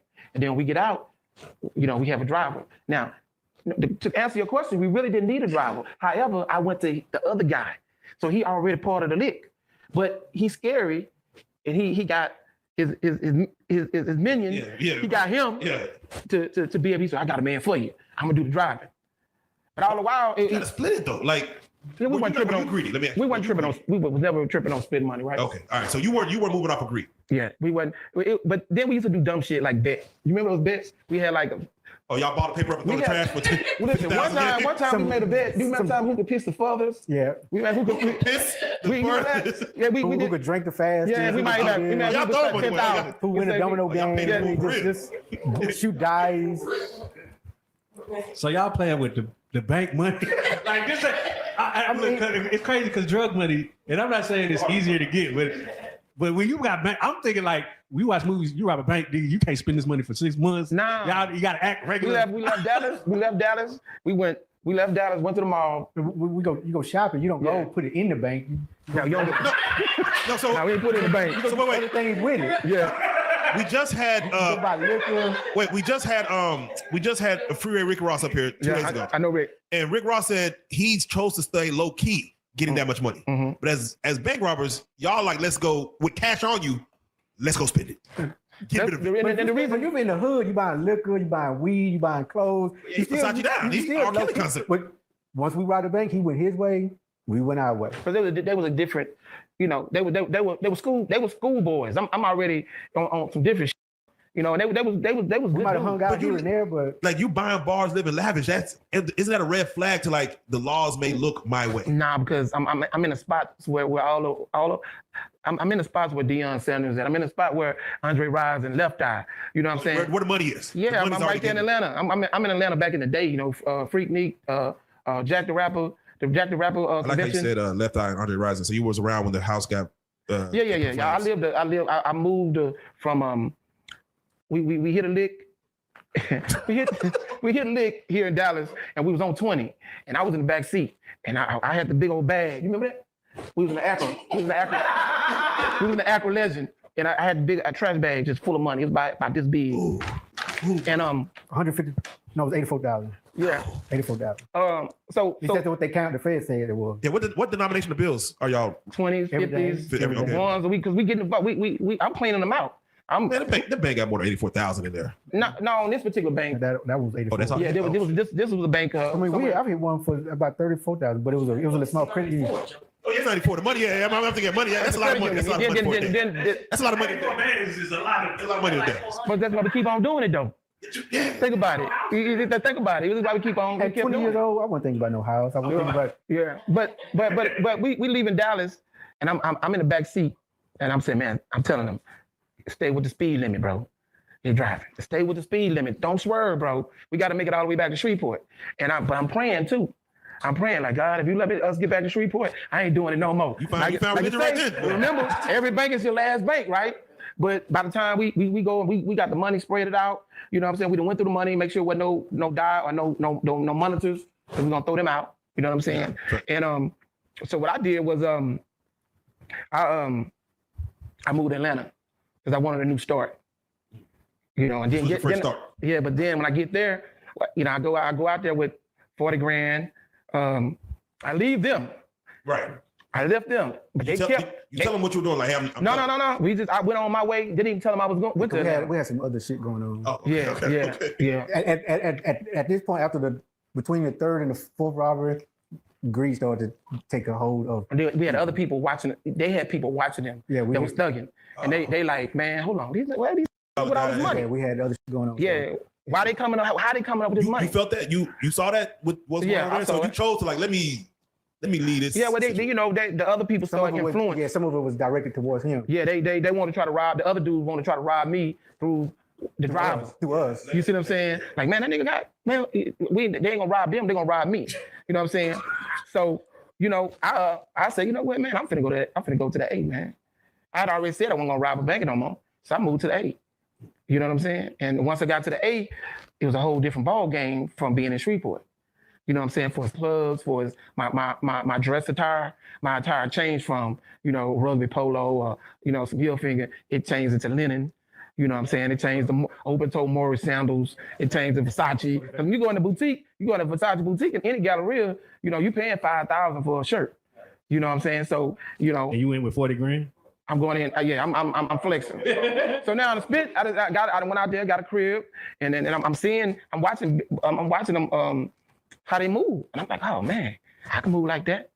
I can move like that. Hold on, let me go hit a lick. Come back the next weekend, shit, I'm moving like that. I mean, you know what I'm saying? You going to Nicky's. Back then they had Nicky's, Magic City, a couple other little spots, but you know. Once you're known for coming up in there with you know, you got the money, you kind of like a celebrity. What's the most you bless someone with, either a stripper or a homeless person?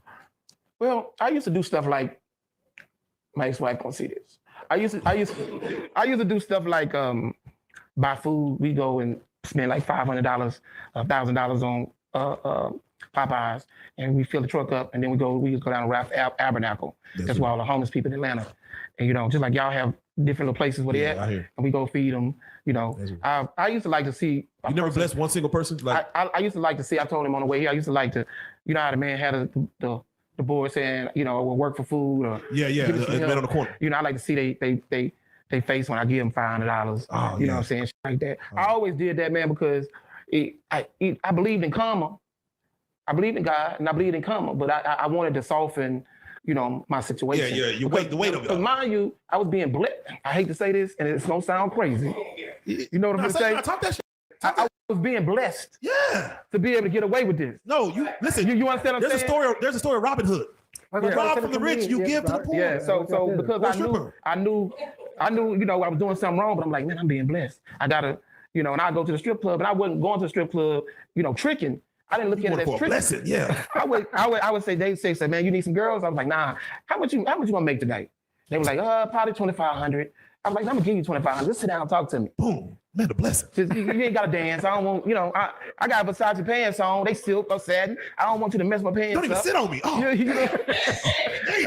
You know, but I mean, but like I said, I'm crying inside though, because I'm not happy. Now, I want to ask you, because I heard you say that earlier, like you have all this money, but you're not happy. Is it because of the type of money you have? Because no, it's just that it was like this, bro. I had no real friends. Right. Nobody to trust. I had left them, so I'm solo dolo. You know, and everybody that I met, they dealt with me because I had money. It's evident, you know, because if you're an NFL player, you only dealing with me because I just bought the bar. You telling me about the next party, we're going to your house, you know, I'm going to swinger parties, I'm doing all this, but I'm only invited because I got money. So nobody that you meet is gonna be genuine. You see what I'm saying? Now the only person gonna be genuine is the bartender that you just gave $2,500 because you're like, man, I don't want you working, just talk to me. Let's just talk. I ain't tricking. I ain't perverted out the game. You dig what I'm saying? Now, because I gave her $2,500, she want to be friends. Right. Yeah. Where you going? Wait, what hotel you in? You know what I'm saying? So, you know, then she put me up on other things, and my lick is I'm dealing with scamming. I'm dealing with, you know, I'm meeting Africans. I'm meeting. There's a whole. Nah, for real. Nah, keep going. You see what I'm saying? Because you know, you got money, you gonna meet other people that make money. It's all about being in the right place with money. You see what I'm saying? So now she's telling me about some licks, and I'm like, man, I'm with that. I'm with that too. Because I'm, you know, hey, look, I would like to watch my money too. So can I do that? Can you do that? So I just want to ask, having a lot of money, you wasn't feeling well. So what's the inverse of that, not having all that paper to play with? Well, because that's going to speed me on up to the present. Okay. So let me ask you, this is for you too, Ronnie. Okay. For the links that y'all had for the banks, what is an amount of money? Because I know every time it's like, oh, I'm gonna get to the. Every time it's gonna be like, I'm gonna get to the next bank, but technically everyone is the last one, at least as you stated. Mm-hmm. For you, Baba, and for you, Vernon, what is an amount of money that you were hoping to hopefully walk away with that would have retired you? That you knowing what you know now? $1 million. $1 million? $1 million. Vernon. You ain't gonna believe this, but I didn't do it for the money. What? All right, we're gonna get to your show. Yeah, he. Wait a minute. It's the thrill of the chase. Wait a minute. All right. So, you know what, man? I'm glad you asked that question because I used to always say to myself, man, I'm not gonna stop. I was chasing a meal ticket. I said, I'm either gonna die, or I'm gonna go to jail. It's the only thing gonna stop me. I didn't give myself a way out. I spoke it into existence. I manifest, like basically going to prison. I mean, I'm kind of glad I went to prison because I changed. I changed my life. Outlaw. But for the most part, what was I saying? No, you're saying you're either gonna die or go to prison. Yeah. So there was no. So you basically don't live. I wasn't giving myself a way out. Yeah. I'm saying if I want $1 million, I want a meal ticket. So you never thought about like, let me leave. I'm gonna leave the country one day, go live in Mexico, buy a hut. Didn't start doing that till recently. Just came back from Africa, Cape Town. Damn. Can you tell me about shout out going to Africa for that. Mm-hmm. Y'all both mentioned the story of where the money was laced with the color dye. Mm-hmm. Can y'all explain that story? Like, did y'all know about that beforehand, like about dyes? But y'all learned on the job. We learned on the job training. Yeah, take us through that because it's like you see movies and oh shit. You want to tell the story? Go ahead. When we went in the first bank and I jumped over the counter. I had the bag to put he did all the talking. I'm just collecting the money. So I like I said, if I'm in the room, I got the Mossberg pump. Mossberg is the one. I got the Mossberg. You know, you get surgical with that thing. Right? So I'm standing in the middle and I'm watching everything. I'm telling him, go, and he boom, boom, boom, boom, boom. Let's go.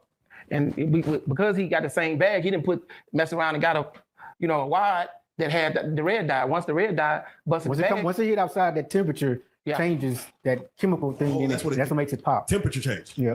Let me ask you real quick. I don't want to shout out the name of the company, but what y'all use, like Hefty?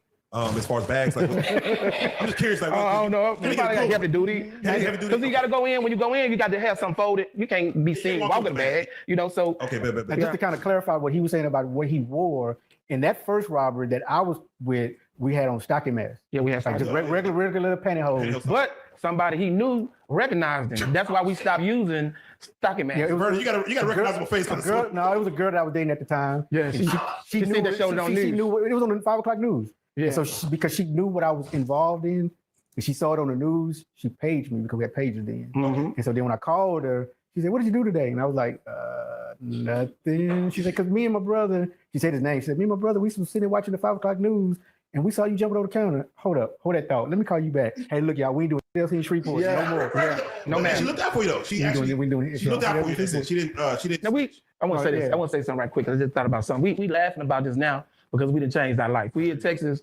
and the DA and the special agents, the FBI agents, they still here in the city. They're gonna see this. We just basically just reminiscing. Oh yeah, you know this is not to make it sound like we definitely don't.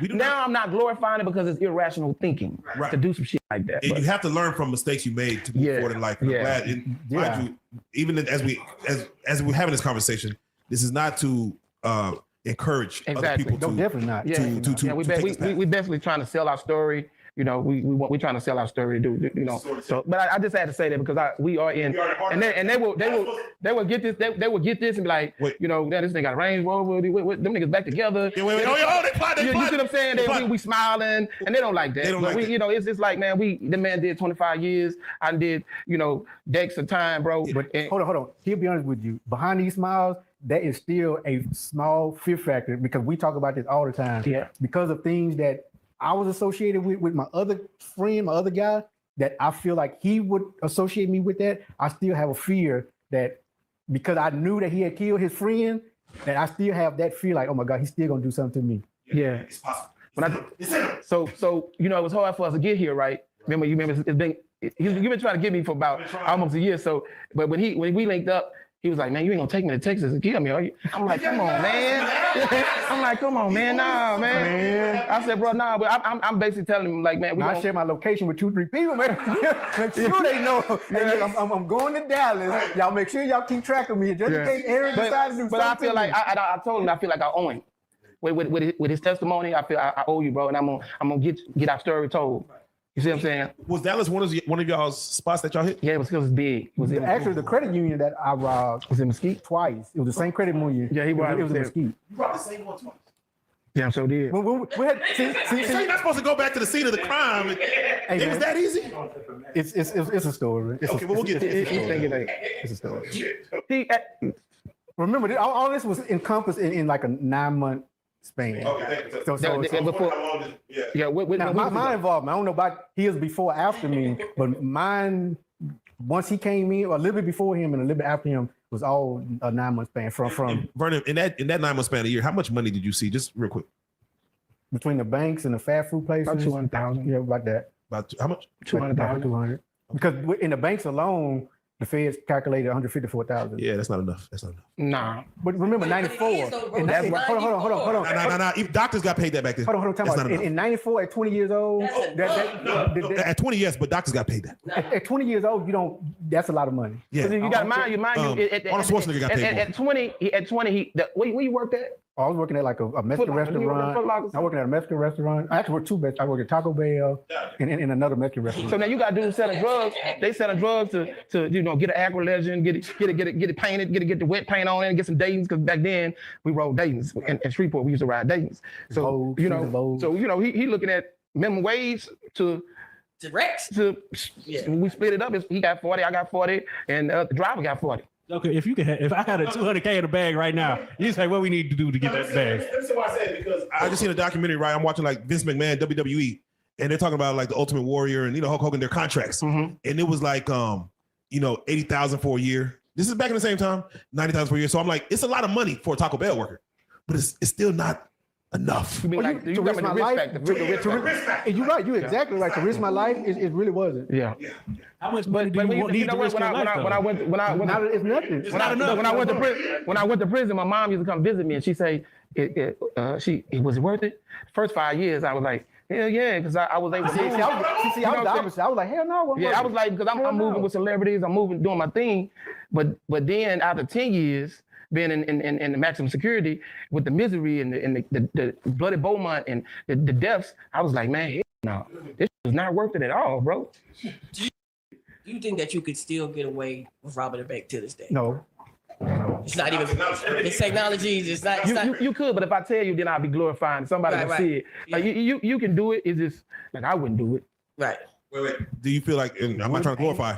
Do you feel like the amount of time has either shortened or heightened with the 2 to 3 minutes that you gave yourself? What you mean? Like, do you feel like if you went into a physical bank to rob it needs to get down to 1 minute? Or do you feel like maybe right now, like really 5 minutes? It's 2-3 minutes. But the thing about bank robbery is the getaway. That's the key thing. Reservoir Dogs, once again. So now you look at the way technology is. Everybody got cameras on the outside of a business. So and then they're able to, the technology, what they do is they run these cameras back like a movie. You remember the movie Ricochet? Oh, yeah. They can run these cameras back to you right here at this light. You hit the toll. You hit the Dallas toll. You got off on Frankfurt. You understand what I'm saying? Like, and they can follow you all license plate now. Like, if you have a license plate, yeah. They can follow you all the way home because they running. Okay, he got on the Dallas toll. Okay, hit the other one. It's gonna show where you exit at. Right. It's but now if you're on a motorcycle in a helmet, you can make it happen. Yeah. Grab that jetpack and you can. Disclaimer for this. Yeah, right. Again, we do not glorify. Definitely not glorify. My thoughts and opinions is totally different from his thoughts and opinions. Please let that be known. See, because let me tell you something about him, right? He said this on the way here. He said, man, that shit used to get a thrill out of that shit. And I was like, yeah. He didn't get a thrill out of it because he didn't do. Because again, my story and why I did what I did was way different than his reasons why he did what he did. We'll get to that, but yeah. With that being said, Vernon, what was your weapon of choice if you had a weapon by chance? It was a gun. 22, 45, Colt revolver. In the first one, I didn't care because he had the gun. In the first one, I didn't care because he had it. And the I just second, needed him to move. I'm gonna control the crowd. That's my job. He hopping over the. now in the first one I did by myself, which was technically the second bank, I used a Ruger. Mhm. I think it was 89. I think it was. Okay, that's business. Then in the third one, which was the second one with him, we used that was the Tech 9. Mhm. And then in the fourth one, which was the second one by myself, I used a Taurus 380. Oh man, okay. I don't know what the hell that is, but I'm sorry. I'm not a gun enthusiast. I'm sorry. Again, I'm not either. I didn't grow up in the streets. I don't know jack about guns. I just remember because I remember it. So where you getting your guns from? Because they would go to the store and buy them. okay, you buy whatever the hell's on They sale. would go to the store. They were so green. He was 21. Yeah. So he could legally do it. Yeah, they go to So he go to the gun an show. academy. Yeah, sport. Yeah. It's a lot of So yeah, a lot of sponsors. A lot of sponsors. So can I ask y'all both, as y'all both are sitting here, in the height of this, because you said you did 4, and of course you already, what for the adrenaline rush of it? Was it before you walked in, or after you walked out, or as you got away, like a week later, like we got away with another one? Where did it? Going in, getting ready to go in. I used to listen to Against All Odds pop. See, that's a whole nother level. There's a whole nother level of frequencies, right? This dealing with that'd be something else we talk about. But frequencies and how the frequency of music can control you and how it controls us to this day. Speaking on something, yeah, you speak. So I used to put that Against All Odds, man. And I'd be like, you got to take a deep breath and because going in because it's just like that. So you got a CD? You had a CD that take the set CD. I had a CD in my So you play it and be like, boom, this is your. That's my theme music. All right, that was it. That was it. Vernon, for you yourself, where was that adrenaline rush? Where did it come in at? During the act, before, after? Did you have any feelings at all? Like, did you just fuck it? I was basically like it was a peer pressure thing. He was with a kid. When I went in, like I said, the twos with him, I was just quiet and let him and Larry do all the talking. I just followed right along. The two I did by myself, it was because of what the credit union was. It was like the 5-minute oil change place next to it. So I stopped in there both times. I went in the bathroom, looked in the mirror, and I was like, "What the fuck are you doing? What the fuck?" Wow. I was like, "Fuck, we here now." He was easy influence, man. Yeah. Like he was a good kid, but he was one of them type of people where, Yeah, they peer pressure me into it. Yeah. You naive, you green, you a nerd, you don't know about the street life. And I was like, well, fuck it. I picked on him a little bit for being green. Was it like you in your first one? You saw yourself and him? Nah. For your first one that you were like, nah, he was, hey bro, he was square as dick. He was goofball, bro. He just wasn't thinking. Okay. You know what I'm saying? But that money, I mean, but you're breaking it down with him though. But I was with the crowd, so I was like, I was a rider. I'm loyal. Yeah. Right. And if I'm with you, I'm with you. So I was like, well, fuck it, we're gonna do it. Let's do it. Let's go. Y'all split 3 ways, or is it a different? Yeah, 3. We split All right, so 3 evenly ways. 3 ways. Mm-hmm. Vernon, what you doing with your money? What then? Yeah, back then. But he was so goofy. If you don't mind me saying it, he was so goofy about his money because he kept on making crazy bets. By the time we do a lick, he already owed me like $40,000. You laughing, but that's what really happened. He was in the red going to He was in the red. He was in the red. So you owe that bank robber. We shoot He dice. didn't break my damn car. So you're making wild bets. Yeah. That you don't have the money for yet. We already know going until they hit the lick. God, why don't you go to Vegas? It's funny though. You making wild bets. Go play some. Yeah, he wasn't thinking. Each bet, it was like a for sure lick. So you knew you was getting him on the bets. Another got two. He got. Now that I think about it, man, he got the rough end of the stick to the whole situation, bro. So right when y'all break it up, y'all all right. So this mine, you pull yours back about when what we count it. We count it all up. I'm like, now you owe me 20,000. Let me get that. Another guy, I owe him. So you wrecked my car. Remember you wrecked my Spitfire convertible. You didn't wrecked it, and I said, when next lick you gonna pay me on my car. You know what I'm saying? It just was crazy. So we young dog. I try. We young kids, man. Vernon, with any profit, what did you spend your money on? If any profit, I still bought like some clothes and some polos. Polos. A car full of He drinking. They different. Girls. Yeah, but say, what were your vices? Girls. Okay, yeah. Girls. Yeah. Girls. I give a girl $100 just to come spend the night with me. Just see, you're talking when you say that in 2024. It sounds different. Back then, like, I feel you. I hear you. Yeah, remember, I had a pay. I didn't know what a cell phone was in '94. Were you staying by yourself or you living? I live with the co-defendant. Okay, all right. So y'all roommate. Okay, bad. Okay. All right. Well, with that being said, we're gonna go into the second part because you actually get busted. Vernon, real quick before we have you, why y'all are here? Because I want y'all to speak on this. What do you feel like he was doing wrong in these bank robberies, if anything? About what you mean doing wrong? Doing wrong. If you could grade him on his skills of, I wasn't good enough in that. Yeah, I wasn't good enough to. Oh yeah, you did this wrong. I was the one being told, "Hey, do this, do that," and I was like, "All right, let's." So all right, so Bobby, Vernon, what if you could like go back and coach him again? We're not condoning, but if you go back and coach him, what was he possibly doing wrong? What could he have did better? He wasn't a thinker. You know, Noble Drew Ali said, if I get my people to think, they can free themselves. He just wasn't a thinker. And one of the banks, he jumped over the counter. Don't say sprained his ankle or something. No, he jumped over the counter and his whole hand was fingerprint. He was manipulated. He was manipulated, bro. He wasn't really an active. He was an active participant, but he was manipulated. It's hard for me to explain it. What was that? I didn't grow up until I went to prison. Yeah, what was that? You just having? Were you having fun or were you just like, man, just day to day? Day to day. Yeah, we would go like once I found out about what he did, I became very nervous. So I was at that point just because I knew. Was it an intimidation level as far as him speaking to you, like, hey, we're gonna go do this, or else? That intimidation. Because I had him, I had the other guy, I had the other guy's uncles and best friends. I was like the only one in that circle that didn't know anything about streets, gangs, drugs, none of that. So I didn't know who to talk to or how to get advice. Whatever they said, I just went. Where you from, Vernon? Freeport. All right, so everybody's from Freeport. Suburban. We're gonna get to your story.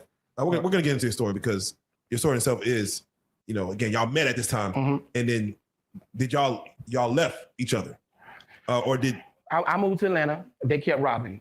Okay. Until they got caught. When they got caught, they debriefed. ATF come kick my door in up in Atlanta, and extradite me back down here to go to trial for all the banks, all the shit they did. They was gonna put me in their conspiracy. Oh wow. Yeah. So all the stuff. When me and the other guy got arrested, originally it was just me and him. One bank, one gun, conspiracy, and transportation interstate commerce, which is taking stolen things across state lines. But when he finished telling, they added him, 2 more banks, and 2 more guns. So it went from me and him indictment with 4 counts to 3 people on indictment with 8 counts. Then we end up with 19 counts of conspiracy, aiding in the bed, guns. We had enough counts to give us 100 years individual. I mean, each. So that's why you want to let everybody know where you was, because how did your name even come up? You done moved away. I done moved. I done left. I moved to change my life. I went at this point, you know, but they extradited me, came back down here. I'm like, damn, I'm charged with banks that I didn't even do. Like, because it was they was doing licks that I wasn't with them. You know, you understand what I'm saying? So, you know, we end up having a huge trial here in Dallas. And just to give you a time frame, my trial was going on. Actually, the jury got the instructions to deliberate the same day that Oklahoma bombing was blew up. When Timothy McVeigh them did their thing in Oklahoma, that's when I was at trial.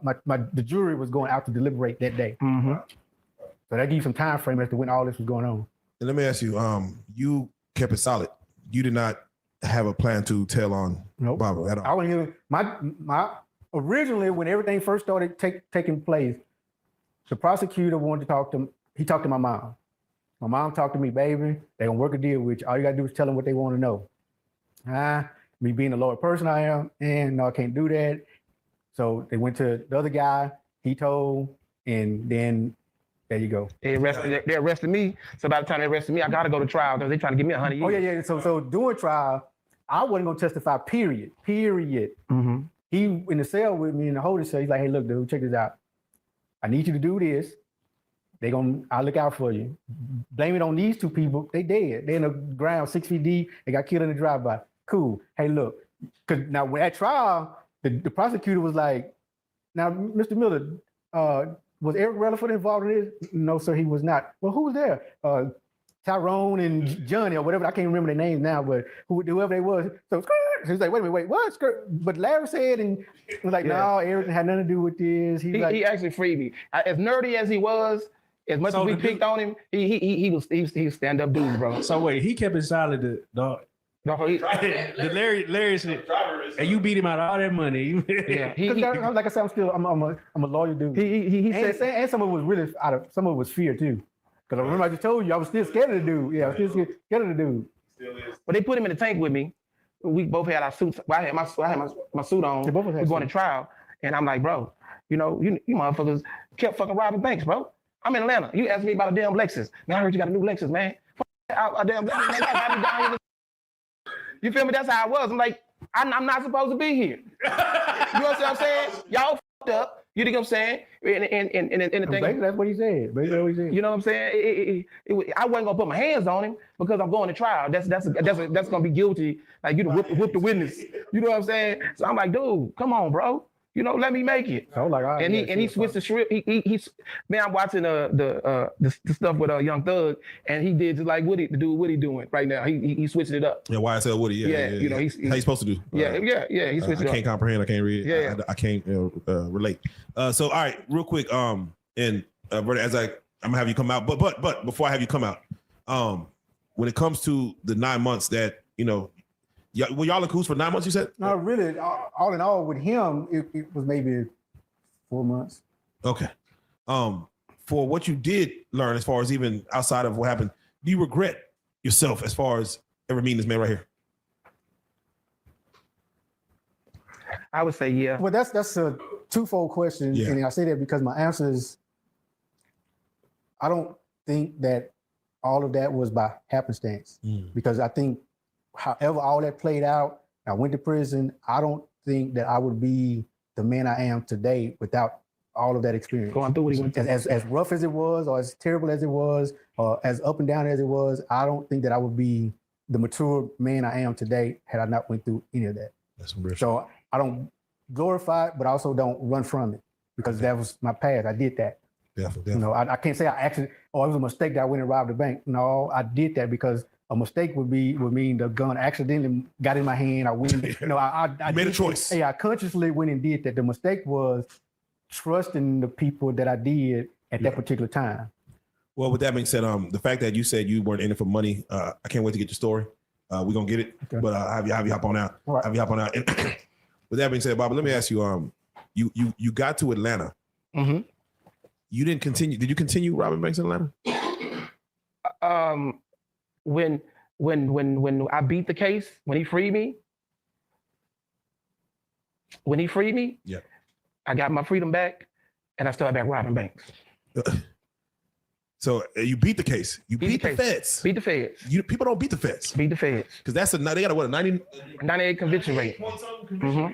But I didn't understand that. I did not know the difference between fed and any other case. I didn't really get that until after eventually getting caught and learning, people don't beat fed cases. They don't beat fed cases.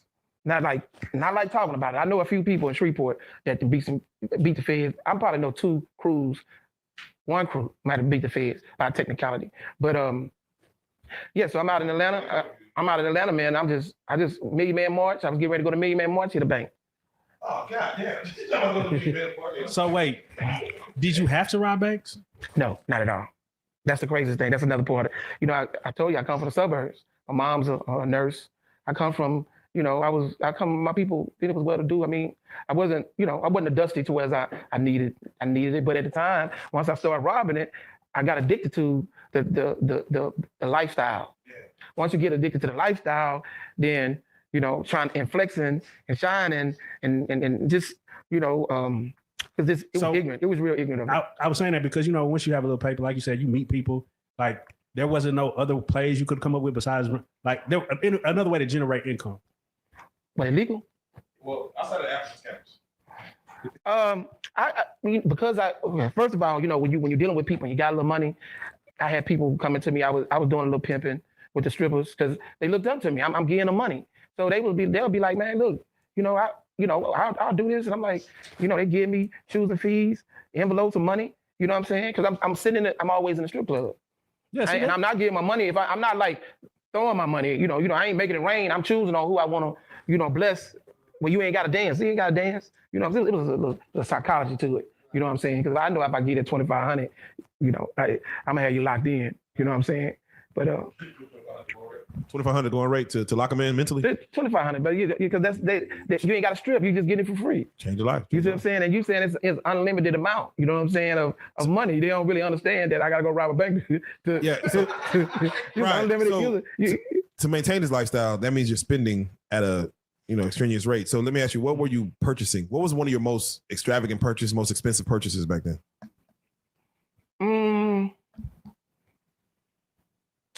I paid cash for a BMW, convertible BMW. Now, you know what? For clothing wise, the Versace boutique is high as hell in the Galleria. So, you know, if you go into Versace, you see they got comforters in there for 50,000. You know what I'm saying? So, you know, and then I'm looking at like, well, I can afford it. They had me on a list where they'll call me when some new shit come in. Yeah, so they'll call me and then I go in the back. They're like, hey, we got such and such and such. I'm like, yeah, let me get that. Let me get about 4 of them.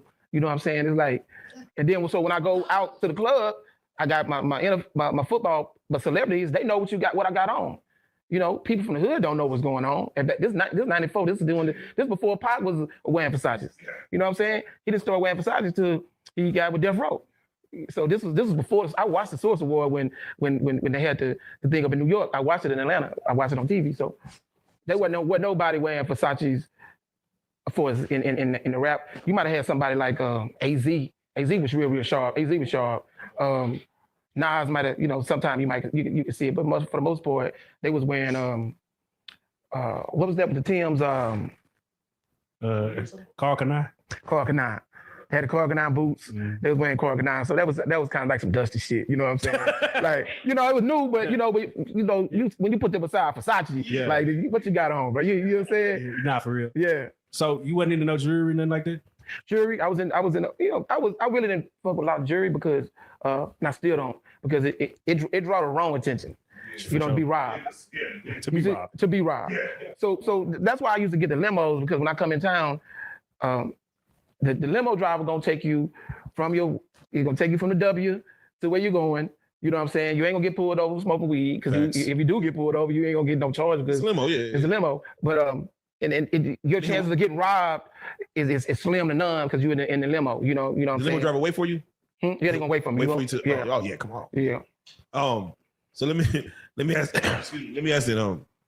In regards to just the heavy spending, you in Atlanta, did you ever get a chance to party or be around BMF?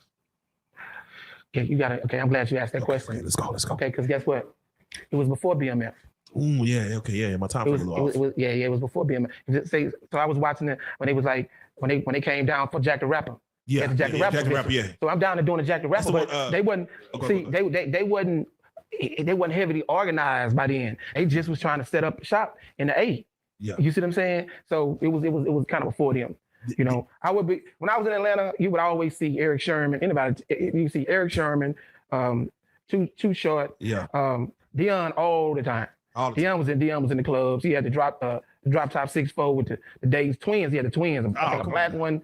Then you had Andre Rison. They was flexing. Oh yeah. You know, so all them different people in the industry. Dallas Austin, the producer. Dallas Austin, Left Eye was always in the clubs, stuff like that.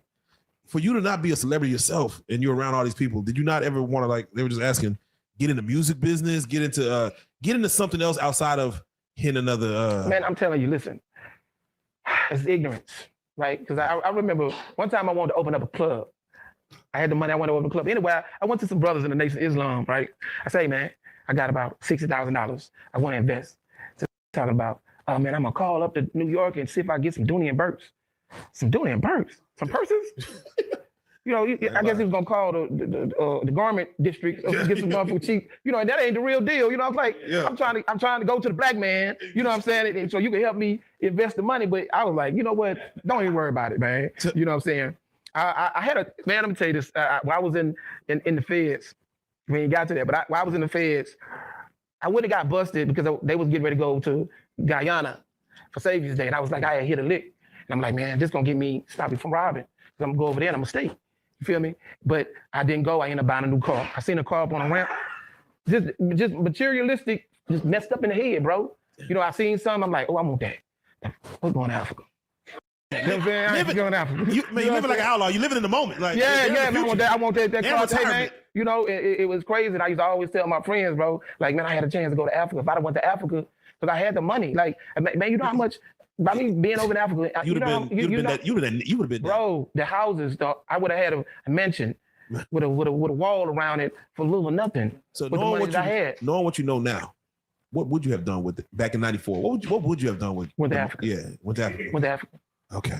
Went to Africa. Okay. Now that you've been, you kind of like, well, I should have laid my stake in this. Man, land a when I long went to time Africa, Cape Town, I was on Table Mountain, and I'm looking over at Rubens over at the jail with Nelson Mandela from the mountain. Right. And I'm thinking all this stuff is running back. Like all this stuff we talking is running back. Like, man, you did all this, man. Then you done made it at the top of the mountain. I'm in the clouds. I'm thinking that it's about to rain, and a woman say, "Baby, it ain't rain. We in the clouds." So when I go back down the mountain, I look up. We was in the clouds. It's so high. Yeah. We was like 37. I want to say we was like 37,000 feet high up on the mountain. Other clouds then.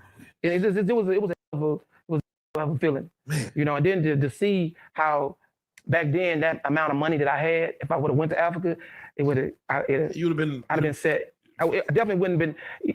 It'd have been a whole nother level. Laws. You'd have been changing. It'd have been a whole nother level. Yeah. You know what I'm saying? And I'd already been. Got to realize I was already a Pan-Africanist. I was already, with my doctrine. I just got caught up in materialism. I got caught up in materialism and just was doing and didn't have the education to invest my money to start a business. Sometimes it's the lack of education, a lack of knowledge. Mm-hmm. So let's get to it. You did finally get caught. Finally got caught.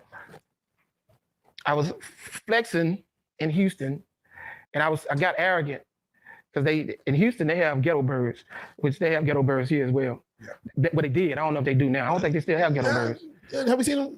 It's been a while, but yeah, they do. Yeah, I know Houston have ghetto birds. They'll follow you all the way home. Like they just follow you all the way home. So I knew they was on to me, and I got to playing with them. You know what I'm saying? That was one of my biggest mistakes, because once I started playing with them, they was dedicated. They was dedicated to trying to get me. They gotta catch me, but they gotta catch me coming out the bank. I said, we said playing with them. You mean like? Well, I know they watching me. Right. They follow me, and I go and do a U-turn in the middle of the street and be right there in front of them. Oh. And they're in a tinted car. I can't see any inside of the car, and we in front of each other like, man, yeah, what's up? You know. Yeah, you flex. You know what I'm saying? Yeah, you flex. Yeah, I was. At this moment, I'm getting tired too, dog. I was getting tired. Like you said, either you get jail or by bullet. Tired. I'm tired of running. Just tired, bro. You get tired. I just got tired, bro. And then, the illusions of the world was knowing that everybody around me fake. Everybody around me fake. They just around me because I got money. You see what I'm saying? So, me, to it's a blessing to be free and broke. Right, free of that, yeah. You know what I'm saying? Like, you're not dead. You're alive. You ain't in prison. You know what I'm saying? You basically, having your way, but at the same time, just having money will bring so much. And at this time, you had a wife. I had a wife. Does your wife know you're robbing banks? Yeah. So is she not genuine, or is she not like? Are you looking at her kind of like? Well, that you know what, she gonna watch this. But the thing about it is, I wasn't really looking for her validation. I should have been. You see what I'm saying? I wasn't looking for her validation. I'm looking for the world to validate me. You see what I'm saying? So, but she was while we were together, she was loyal to the T. Oh man, yeah, she was loyal to the T. You need that. You need that loyalty, especially when you commit crimes. Yeah, most definitely. Did they ever try to question her upon? Yeah, they did. But we were married. So when you're married, they can't take a stand. They can't testify on you. So with that being said, you're playing with the laws. The ghetto birds are following you. I go back to Shreveport. When I go back to Shreveport at this time, back then, I was kind of like a neighbor, kind of like a celebrity because of, I'm a bank robber. They like, man, that nigga robbing banks, man. This nigga robbing banks. And, so I was down there at matter of fact, I was down at a Juneteenth event because I ended up getting busted here in Dallas. Now, Pete does not don't know the area. I didn't know the area that I was in, but I was off Skillman and some. Oh, that North Dallas. You know, yeah. So I hit. Let me tell you what happened, bro. Let me tell you Let's story. go. So it was raining, and whenever it rained, that's when I'm gonna hit it. I'm always hit the bank when it rains. Someone else said that. Who else said that? Pimp and Ken came in. Yeah, and I'm said, always hit it. I'm always hit the bank when it rains because it slows down their reaction. They can't come. Everybody's. Then you barely can't see. So I was like, I'm gonna hit this bank. It was raining, bro. I'm talking about cats and dogs. Ghetto bird can't even come out because it's just that bad of rain. And bro, once I got out the car to go in the bank, the sun just came out. Oh, and I should have went on. I should have fought on my first mind. My mind was like, "It ain't raining no more, dude. What you gonna do? I'm already there." So I didn't use the side of my hand to open a. They had a what you call it? They had to zip you in. Oh yeah. I'm not knowing Skillman it ain't the best place to be, but they had to buzz me in. So I don't use my hand. I don't got no gloves on because I'm moving step like on how I'm moving. So I use this part to open it, and I go in and do a whole takeover. I stay in there too long because the teller was trying to act like she didn't know how to open up the vault. So now I got him back there, and I'm trying to convince her through threatening her that I'm gonna really hurt you. She ain't believe me. She ain't believe me, and you stuck. You know what I'm saying? Because now the gun ain't real. You know what I'm saying? And she like, I don't. Yeah, you do. Open this thing up. So I stayed in there too long. It was all messed up, bro. It was all messed up. So when I come out, I jump over a little wall. You know how skill. I don't know if y'all know the area, but I jump over a wall because my car is parked in it was suburbs back over there. Yeah. So I jump over the wall, huh? I can't think of it, but I know where it's at. Still to this day, if I know where it's at going down Skillman. I didn't. So yeah, but so I get in the car and ghetto birds come over a plaza because I'm trying to get on the interstate right there. Once I get on the interstate, it's a wrap because they don't know. They had a monitor in the money. So, but once I got on the interstate, they don't know which way you're going. So you understand what I'm saying? I'm out of here. I ain't stopping. I ain't stopping. No pass go. I'm. Once you get to the I probably would stop till I got to Oklahoma some damn well. You know what I'm saying? Facts. But so the helicopter was able to hover over my car before I get to the interstate. They blocked the interstate. They blocked me. So now I got to get out on foot. Yeah. Get out on foot, do a chase, a little small. There's chase. no police chase yet though. No, I just jumped out. I jumped out because now I'm hit. I'm gone. You leave the money. Yeah, I leave money here. All right, so now you just foot. Yeah, okay. Yeah. And next thing I know, I'm going to Loose. Is it Loose Derrick there? Yeah, Loose Derrick is where they're gonna take you. Yeah, but Loose Derrick. Then they once they realize that you're a federal inmate, they move you over to Seagoville. Oh yeah. In the holding facility over there in Seagoville. Yeah. And I go right in front of the DA that messed up that had our case again. And he like the Fed that you got away from. He was the like, one that got away. He gonna see this. He said, "Got you." And I was like, "You got me, bro." Damn. You got me. Yeah. He got me. And they kind of messed over me because, like I said, I didn't have a real gun, but they any little thing on the statues to give me some more time. Then they re-indicted me. They gave me 121 months. Then once I go to prison, they supersede me and come back and indict me for some more banks in damn Baytown. And they already got you. Yeah, they already got you. They already Let's close some other cases. Yeah. They instead of them, it was a lot to it. He was messed up on my part. He had me, bro. He had you dead to rights. Yeah, he had me. And guess what, bro? When I was in the jail, bro, I could do nothing but shake my head and smile, bro. Just think about all the good things, and then be like, you know what? Now you got a chance to start over and change your life, man. You finna go to the feds. You gotta go. This way it's gonna happen. And that's what I did. I ended up going to all the maximum securities, and you gotta realize that the people they had it against me.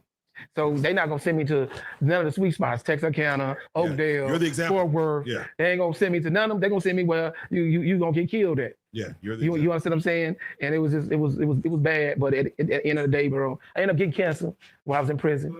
Ended up getting thyroid cancer, which is the doctor told. He called me in the office. He said, "Man, I got some good news and bad news." I'm out in Atwater, which is it was in California. Yeah. When he said, "Man, I got some good news and bad news." I was like, "Man, what's the good news?"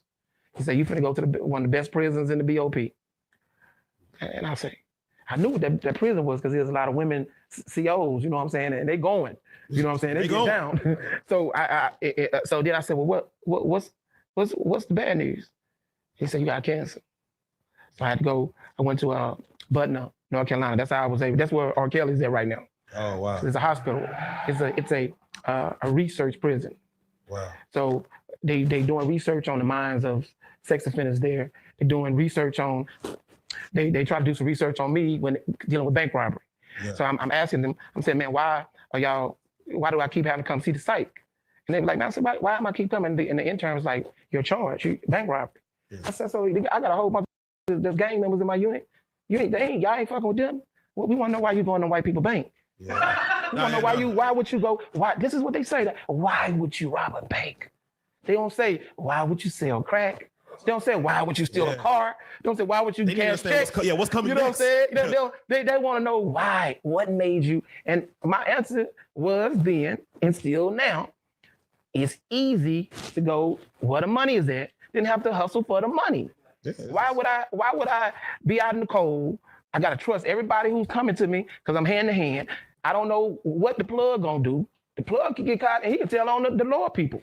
It's happened. Yeah. It happens all the time. It's just like they were trying to get in my head to try to figure out, like, you know, black men don't rob banks either. Mm-hmm. That's another thing. Yeah.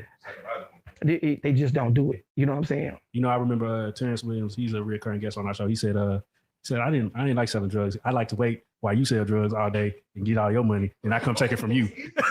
And that's how. And in the '90s, the game changed, and everybody became jackers. Yeah. Everybody became jackers. It was a lazy. It's a lazy hustle. Do you think you would have been a good jacker?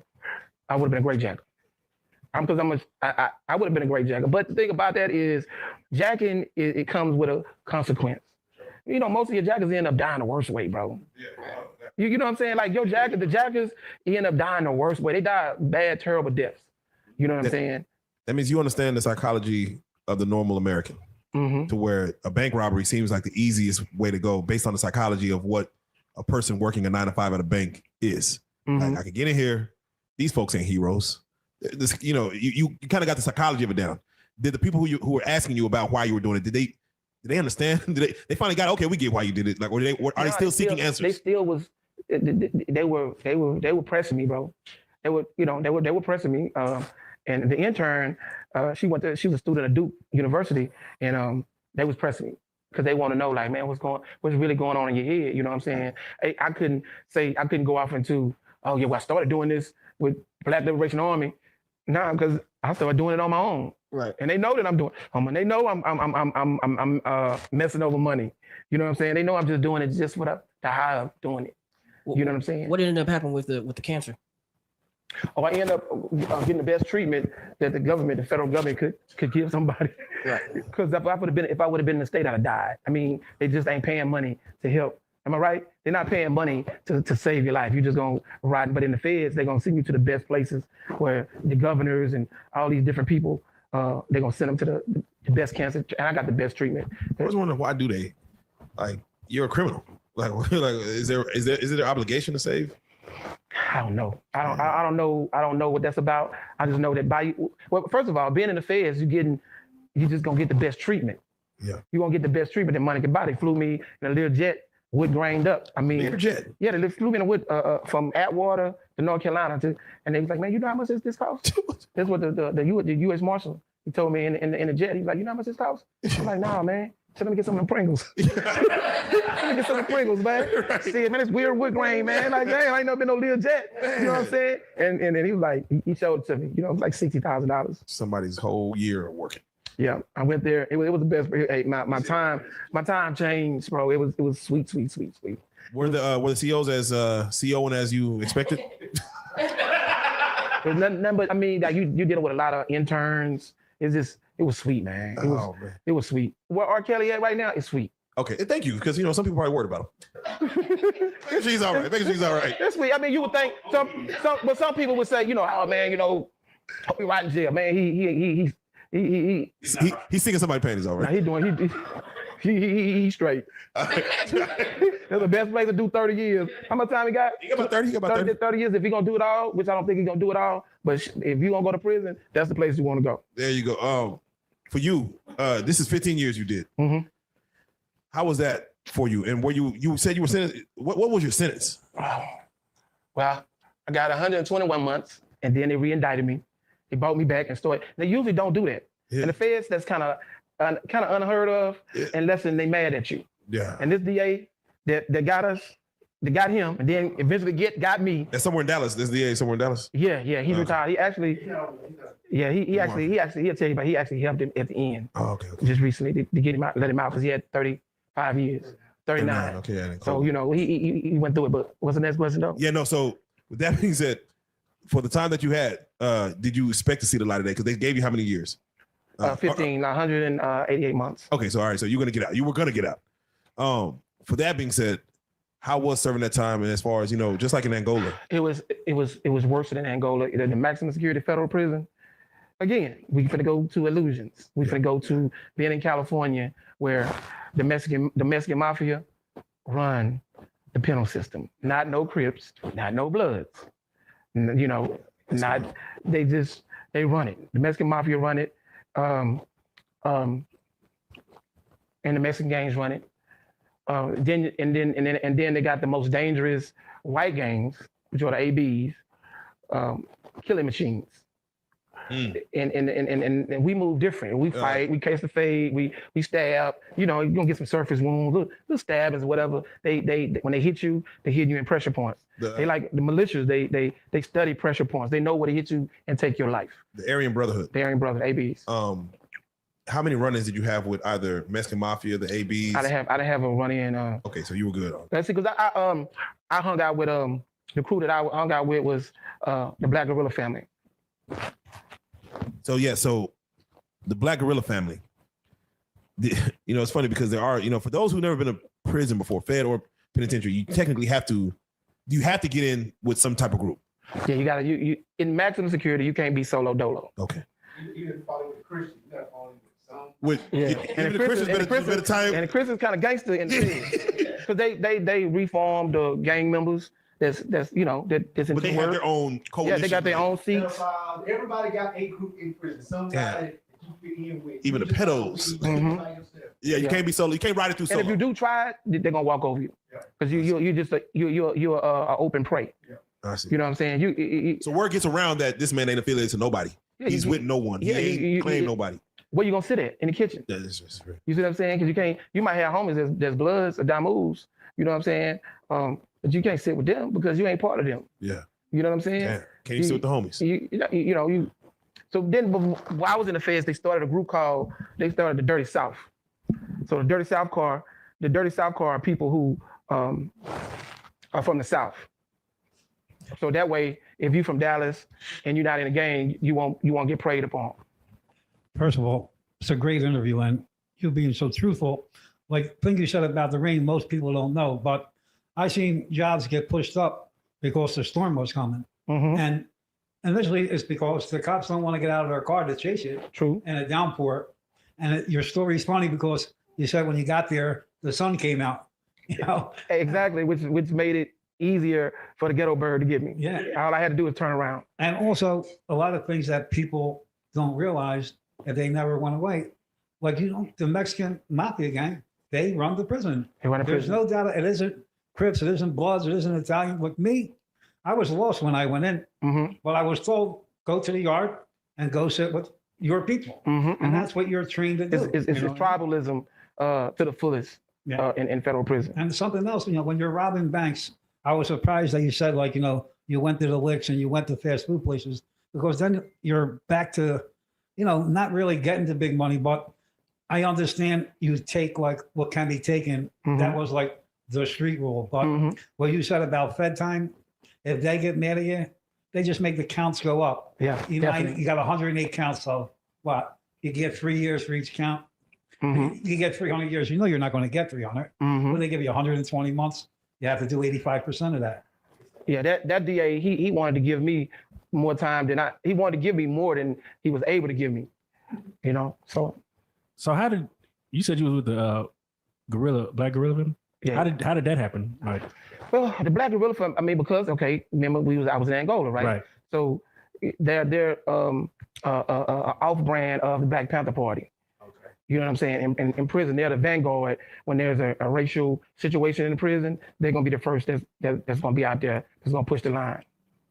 So, if you go to a federal penitentiary and you're a black man, is there a good chance you could get with the Black Gorilla family, or is that not a thing? Like, you can't just get in that. Nah. Okay. Nah, it's different. Okay. Yeah. So It's right. So the 15 years that you served, how was that time for you? Did you get more education? Did you? I did, man. I traveled. Of course, I traveled all over the United States, going from prison to prison because of demonstrations, stuff that we had to do, riots, race riots. Just You involved in any race riots? all the time. How Because did those play out? Like how did those start? How did they end? start over something silly. They always start over something. Commissary. It just could be. It's two people. Somebody's being disrespectful. Like So it's just- respect is like just shit. respect is going to keep you alive in federal prison, but you're always going to have somebody that's going to be disrespectful. You got somebody who hey, put it like this, bro. They got dudes that's never going to come home and looking for a way out. What was you ever heard of somebody that's looking for somebody to kill them? Oh yeah, And they just go so hard. They just push the line because it's like they ain't gonna stop till somebody kill them. And it's working for them because ain't nobody killed them yet. And everybody is respecting them or afraid of them because they just going super, super hard. The dudes, one of the most respected cars in the federal prison is the DC Blacks. The DC Blacks, they're one of the only places that they stick together. Okay, what's the DC Blacks, if you don't mind? DC Black, the people from DC, they don't have state cases. All the Correct, cases yeah, it's are the District in of feds. So when they come, they can come for burglary. So they deep. Yeah. Like there might be 700 DC dudes on the compound, and it might be 20 dudes from Dallas. Yeah. You see what I'm saying? Yeah. So Yeah. they deep and they gonna put in work.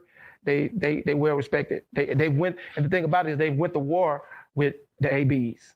They got a history that's crazy as far as the wars, and like I said, the ABs are natural born killers. You see what I'm saying? Now the all the other gangs are not trying to go to war with Mexican Mafia, the ABs. They barely trying to go to war with the Serengos or them. You understand what I'm saying?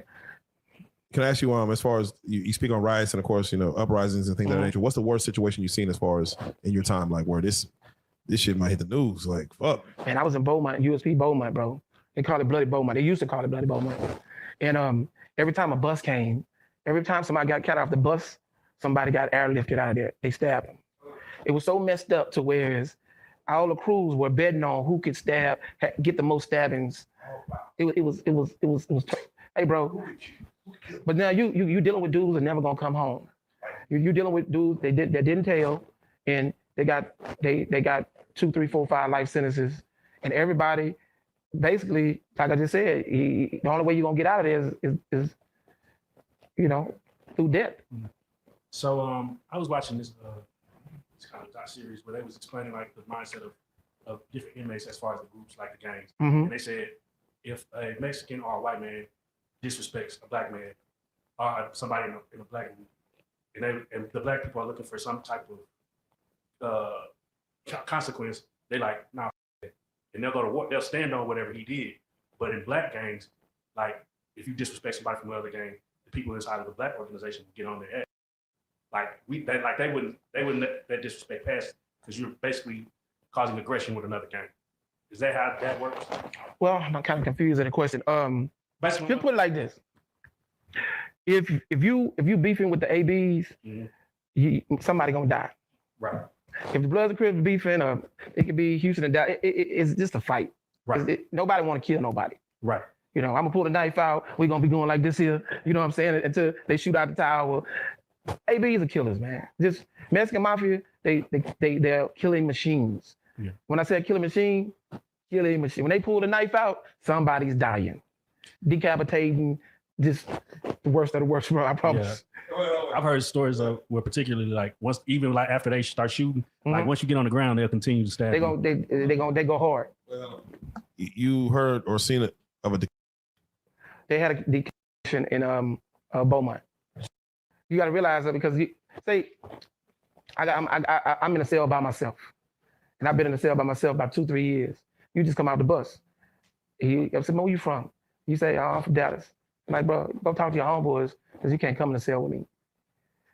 And you can still come in the cell because you want to be a stand-up dude. You don't want to get ran off.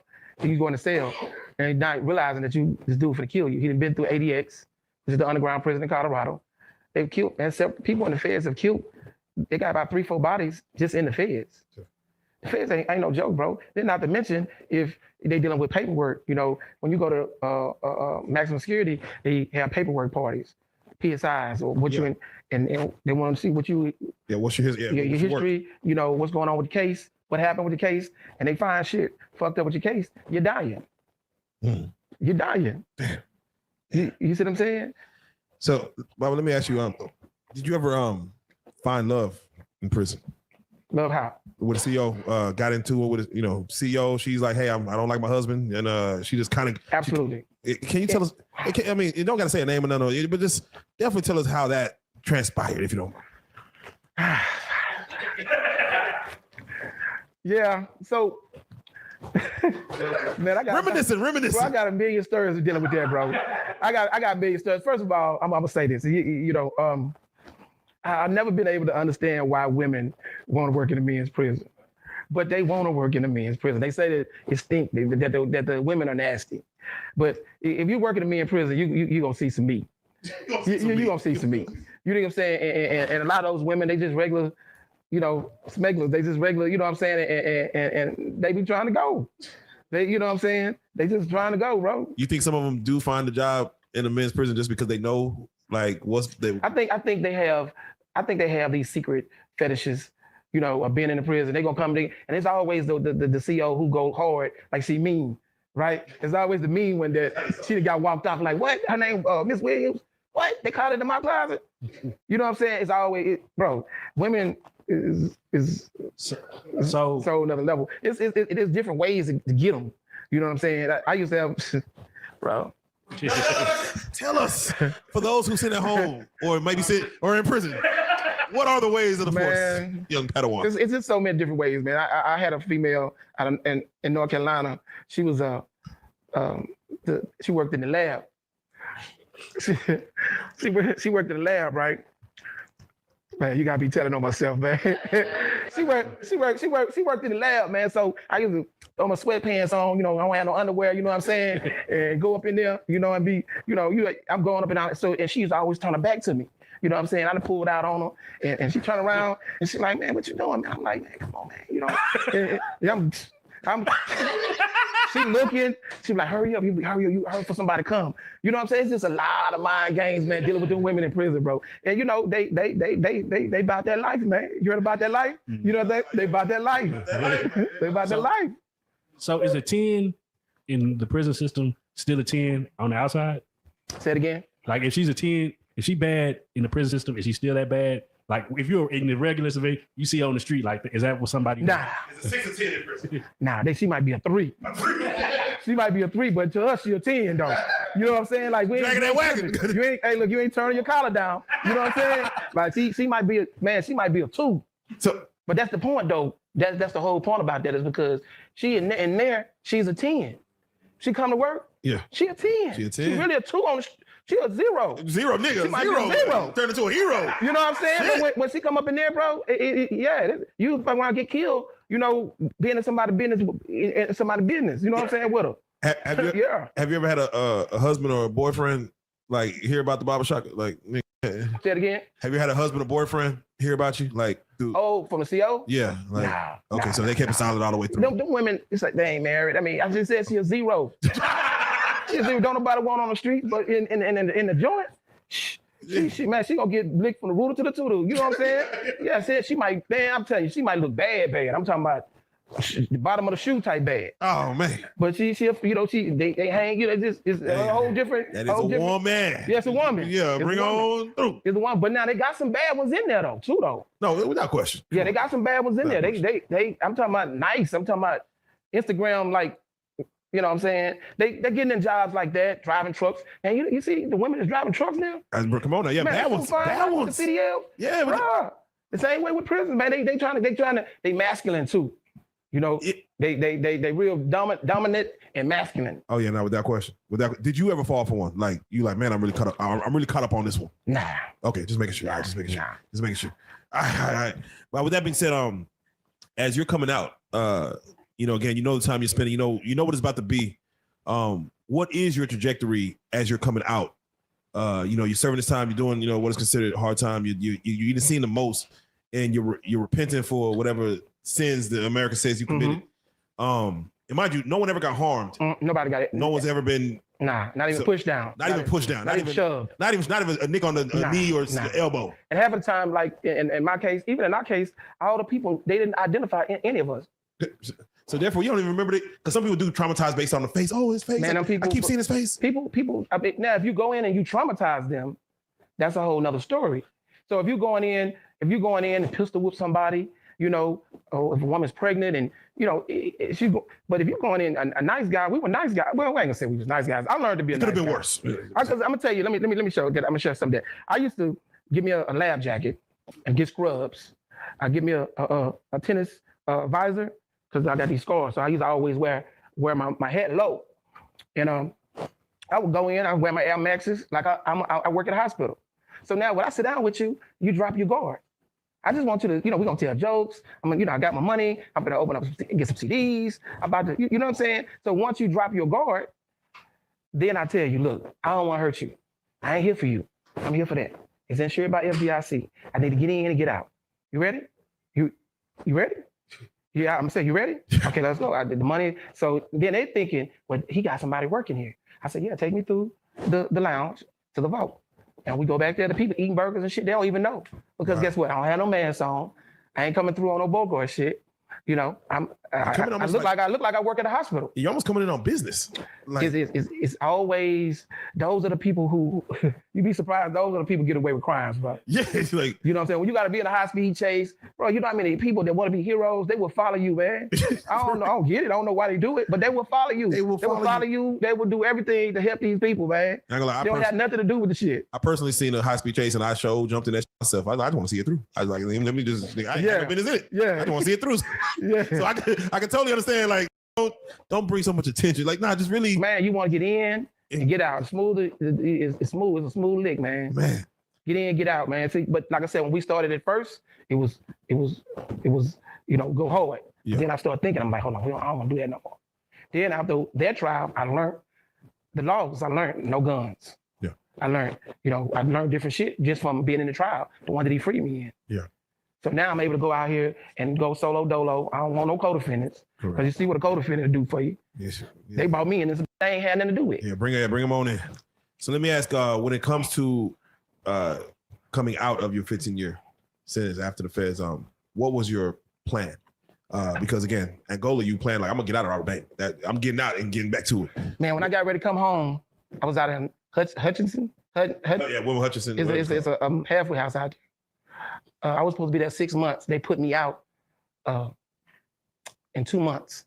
A month. They put me out in 2 months because they was trying to see if I was gonna go rob another bank. Yeah. But when I got out, man, I got a gift for gab, bro. Oh, wait, they put you out to bait you? They put me out to test me. Oh, shit. They put the woman, she was a case manager. She cried. She said, "I've never seen nothing like this, baby." She said, "Look, here's a card. I said, where am I gonna go? I said, I ain't from Texas. I'm not from Dallas. Where am I gonna go? She was like, I don't know. She said, Salvation Army. She's like, but you got all them clothes? Because when I got to the halfway house, I started going shopping. Started going shopping. She was like, you can't take them clothes to Salvation Army. So there was a dude that was in the unit from Dallas. He said, man, you ain't got no family here? I was like, nah, bro. He said, you got some money? You got a little money saved? I said, yeah. He said, man, I'm gonna call my sister. I'm gonna call my sister, come get you, bro. He throw a little something. You know what I'm saying? She stayed in, I want to say Jumping Heels or Singing Heels or something. Yeah, Singing Heels. Jumping Heels, I like that. Singing Heels, yeah. She stayed at Singing Heels, man. She took me back to a nice big old crib. Oh, man, she treated me good, bro. She might have saved your whole situation. Man, did she? Man. She saved my situation. Then she turned me on to, she was a swinger. Oh, the swinger lifestyle. So she able to come home and I mean and indulge and Yeah, it's a little easier to get to the. You don't got to do too much to get to the shit. Oh, bro. That. And then I got a job working at Clay Cooley on 35 right there. Where Shout out Clay Cooley. Yeah, I know exactly what we're talking about. Yeah, I got a job. You in the area. They hire anybody. You feel me? So I got a job there, man, selling cars. It was fun as hell. Selling cars, man. And then I got on this dating site called Plenty of Fish. Oh, POF. And I got on POF, bro. I ain't looked back, bro. Yeah, so like, life got easier. Technology that caught up. Every woman I met made about $170,000 a year on POF. Just off, because you say what you say. Talk to people gonna see this, but you say what you looking for, and how much you make. Yeah, I make 200. So all the women that got jobs like that, that's how you gonna meet them, man. It was my transition was sweet. I lived in Addison. Oh yeah, I lived in Addison. Come on now. I got an apartment in Addison, straight out of there. My probation officer, he gonna see this. Somebody gonna send this to him. He told me, he said, man, I've never met nobody like you in my life. Wow. He said, man, he said, we had bets at the probation place that you was gonna go back to prison. Oh wow. But I'm like, when I was in prison, I did prison shit. I started child molesters. I did all that shit. But when I got out of prison, I already knew what I wanted to do, bro. I knew I was gonna go clean. Yeah, because when I was in prison, man, I was like, man, ain't nothing but losers up in this motherfucker, man. Yeah. I just gotta get back out there where the women at, man. If I can get where the women at, I would be good, bro. You understand what I'm saying? Yeah. I gotta give a gab, man. I'm going, I was about 180 pounds. I had about 10% body fat from working out doing burpees. I worked my workout partner was a boxer. So we worked out all day, every day. I had cancer. Yeah. So, man, I just wanted to get out, be able to know that I was gonna live to see my freedom. There you go. You see what I'm saying? So I ate healthy, and when I came home, man, life was so sweet, bro. And I was telling him, man, I was just grateful, bro, that and people would call me from prison. They were like, man, how are you able to do such and such and such? I said, man, I'll give you a blueprint. I'll give you a blueprint on how to stay out. Would you say Dallas has like an eclectic swingers lifestyle? Definitely. Definitely. I came home, bro, and the woman, listen, I had a girlfriend, bro. She took me to it wasn't Colette's then, it was Iniquity. Iniquity over there by the old Beamers. Yeah, heard that. Yeah, definitely. And she didn't tell me what to expect. And because I wasn't used to, it's a hell of a, you gotta be able to, you gotta have a certain type of heart to be able to swallow that. Because especially if this your girl and you sharing your girl, you know what I'm saying? So if it's a couple, you know what I'm saying? You got a girl, you come with your girl, I come with my girl, we talking, we drinking, and you take my girl, I take your girl. You know what I'm saying? And we gonna have fun. But she didn't tell me what was going on, right? So, man, I sit there, bro. That's a whole nother story. But let's take it there real quick, bro.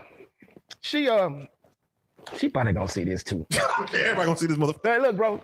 So she don't tell me what's going on. She holding my hand and she gives somebody some head. Now, first of all, you supposed to be my girl. I done met on POF.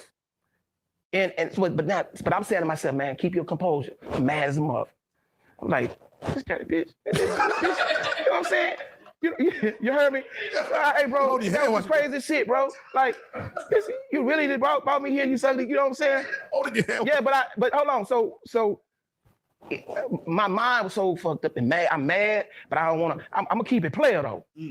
Because if this was going on, okay, because I'm gonna be able to get me. You understand what I'm saying? And we went back to my house, man. And I went in there. I ain't do nothing. I went, jumped up in the shower, bro. I done goggled some peroxide. I've been kissing the bro, man. Oh, yeah. You feel me? I mean, like, she was my girl, but she gonna tell me, we at the crib, she said, man, what's on your sexual fantasy? You trying to feel me out? She grooming me, what they call it. Yeah. She grooming me, bro. So she talking about, I was like, man, I basically, I did it all, baby. I ain't, every position, you know how you capping.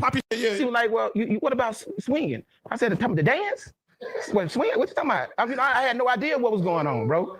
But man, after that day, bro, I became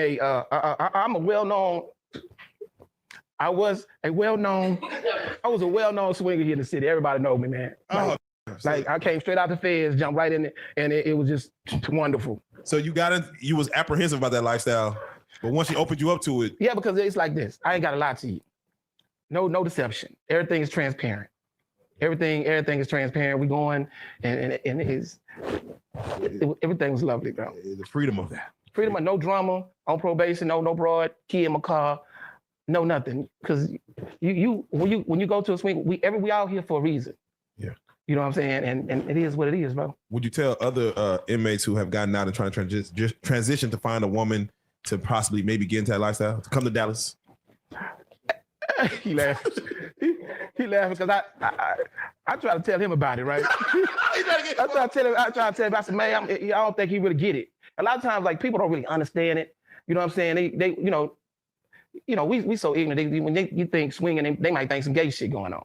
You know what I'm saying? Because you think that you swing both ways. Nah, it ain't got nothing to do with that. You know, it's with your partners. You know what I'm saying? And yeah, but everybody don't have the stomach for the lifestyle, bro. Because so especially if you cuffing your woman. Yes. You understand what I'm saying? And I'm like, man, I just don't believe in. I want a woman to be herself. Mm-hmm. If you the average woman, you let them be themselves, they get a little loose. Because that's, but they're not gonna do that if you're gonna judge them. Correct. You dirty this, you dirty that, you woo woo. You're gonna talk about them when you get mad. No, you just gotta let them be who they are. Are you still with the woman that? Oh no. Okay. No. She's still who she is, and you over here doing. Nah, I ain't like the way she did that, man. Yeah, it's kind of wild the way she brought you in there. With her after that, man. But I went back though. Yeah. I went back, because I met some more females, and man, it was my transition was beautiful, bro. There you go, man. My transition is a lot different, than most people, for struggling as far as trying to find a job or trying to make ends meet. Prison. My mantra was prison is not an option. Yeah. It ain't an option. It's just not an option. It ain't. I ain't for them. I used to say, man, if I could get away with something, if it's a 99% chance that I can get away, I might think about it. But prison ain't an option. That 1% is just I can't do it. I'm old now. I'm old. The fight gonna be. I'm 3 minutes. I might just be 3 minutes in the mix, man. Now I'm gonna just hold you because I'm big. I ain't got time for scrapping. When you go to jail, you gotta be healthy. You gotta be healthy to scrap because there's gonna be some scrapping going on, man. Lastly, is there anybody that is still in prison or might still be there now that you just check in on or you just concerned about, like somebody that you might have met, like? Damn, man, I'm out and I'm free, but I got a lot of friends that's in prison, bro. I let them call me. Yeah. One of my best friends I grew up with, his name Anthony Boat. He's in Angola. Been in Angola almost 30 years. I got a lot of friends from DC, from all over, man. LA is in prison, bro. Okay. You know what I'm saying? I try to do what I can. You know what I'm saying? Most of the time, most dudes in prison, they just want you to hook them up with a broad. Oh. Yeah, they want you to hook them up with a female. They need somebody to help them do the time, bro. Oh, you talk to them on the phone. So they don't want men writing them. They would rather say, have somebody else writing it, bro. Like, yeah, they need pictures for females. They want to get a visit. You know what I'm saying? And I came across a lot of women. So I was like, I always tell them, man, shit, y'all tell me ain't no men out here. Shit, they're all in jail. I can hook you up with somebody. You know what I'm saying? Y'all in good shape. Talk to him. Possibly he might come home, he might not come home. You know what I'm saying? Yeah, right. You know what? Yeah, he ain't gonna cheat on you. You know what I'm saying? Shit. So the barbershop. Let's do it like this, man. Again, we're not promoting the life you live, but this has been a great conversation as far as in the life you live, and you are wanting your story because we're just scratching technically the surface. We're surface level. Oh, most definitely. Most definitely. You want your story to be technically told in other mediums and things of that nature. Where would you like to see a story go next? I'm gonna go straight to. I have a friend here in Dallas. She does movies. She does Tubi movies. I'm trying to go even with his story. We're trying to go straight to the movies, man. Yeah. And she's talking a trilogy. We were looking for people to help us do some writing for as our books are concerned, for as the book is concerned. Because I just got a hell of a story, bro. Just, I know, man. Bro, listen, everything that you open, it's like there's layers into each one. I'm like, oh God. Man, I mean, and then like I said, bro, me going to Africa, that was a epic triumph event in my life. Yeah. You know what I'm saying? To just get centered in what's going on. Came up with the garment a little bit, man. Oh man, it's me all the time. Yeah, man. I'm really shocked, man. Yeah. You know what I'm saying? Yeah. So for again, we're not glorifying none of that. So let me just ask, what advice would you give to young kids out there who are looking to try to come up the easy way in life? Well, life is about choices. Let's start there, and you have to make a conscious decision in anything that you're doing. But whatever you do and you choose to do, there's consequences on what you do. We have to make the right choices. We got to be able to challenge our thinking. We got to be respectful. You get a long way just being respectful, man. You will practically not even have no enemies by being respectful. Correct. But once you cross that line, you know, like some people, they have some bloggers and they think that that's the way to go, but it's a terrible debt coming behind being disrespectful and disrespecting people's families, stuff like that. I believe that. There you go. You know what I'm saying? But yeah, definitely money. I used to hear people say that like Michael Jackson, these people wasn't happy, bro.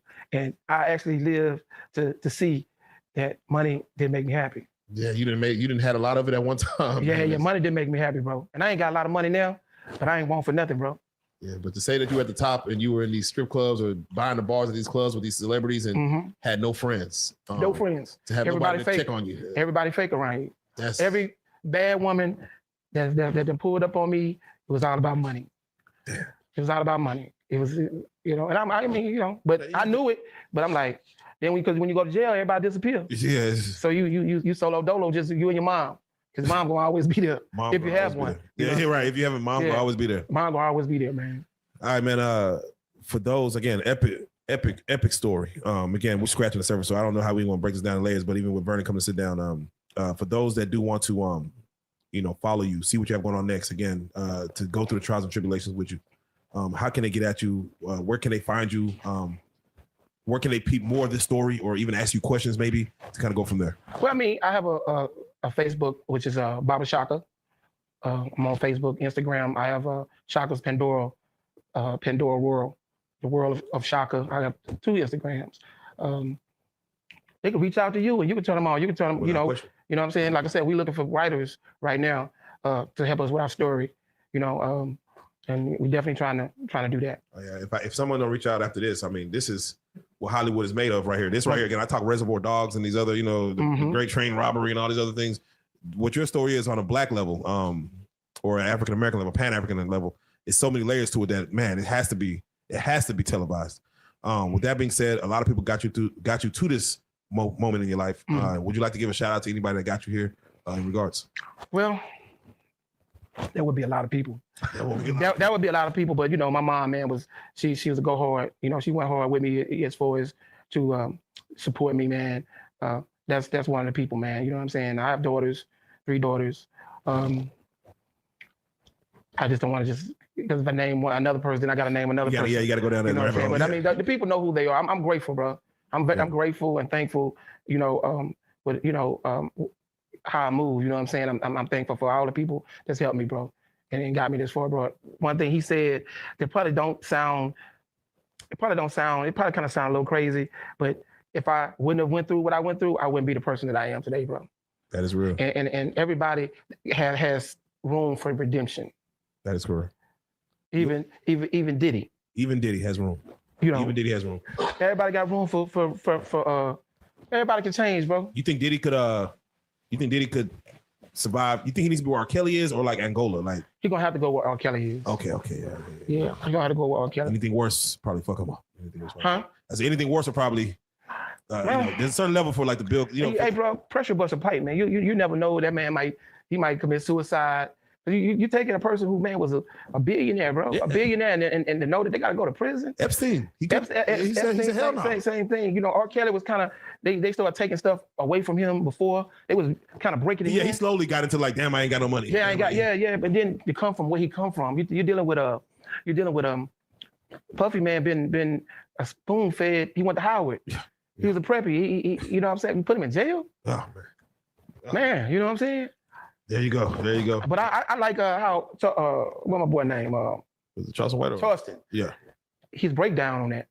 I like how you break that down, because one thing I always say about that, bro, you'd be surprised. People say that, oh man, he sold his soul. And we be thinking like, oh, he really, really sold his soul to like this ghost. Yeah. Nah, they just doing the damnest things, man, to get signed. Yes. Like, who fault is that? It's your own. You see what I'm saying? So if you're willing to get on your knees and do some strange for some change, you gonna put it on the person that you did this. It was you that made you do it. Yeah, you did it. Yeah, fuck a goat. And we live in a money grab time, bro. Whereas basically everybody's out. You don't have to sell drugs. You ain't got to date a drug dealer. All you got to do is say something. Say something. All you got to do is say something. And you know, it's a wrap. Man, If they get Diddy, I think that they're going to get Jay-Z. You get Jay-Z, you see, your boy went to, we with the Valley. Russell Simmons, he out of here. Like, man, I don't even want y'all thinking about me. I'm going to just get out the way. Yeah. If they think they're the same thing they're doing to Diddy, they can do it to Jay-Z. So what do you say about celebrities or even men, women, and humans in general living in their truth? Like living in the truth that you, whatever you are, living that. It's powerful. Okay. It's powerful. I have so much respect for him for being transparent. Yeah. Because this some of the stuff he told me, nobody would ever say it, bro. Yeah. That is unbelievable. Yeah. You understand what I'm saying? So it's like I just think since I've been out of prison, bro, that's one of the main things I stand on is being transparent. You ain't gotta lie. You gonna win just by saying what it is. You know what I'm saying? Facts. Oh man. Now we live in a eye-opening, a truth environment to where the truth is now, it seems to be welcome versus shunned upon. So no, thank you for coming and tell yours. We definitely appreciate it. And hell, you know, again, your story's so in depth that I feel like this could be an ongoing series. But with that being said, I definitely appreciate you coming through, sitting on the couch. And we got to say it, man, the Baba Shaka, you are a real life street star.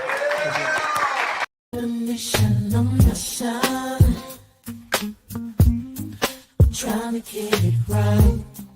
Transition. Changing the way that I see life.